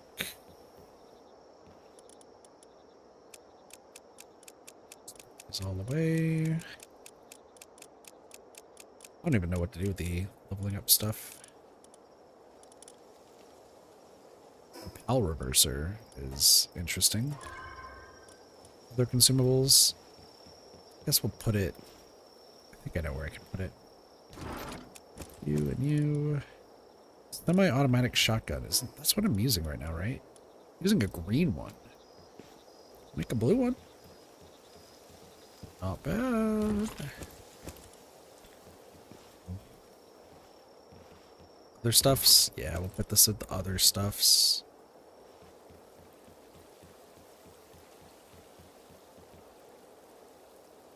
I mean, you're doing your best. Come on, sorry. Let's enhance. Let's go. Okay, the enhancements are going great. Our jump power is now max. So we did get every single ruby. Did get all the herbals. All the lunarisses. So not bad. How's our jump power? Ooh, that's pretty good. That is pretty good.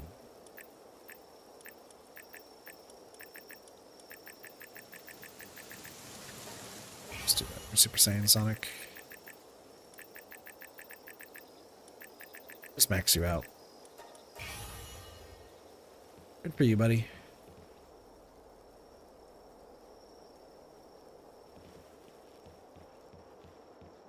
They're slowly increasing.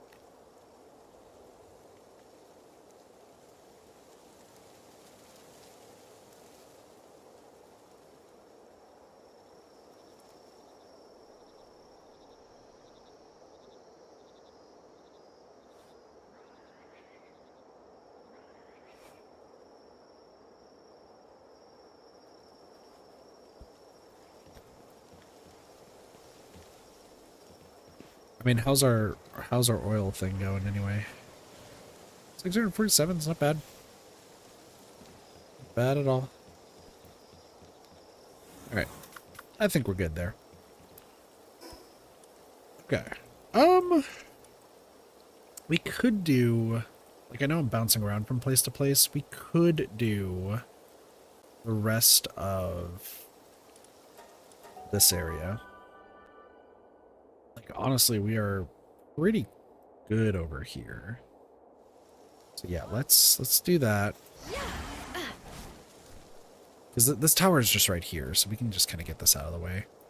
I think after this tower, we'll then read the notes. Because this is probably Saya's who we're going after right now.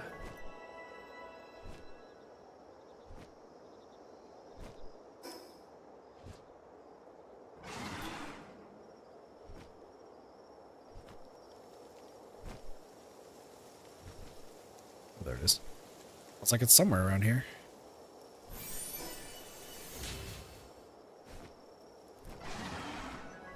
Oh, there's also a dungeon. We could do that. We are strong enough for these dungeons, so.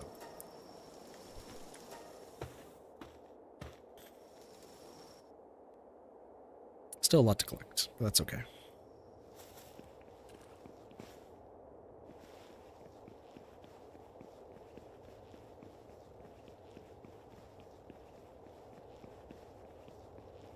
What do we got in here?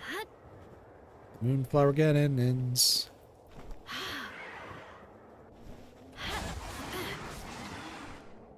mean, I just kind of want to speed through this. Get the alphas, level up. Do that whole doohickey, as it were.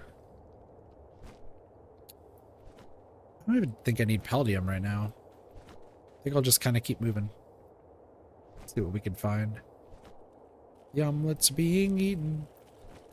Mission knocks. So much other stuff I'm gonna have to collect.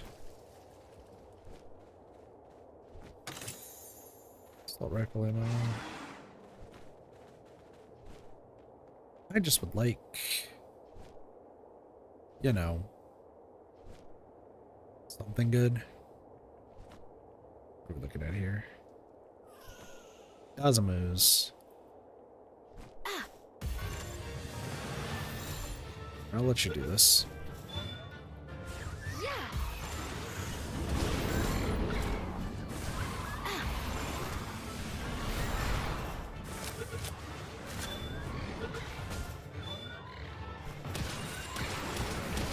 I'll fight the little ones.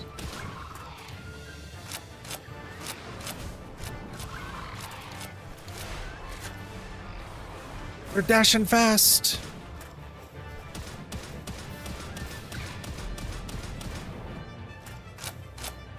Helter Skelter.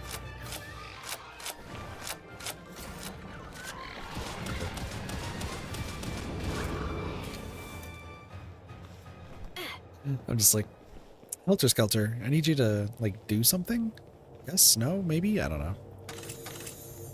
Dude, I don't need ancient tech manuals.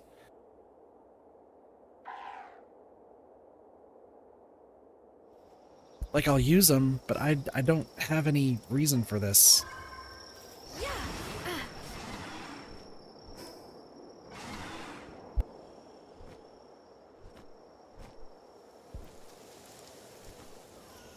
Gogans.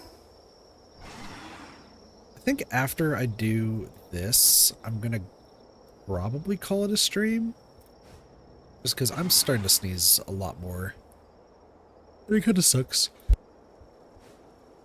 Excuse me. Just, it never ends. The sneezing never ends. It's like over here. There it is. I don't even need you anymore.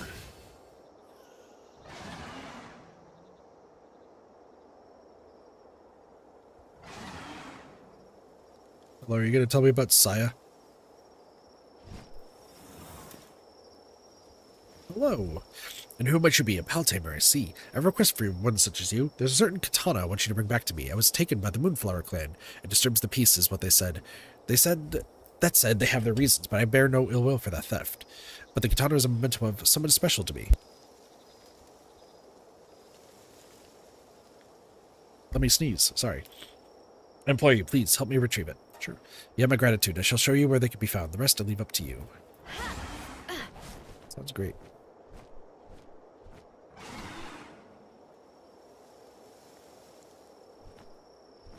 Restless Wanderer.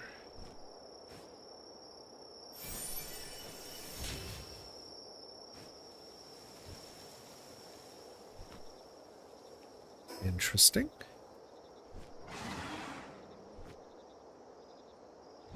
What a Relaxosaurus effigy?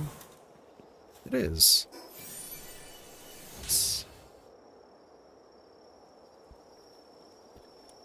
Okay.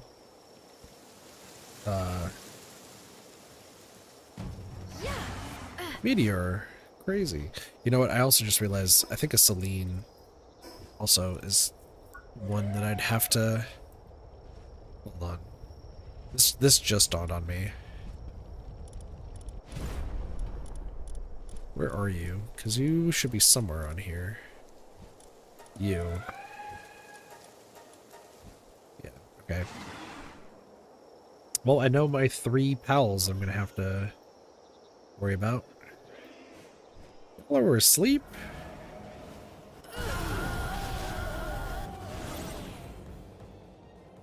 They all died in their sleep.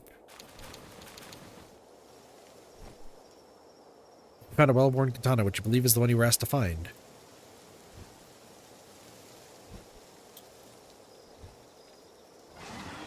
They all died in their sleep, all at once. Okay, so Celine's one. No, now that we've like fought a few of them, I get the feeling that there's... I know which ones I need to add to my list of things to catch lucky. Oh, I'm indebted to you, most noble Paltamer. You appear to have crossed swords with the Moonflowers. In that case, I would ask yet another favor, one with such skill as yours, noble Paltamer. A short way southwest of here, you will find the Dancing Sakura Shrine. I would have you head there in search for signs of a kind of letterbox. I fear I cannot give you many more details than that. I would be just as satisfied should you be able to find anything. Hope you can aid me in the search.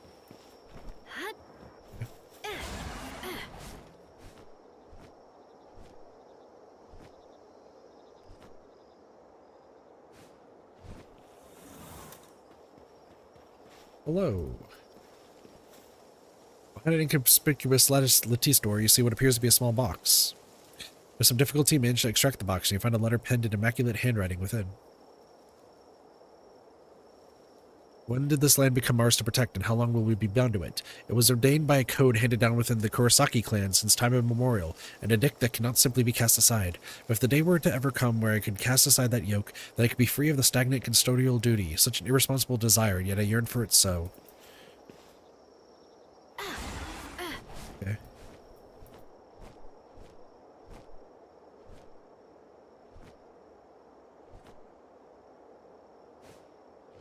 You know what? Actually, something I want to check. Wikipedia.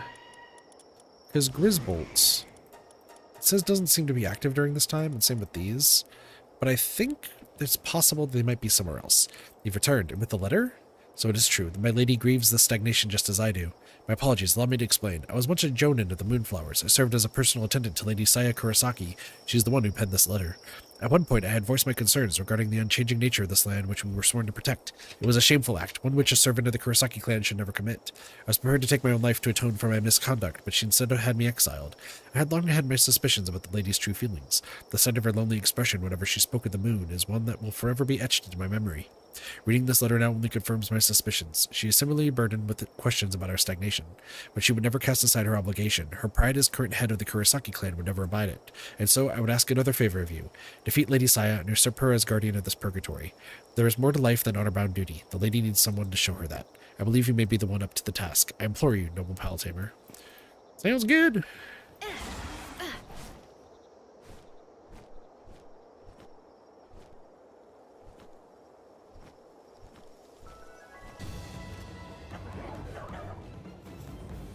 Excuse me? Oh my gosh, what the fuck is going on there? Oh, no, stop, please. Stop, please. Continue.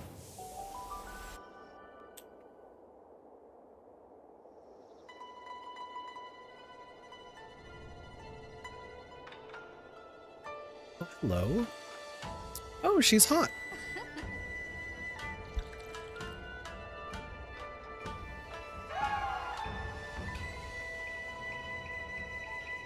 Also, that's a Celine, as we were just saying.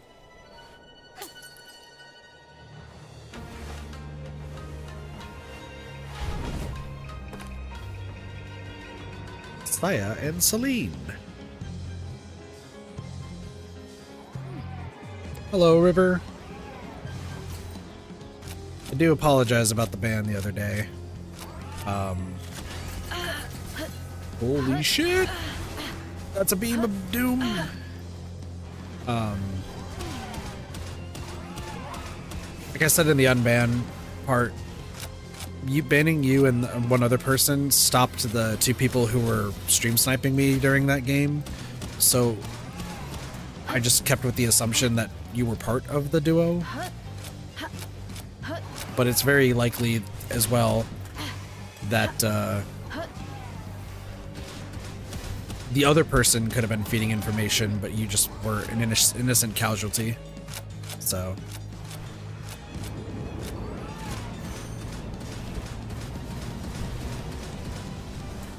Just unfortunate timing is really what it kind of boiled down to.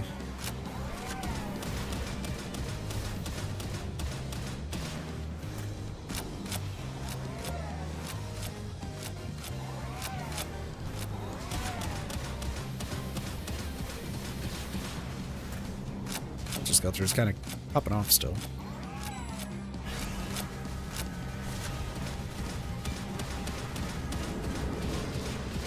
Oh, you know what? I should be trying to hit Saya, not Celine. Makes more sense.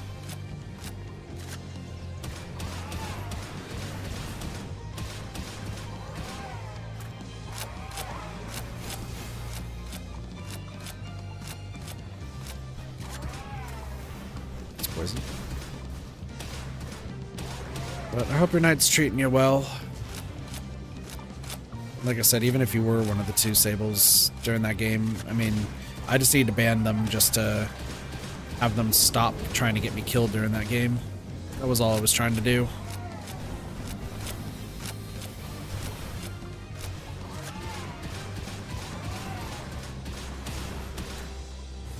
Da, da, da, da.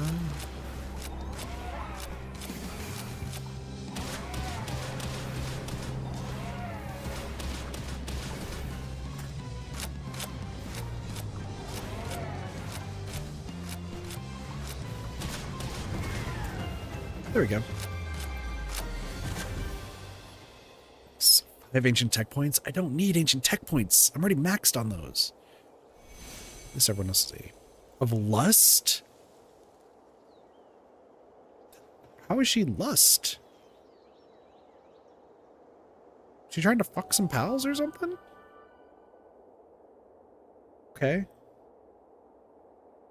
I don't know how you were lust, miss. But, like... Okay.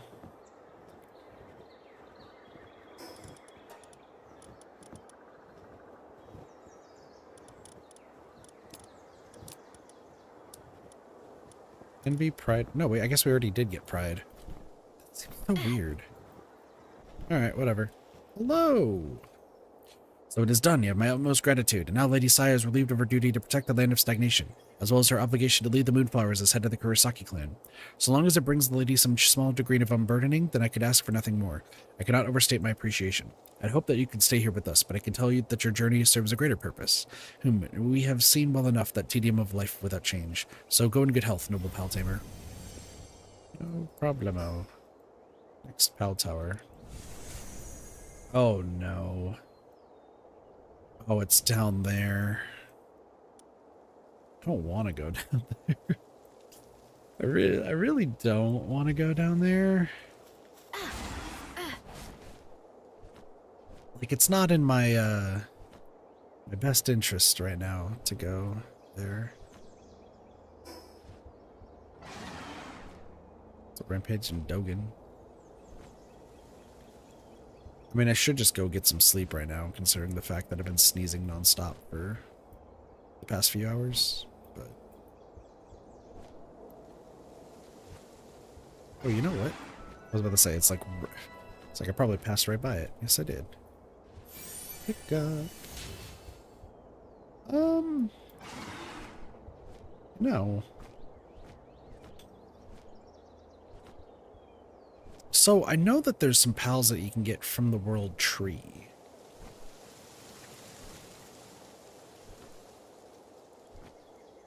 Maybe that's something to consider.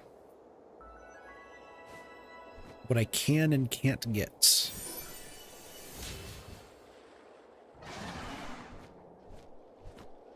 Because there's a lot of the boss pals show up later, but...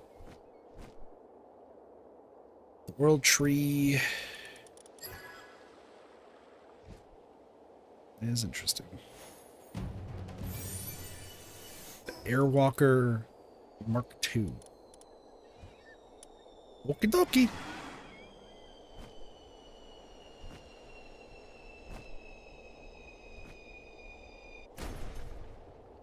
I should probably see what spawns within that World Tree. Right? Let's see.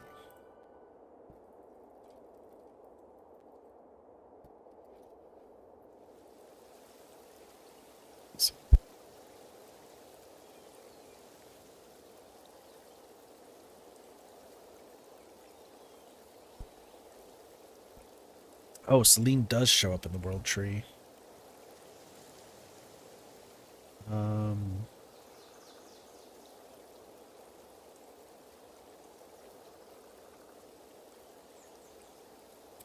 Probably not then? I would assume not. Somebody's making a lot of noise. It is almost 3 in the morning. Why is somebody making a bunch of noise? I ask myself this constantly.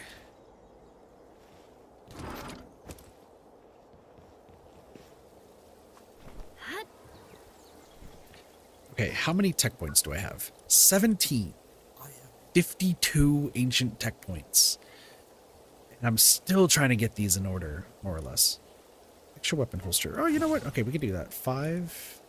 Large incubator. Okay, hold on. That's... I mean, that's something. That is something. Oh my gosh. Hey, you're at least maxed, so like you are gonna be living here for the rest of your life. Just want you to know. Okay. So extra weapon holster the second. What do I even need this for? Not even a clue. So that's everything there. Okay. I don't need a large incubator, that's for sure. So we can get this, this, and this. 14.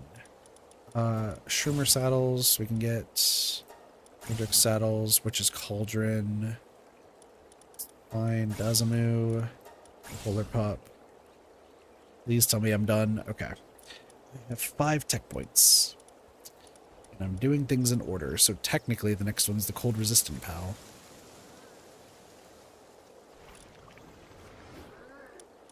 Steel. I feel like I want to get steel.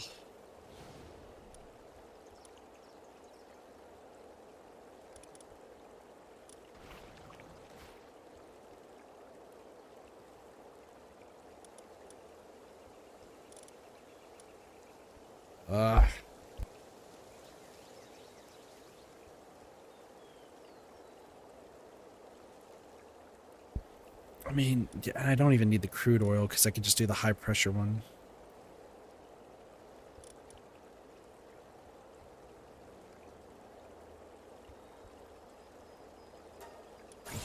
Let's do this on the computer. So we'll just worry about the other stuff later.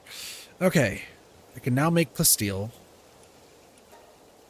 which requires crude oil, which I'm going to need a lot of. So let's put, no. Let's put the lads back.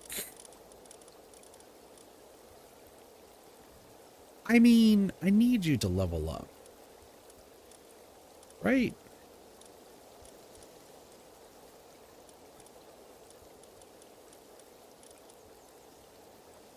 Maybe? Hold on. Does leveling you up actually, like, increase your other stuff? 80. Okay. It didn't change work speed at all. On the plus side, though, I can now have you do things, so. Go to the electric furnace. Because first I'm going to have you make all metal ingots. Cancel, cancel, cancel. It just dawned on me something I need to do. Hold on, hold on, hold on, hold on. You, and you. Okay. Now, set up. Because now we're getting a whole bunch of experience.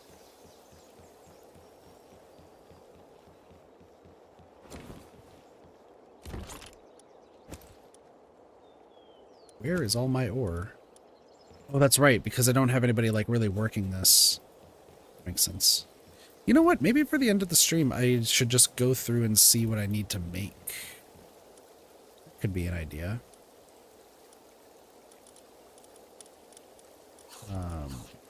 Lunaris, you're good. Azamu. I mean, we got some good stuff today.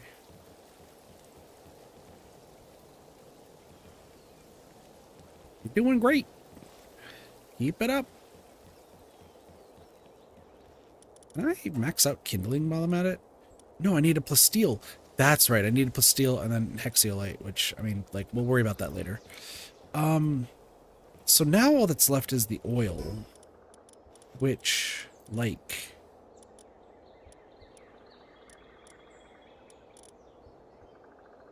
I need bio batteries. Should probably do those real quick. Because maybe I want to make 4 of them. That's going to cost a lot of electricity, though. Let's make like 105 of these.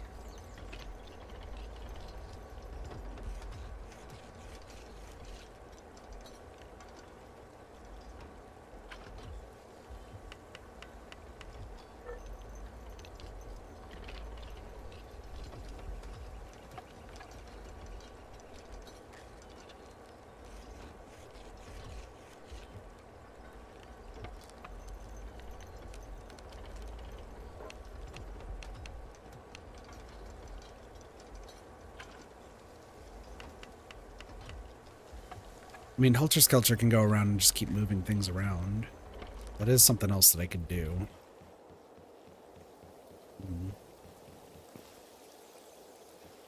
Yeah, you're waiting to generate electricity.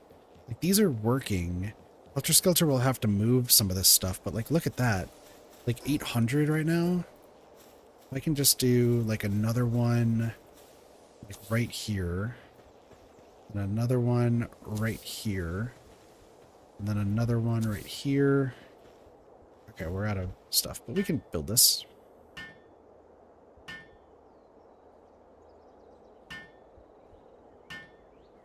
I mean, this will help with the crude oil problem.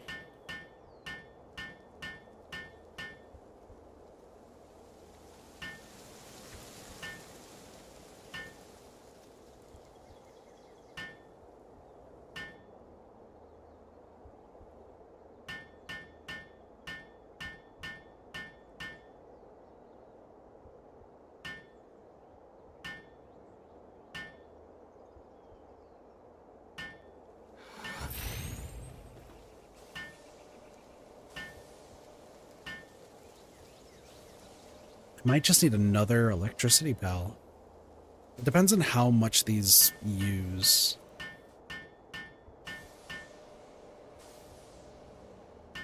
Because I don't have all... Do I have all the electricity tech done? I was doing that all off stream, so it's possible.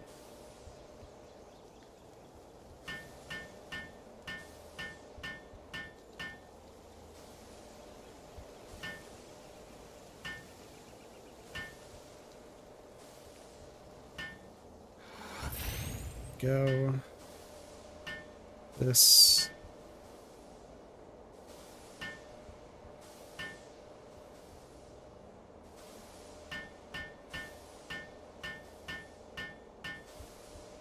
It's really going to depend on how efficient these are going to be. I mean, this is going to help with like oil production. It's just, do I need to have another electricity pal working on this? That's, I think, the big question.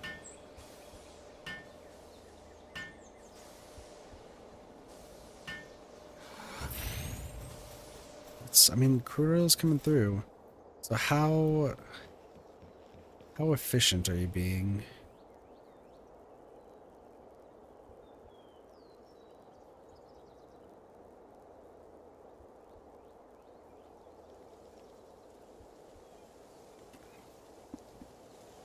I think the question ultimately is, can Super Saiyan Sonic do this properly?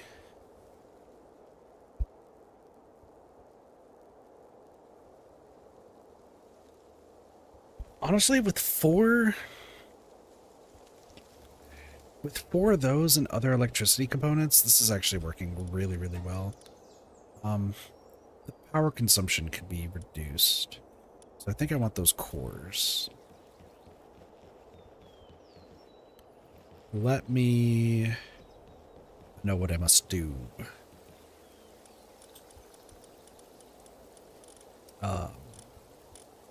Well, how close are you to being done? Currently, you're leveling up all my pals. So, I think what I'm at right now is we can decrease the power consumption, which is good. Work speed's really good right there, too. And then we can actually finish electricity. I did off-stream finish off watering. That's pretty good. Planting is just ancient cores, so we can do that, too. Kindling is just plasteel, and then computers for these. Lumbering, I need carbon fiber, which is fine. Like, I do want to finish these. I just need the ancient civilization cores and more manuscripts, which, to be honest, I can do the next two. Risk high. Ooh.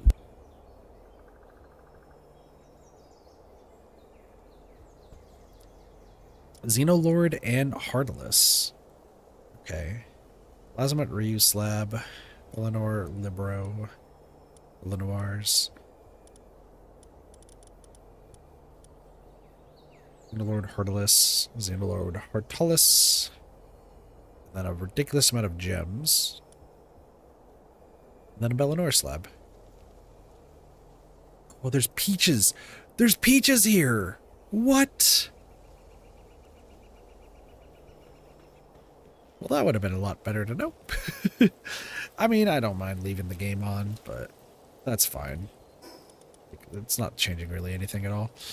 Okay, well, I think so far we're doing fine.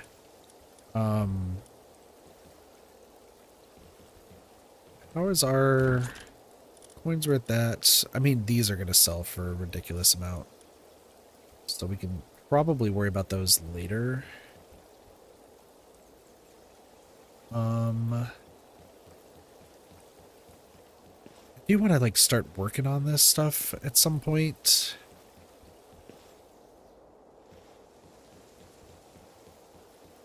But once again, the lucky pals are more for like combat right now, and then the alpha pals will be the ones who are going to be working. Which, to be honest, I'm just going to like increase work speed for all of them with souls. Increase your work speed to max. Y'all will be working your butts off.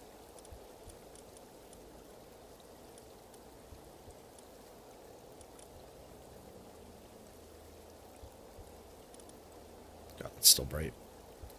Okay, so next on the list of stuff to get... Sorry, just to focus, because we're about to end off the stream.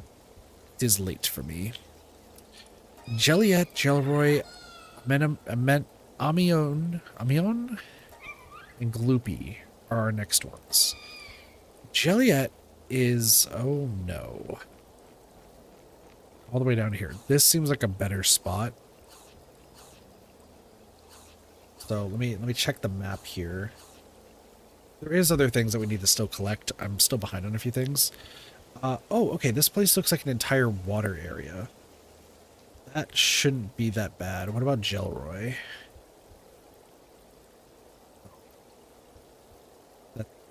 That's it. Nighttime right there. Oh, okay. Hold on. Nighttime is actually really good. We can actually do nighttime right here. Over here, but it's for me. What is... Are those the Sky Islands? Those are the Sky Islands. Okay. Is that... Because it's that, and then there's this area right here.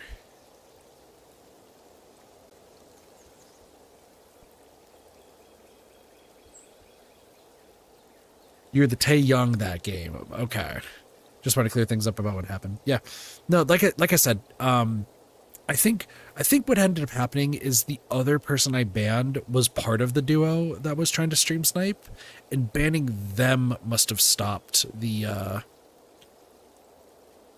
two Sables from trying to kill me because they couldn't find me anymore. But because there were two, I just assumed that you were also with them. So once again, that's on me. The game's over, obviously, so like I don't need to worry about it anymore.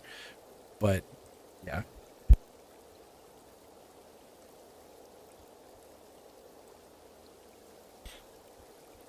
Oh, did that get turned on? That because I always had that off. Hold on. What? Well, thank you for letting me know. I swear I've had that off for like ages. Unless something's changed recently. Let me check.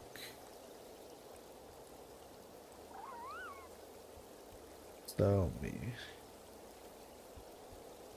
do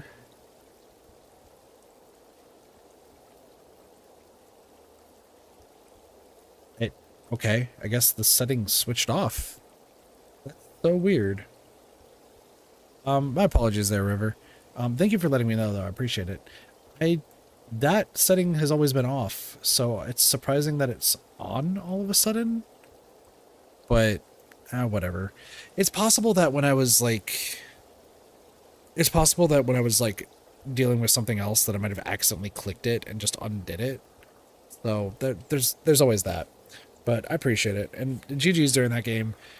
I gotta be real, like...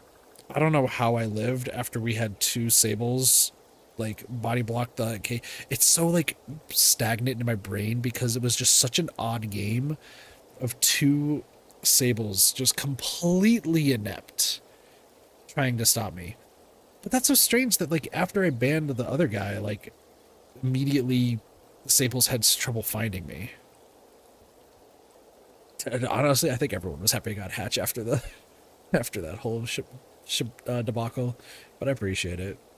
It was such a weird game, bar none.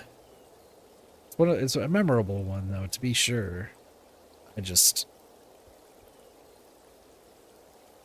yeah, no, I swore that I had the thing, but as it happens, as it happens. Gloopy, where are you? Oh, Gloopy's also there too? Oh, that's actually sick. We can do a whole lot there. You know what? I might actually just go over there right now. Are you done? No, you're not. Oh, no, you're done. Nice. Okay, cool. But yeah, GG's indeed. I'm kind of taking a little bit of a break from streaming Dead by Daylight. Just because, like, I just not usually in a good headspace when I play it. So I hope you're having fun with the game. It is an interesting time to be sure. Usually stream snipers are not that big of a deal in that game. Like usually they're just really bad at what they do anyway. So it's like fine. It's only fun when there's an event. I agree with you 10,000%. Because like previously, you know, previously it felt like, oh,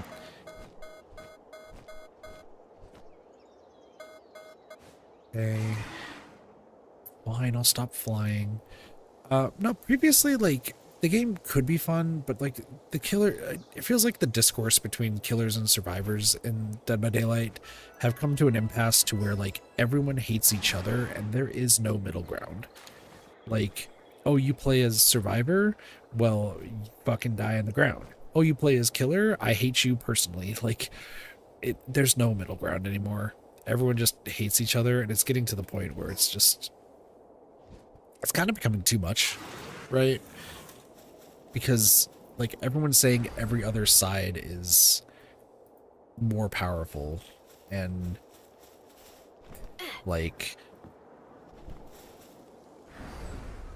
I don't know. My experience has been and always been that the game is killer-sided, especially considering the fact that, like, 95% of survivors don't bring any perks that really, like, help them in the long run.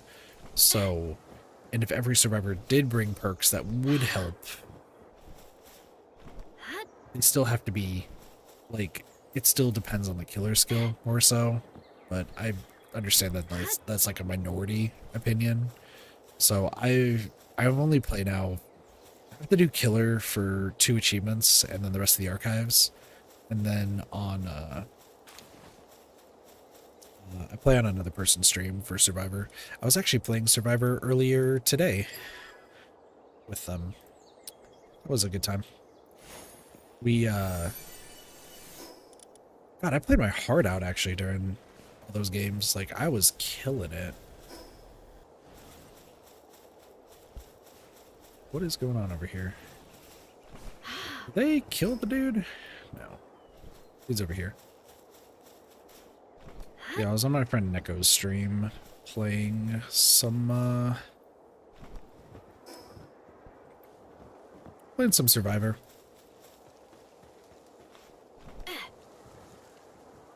We actually had, I think during all 3 games, we had just some insanely good teammates.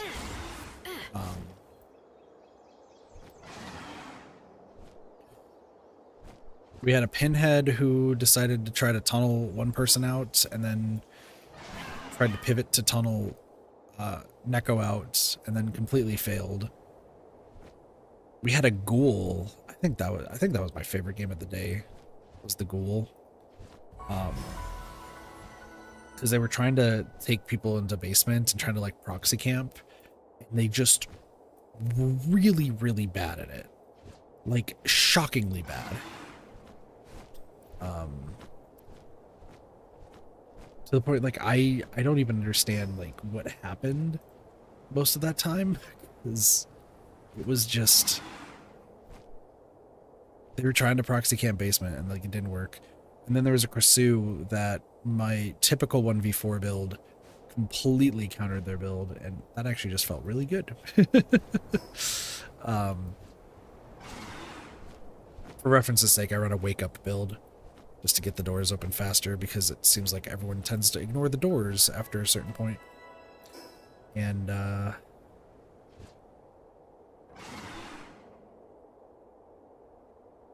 they were running a Remember Me build, so I just completely bypassed everything they were trying to do.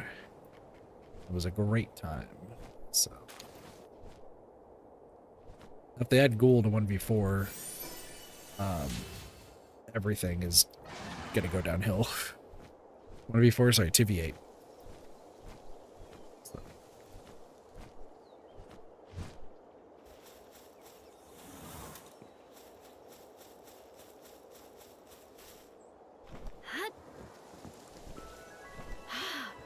I like how I said, oh, I'm going to be ending off the stream soon because I should go to sleep and my nose hurts. Proceeds to continue. Cannibal. Gnaw. That seems bad. Ow.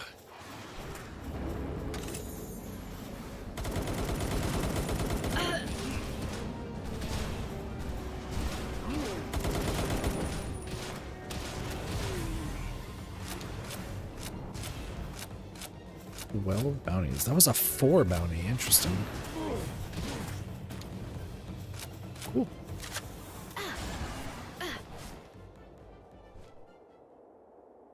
Okay. So, nighttime. Oh, it's nighttime right now, so the Gelroys are out. So we can get 3 of them, which is the 3 that I'm looking for. All going to be right here. I do want to see what else is here, though. Sorry, I'm very curious. Vanaworms? Okay. At the end of the day, we all hate WWE, but no, we just keep playing it. That's true. That's true. It's because it's the only good game of its kind. It's really the only reason. Like, I don't think I'm alone in thinking that it's really the only, like, decent,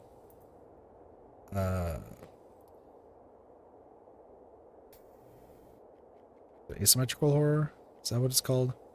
I can't think right now. I am a little bit tired. I think it's really the only one of its kind that actually, like, is at least a little bit enjoyable. There was one that, like, just came out recently that I think is, like, was deemed to be pretty bad. Carnival Hunt? Is that what it's called? I think it was called Carnival Hunt. Where, like, whoever made the game, like, did some, like, shady stuff. Like, it was supposed to be a really decent one, and then the developers just, like, did incredibly shady stuff when promoting the game. I don't remember the specifics.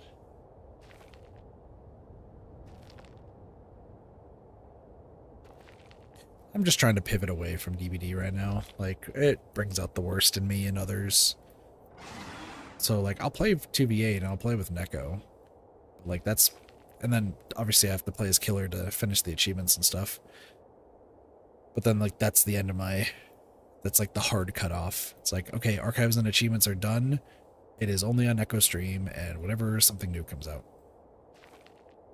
I will say, though, I am excited for the Judgment to come out, if only because it sounds like, based on what people were describing, it's going to be, like, one of the easiest killers to, I guess, dodge. Like, people were complaining about how hard the killer is, like, to play, and I'm just like, cool, well, I will then really quickly get the, whatever it's called. I will really quickly get the achievement for it, and then never play the Judgment ever again, and everyone else will be just not doing well.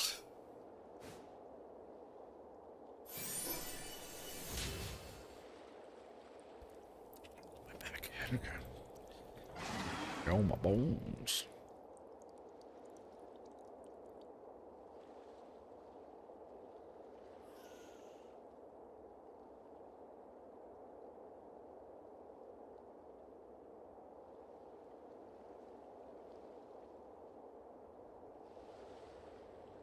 But I wouldn't be surprised if BHVR ends up like changing the judgment's power to like.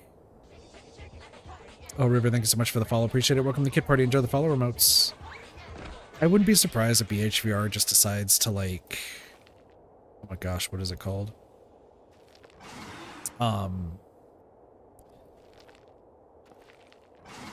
Like make the rays of light like home in, right?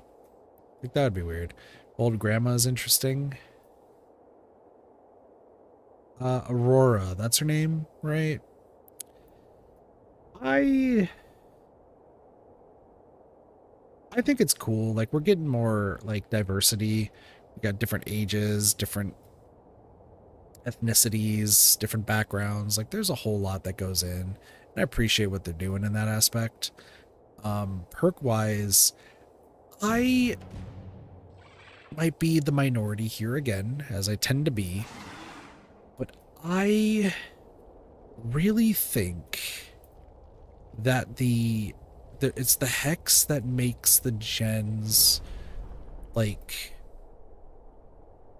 faster. I feel like there's like a really good combination that you could do that like can old grandma loop. Apparently she can. She's as fit as a fiddle, right? No, it's the boon that like makes gens faster. I feel like that could be really good. But you have to have like a very specific build for it. I just don't know what that build would be right now. But something is telling me that like the general consensus is that the boon is awful and that like you like it's the worst, one of the worst perks that they're ever implementing, and why would they implement that for like the community chosen one, right? But like I always read it and I'm just like, okay, so like yeah, the killer can just snuff the boon, but what's stopping a Swift from making the ultimate boon, putting it right next to the generators, and then like I think solo queue, the boon is useless because it's solo queue. But if you're playing as a Swift, I think if you want to do really, really well, you have to have one person bring just doing a full boon. And it would be like exponential, circle of healing, the generator one, and like either like Shadow Step or Dark Theory.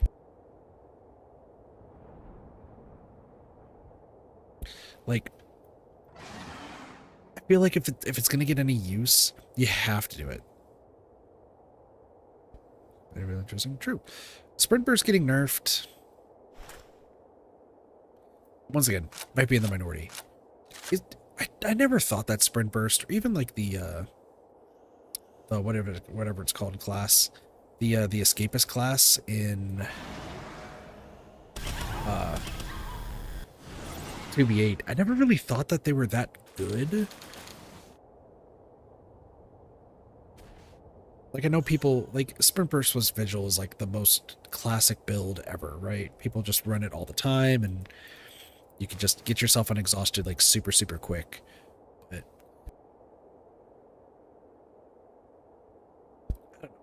I feel like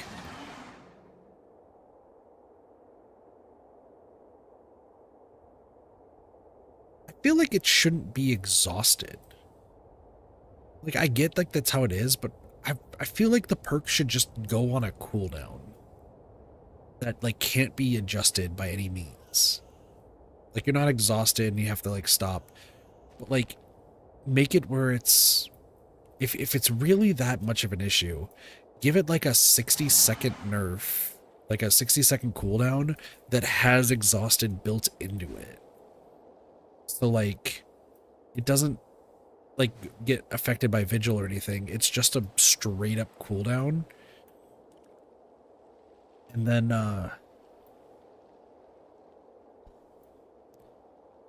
what is it called?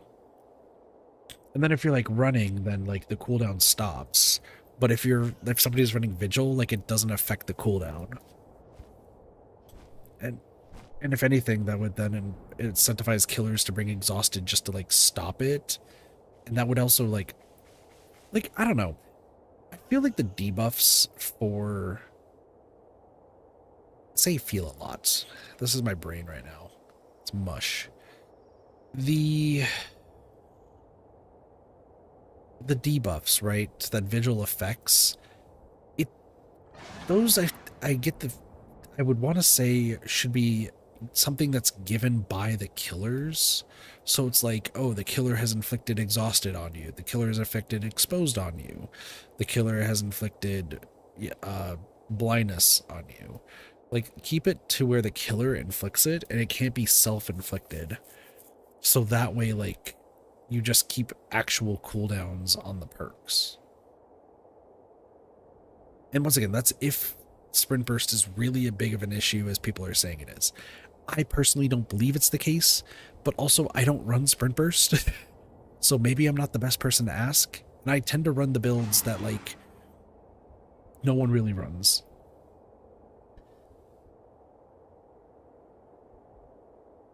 My go-to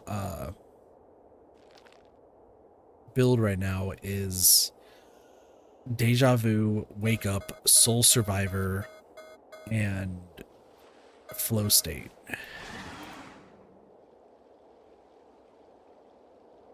Which like has been doing wonders for me.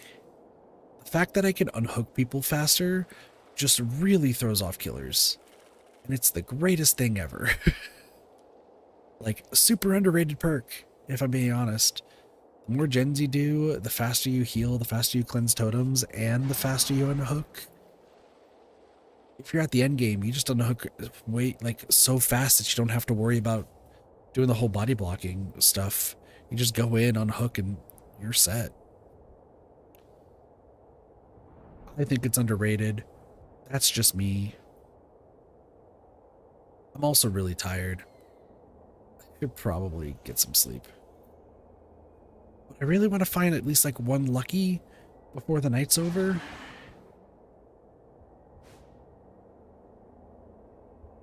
Why are there so many predator pals? Really? Like, I mean, I am going to be streaming again in like 8 hours, give or take.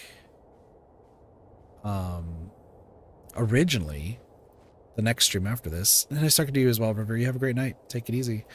The stream for tomorrow, because there's supposed to be 2 streams tomorrow, I was originally going to do Palworld, but obviously I'm streaming Palworld right now. So I might just have tomorrow be Mario Kart before I go to work, and then after work, like, what do I want to do after work? Is that it's a Gillette? Oh, that's fine. Yeah.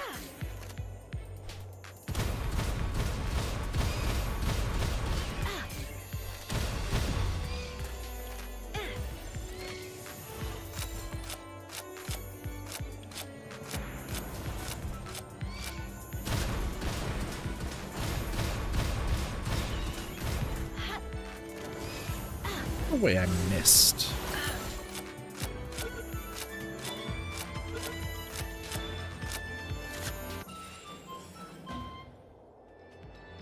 That's the one that is not.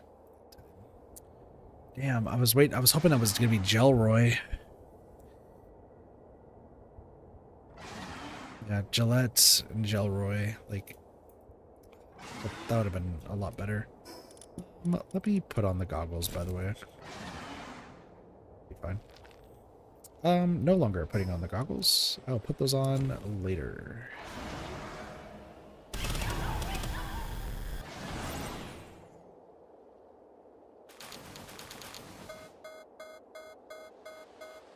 I was thinking about it.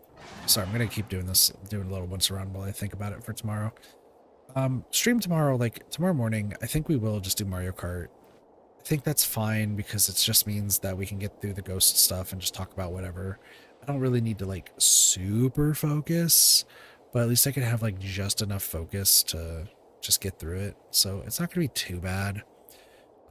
What just sucks is the fact that it's gonna be boring doing like the ghost races. Like half the ghost races are gonna be really good, and then the other half are just gonna be really bad. So it's kind of how that goes.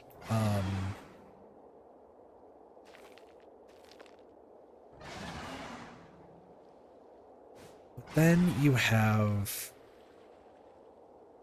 tomorrow night, or I guess tonight, where I think I'm gonna do my time at Porsche. What was my original plan for tomorrow? Mario Kart 8 Deluxe, but we're switching that all around. So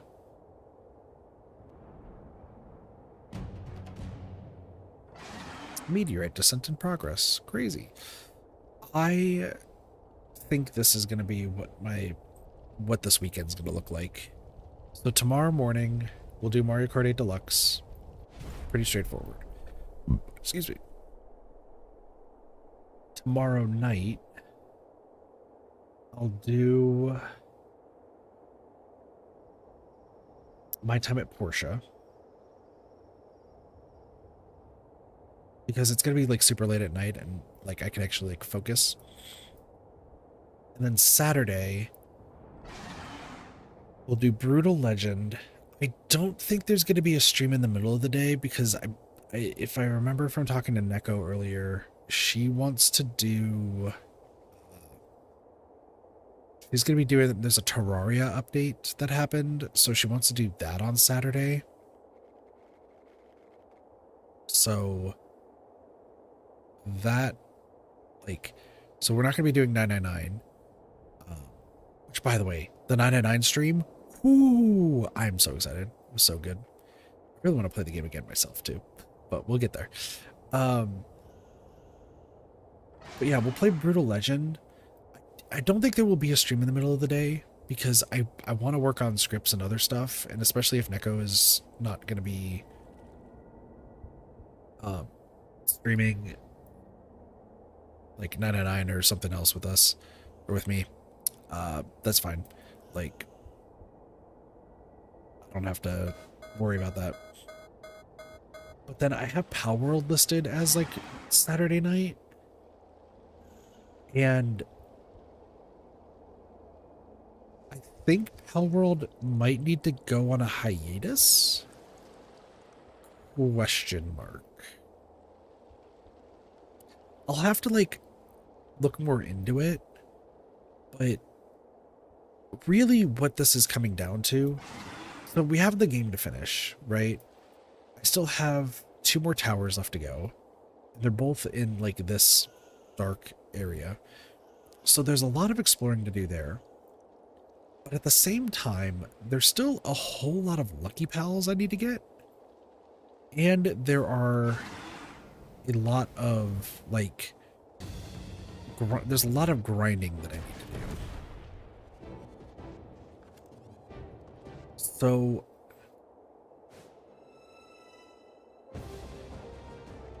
I don't know exactly what I want to do, but it might just be like I could do more exploring streams like I was doing today. That should be fine.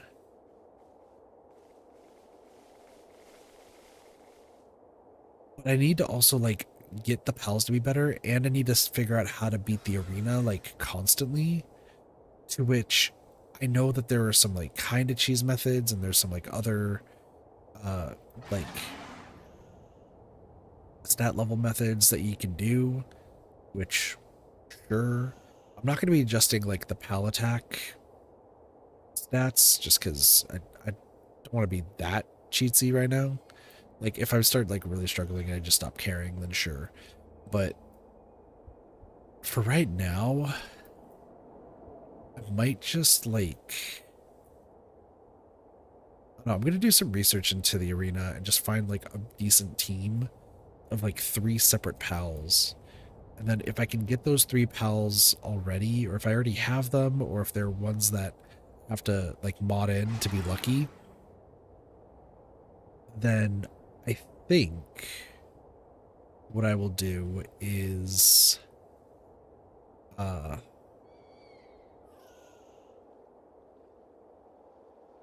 I'll like off stream do that and then grind up to like max out the potentials. Because I think my only or the only thing I have left to really do is get the potentials up, and I need to get like maxed for all the luckies. Alpha pals are not that bad. Like, I'm gonna just use the peaches on the alpha pals if I'm being honest. Now that I know that the last expedition gives peaches. Would have been nice to know earlier, but honestly, I don't mind like leaving my computer on just to do this. Like, it's not that big of a deal to me. So we will kind of just play it by ear, mostly. And there's a lot of like tech point stuff that I have to get, which, based on the fact that I still am far from getting enough tech points, that's going to be rough for the time being. So apparently the best way to do it is like Lylene breeding and killing. So I think I saw there's a video recently of somebody making like an actual like factory for it. So I'm gonna see if I can learn how to do that, because that might be the best way to do it. I'll just have it like run overnight or something, because I do have the 2 Lylenes. I just need to figure out like what the plan is on how to make that happen.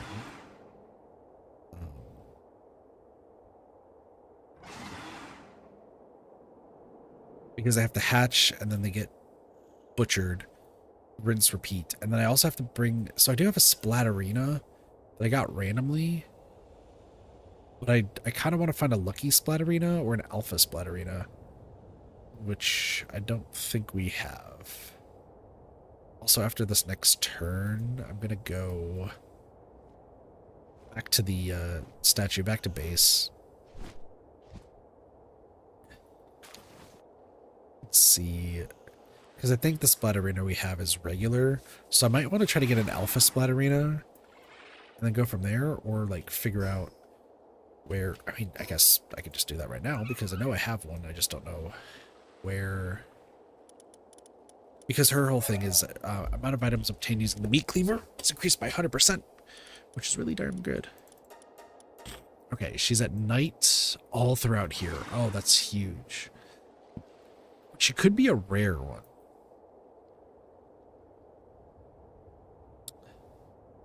That is something else to consider. She could be just hella rare.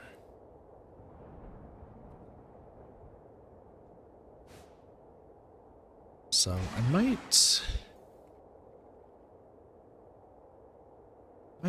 add her to the list. It really just depends on how common. You know what? I don't even think I saw a single Splatterina while I was. Yeah, there's Cognitos right there. Hold on. It's at night. Like, it shows, so you're just like a night version. You got the Cognitos right there.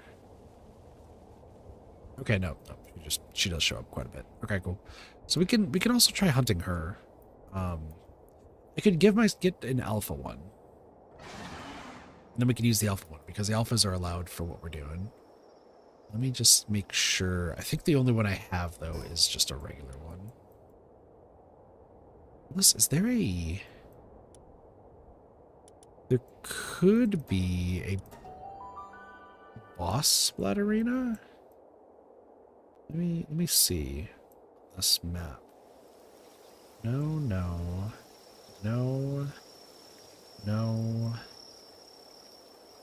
No, no, no, no, no, no, no. Yes, there is one. Where is it? I seen it. Yes, it's this snow. It's further down.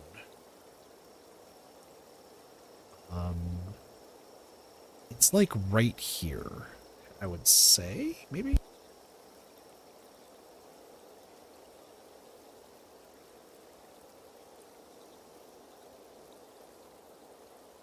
No, hold on.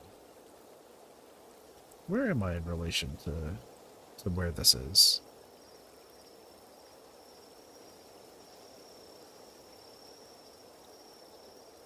No, it is right there. Oh, it's right here. This is it. So I could just go here and go grab... You know what? Hold on. Let's just do that real quick. This could end horribly, but I'm going to just do this real fast. This is when I was looking for the Night Mary. But if we can get her, that should be huge. South. There's the watchtower. This place is also freezing. Not that big of a deal. Oh, we can get this watchtower while we're at it. Supply drop initiated. Crazy.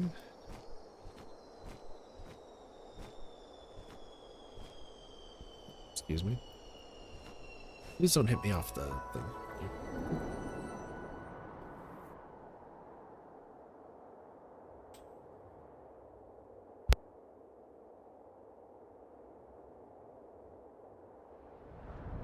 Like I was supposed to end off a while ago. Did I have it?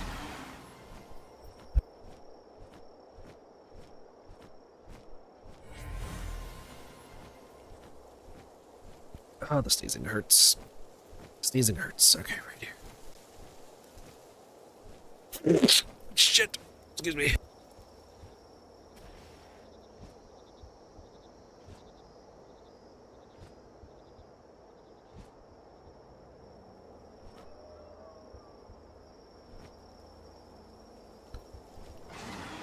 Like how there's rampaging splatterinas, but then right over here there's like the actual ones. Right. Go for it. One of them is insanely strong.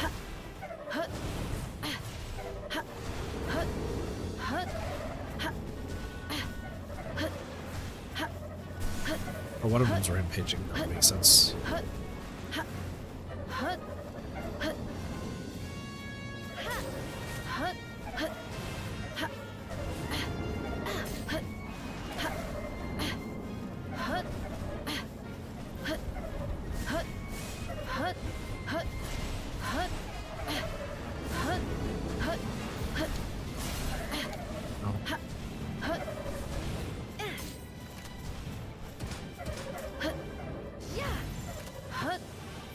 First attempt. That's the one I'm gonna have to focus on. Okay, hold on, we're living.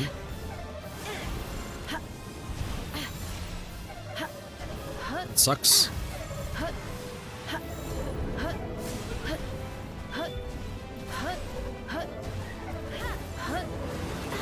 Can I get another one? Nope. Okay, hold on.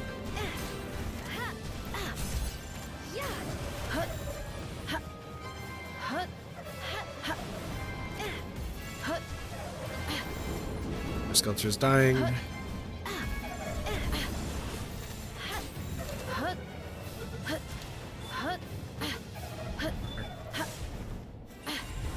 Gonna flee, flee.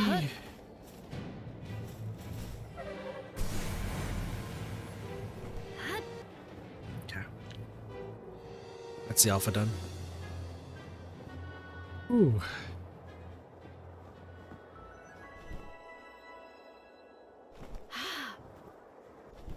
That was insane. We did it. All right, cool. Also, I'm getting a headache, so it's probably just a little bit late now. All right.